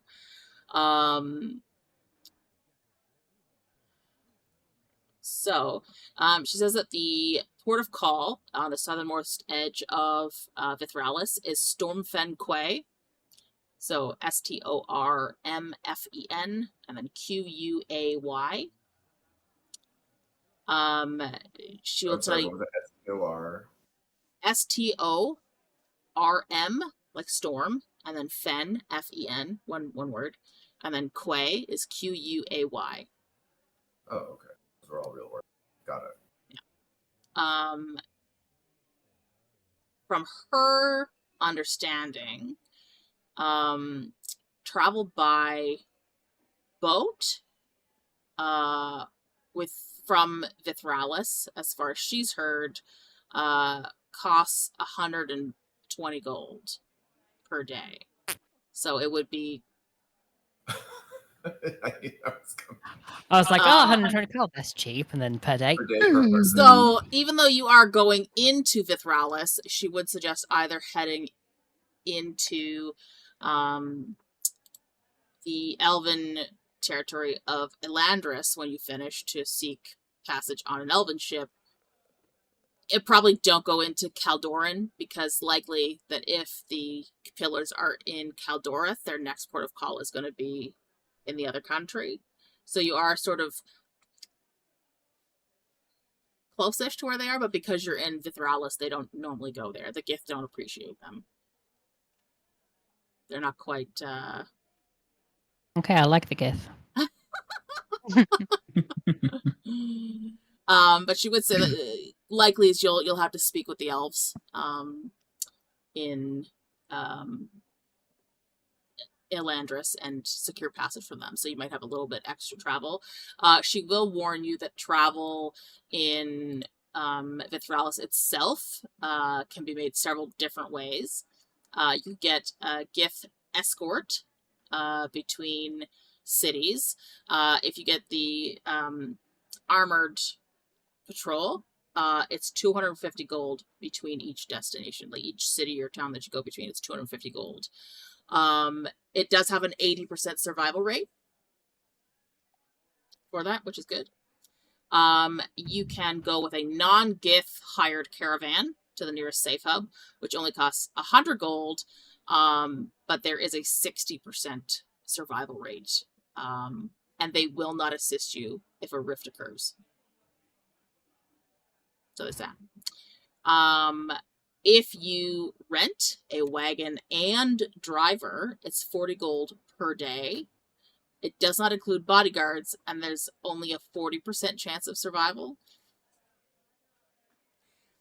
You can rent war-trained horses for 15 gold a day, which present a higher risk as most mounts are lost to storms or rift predators. Or you could go on foot, which is free, but extremely dangerous. I'd like to also point out that there is a druid present who is trained with animal handling and nature and survival. I'm not sure if that would help things. Potentially, With but the Keith. the rifts themselves would be like arcane in nature and random, so you're not maybe, but likely probably not as good as like tracks wise. You could see if there's any creatures in the area, but to predict a randomly occurring rift is probably not entirely possible with survival.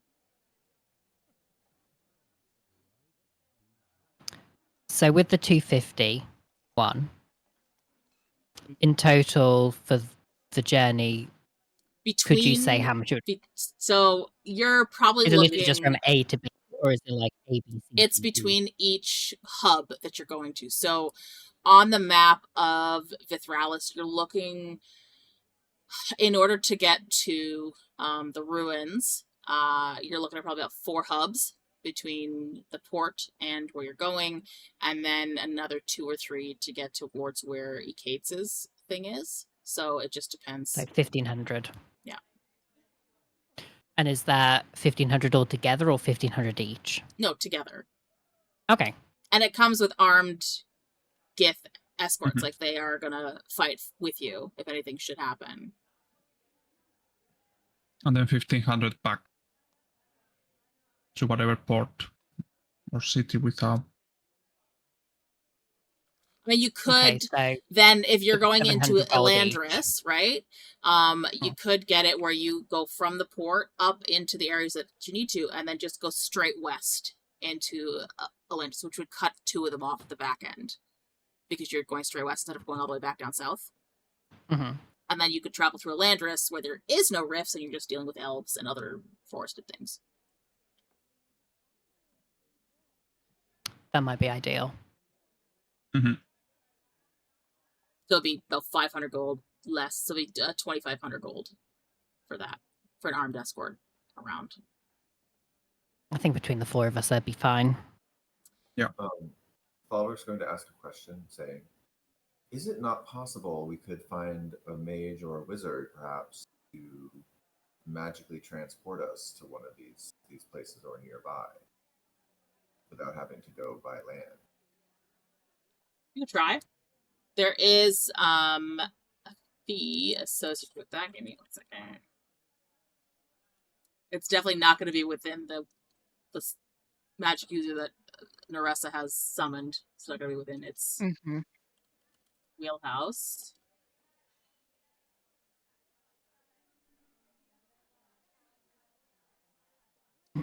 So, because it's Githland, right? You're dealing with a description. So there's a dice roll for a D100, which means you have a 43% chance of a mishap. You have about 11% chance of being dropped off in a similar area. And then you have a 20% chance, 19% chance of being dropped off target, and a 26% chance of being dropped on target.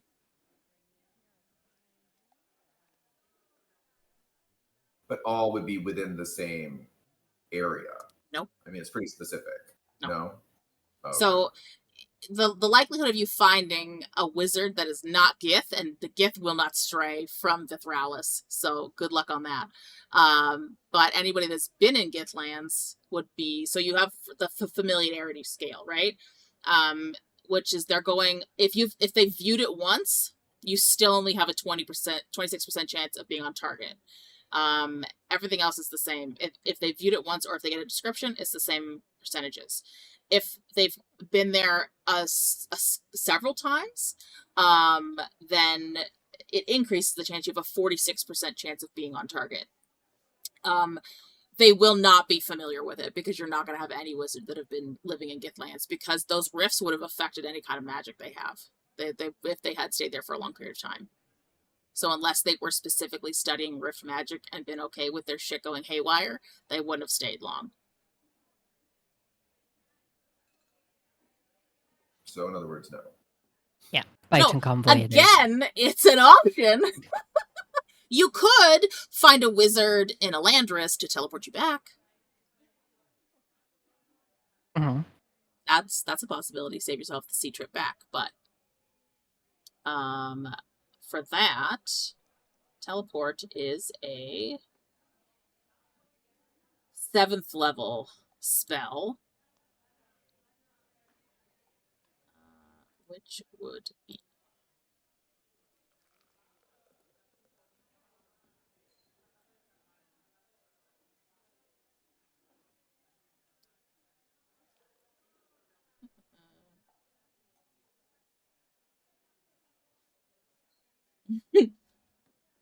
just for the scribing of that spell scroll, it's 12,500 gold. So having them teleport you would cost double that. So you're looking at 25,000 gold to teleport you back.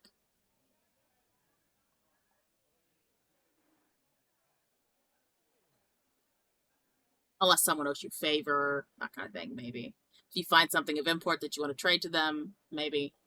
But just flat out paying them would be 25,000 gold.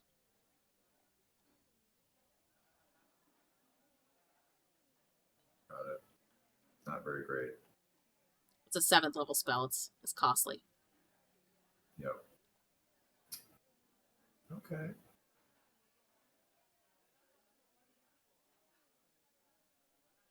When do I get 7th level spells? Because that's going to be my side hustle. I'm going to be teleporting people. And the great thing is, you still get paid even if it's not on target. Right, exactly. Mhm. Have them sign a waiver. It's actually a contract. So, yeah.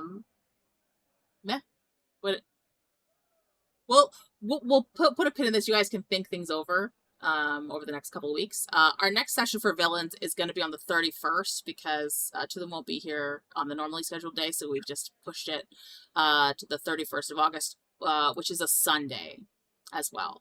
However, they are back on track again September 6th, so you'd only have like a 6-day period between one and the other, so that's pretty cool for that. But yes, I hope everybody had fun. Sorry to put a tamper down on your teleportation thing there, but I mean, it's a good idea. And like I said, you could wind up finding something of value to the elves. You could do something where they would then be indebted to you and teleport you right as possible. At present, you don't quite have that, but like I said, anything's possible in the journey and that kind of thing. So you could also just force a wizard to send you, but then he may send you somewhere different because it's him, right? So take what comes, see what happens. But think about those things. Remember to send me your lore information that you want, Thalrik, from your trophy room. But otherwise, I appreciate everybody for coming in. Thank you so much to the new followers today and everybody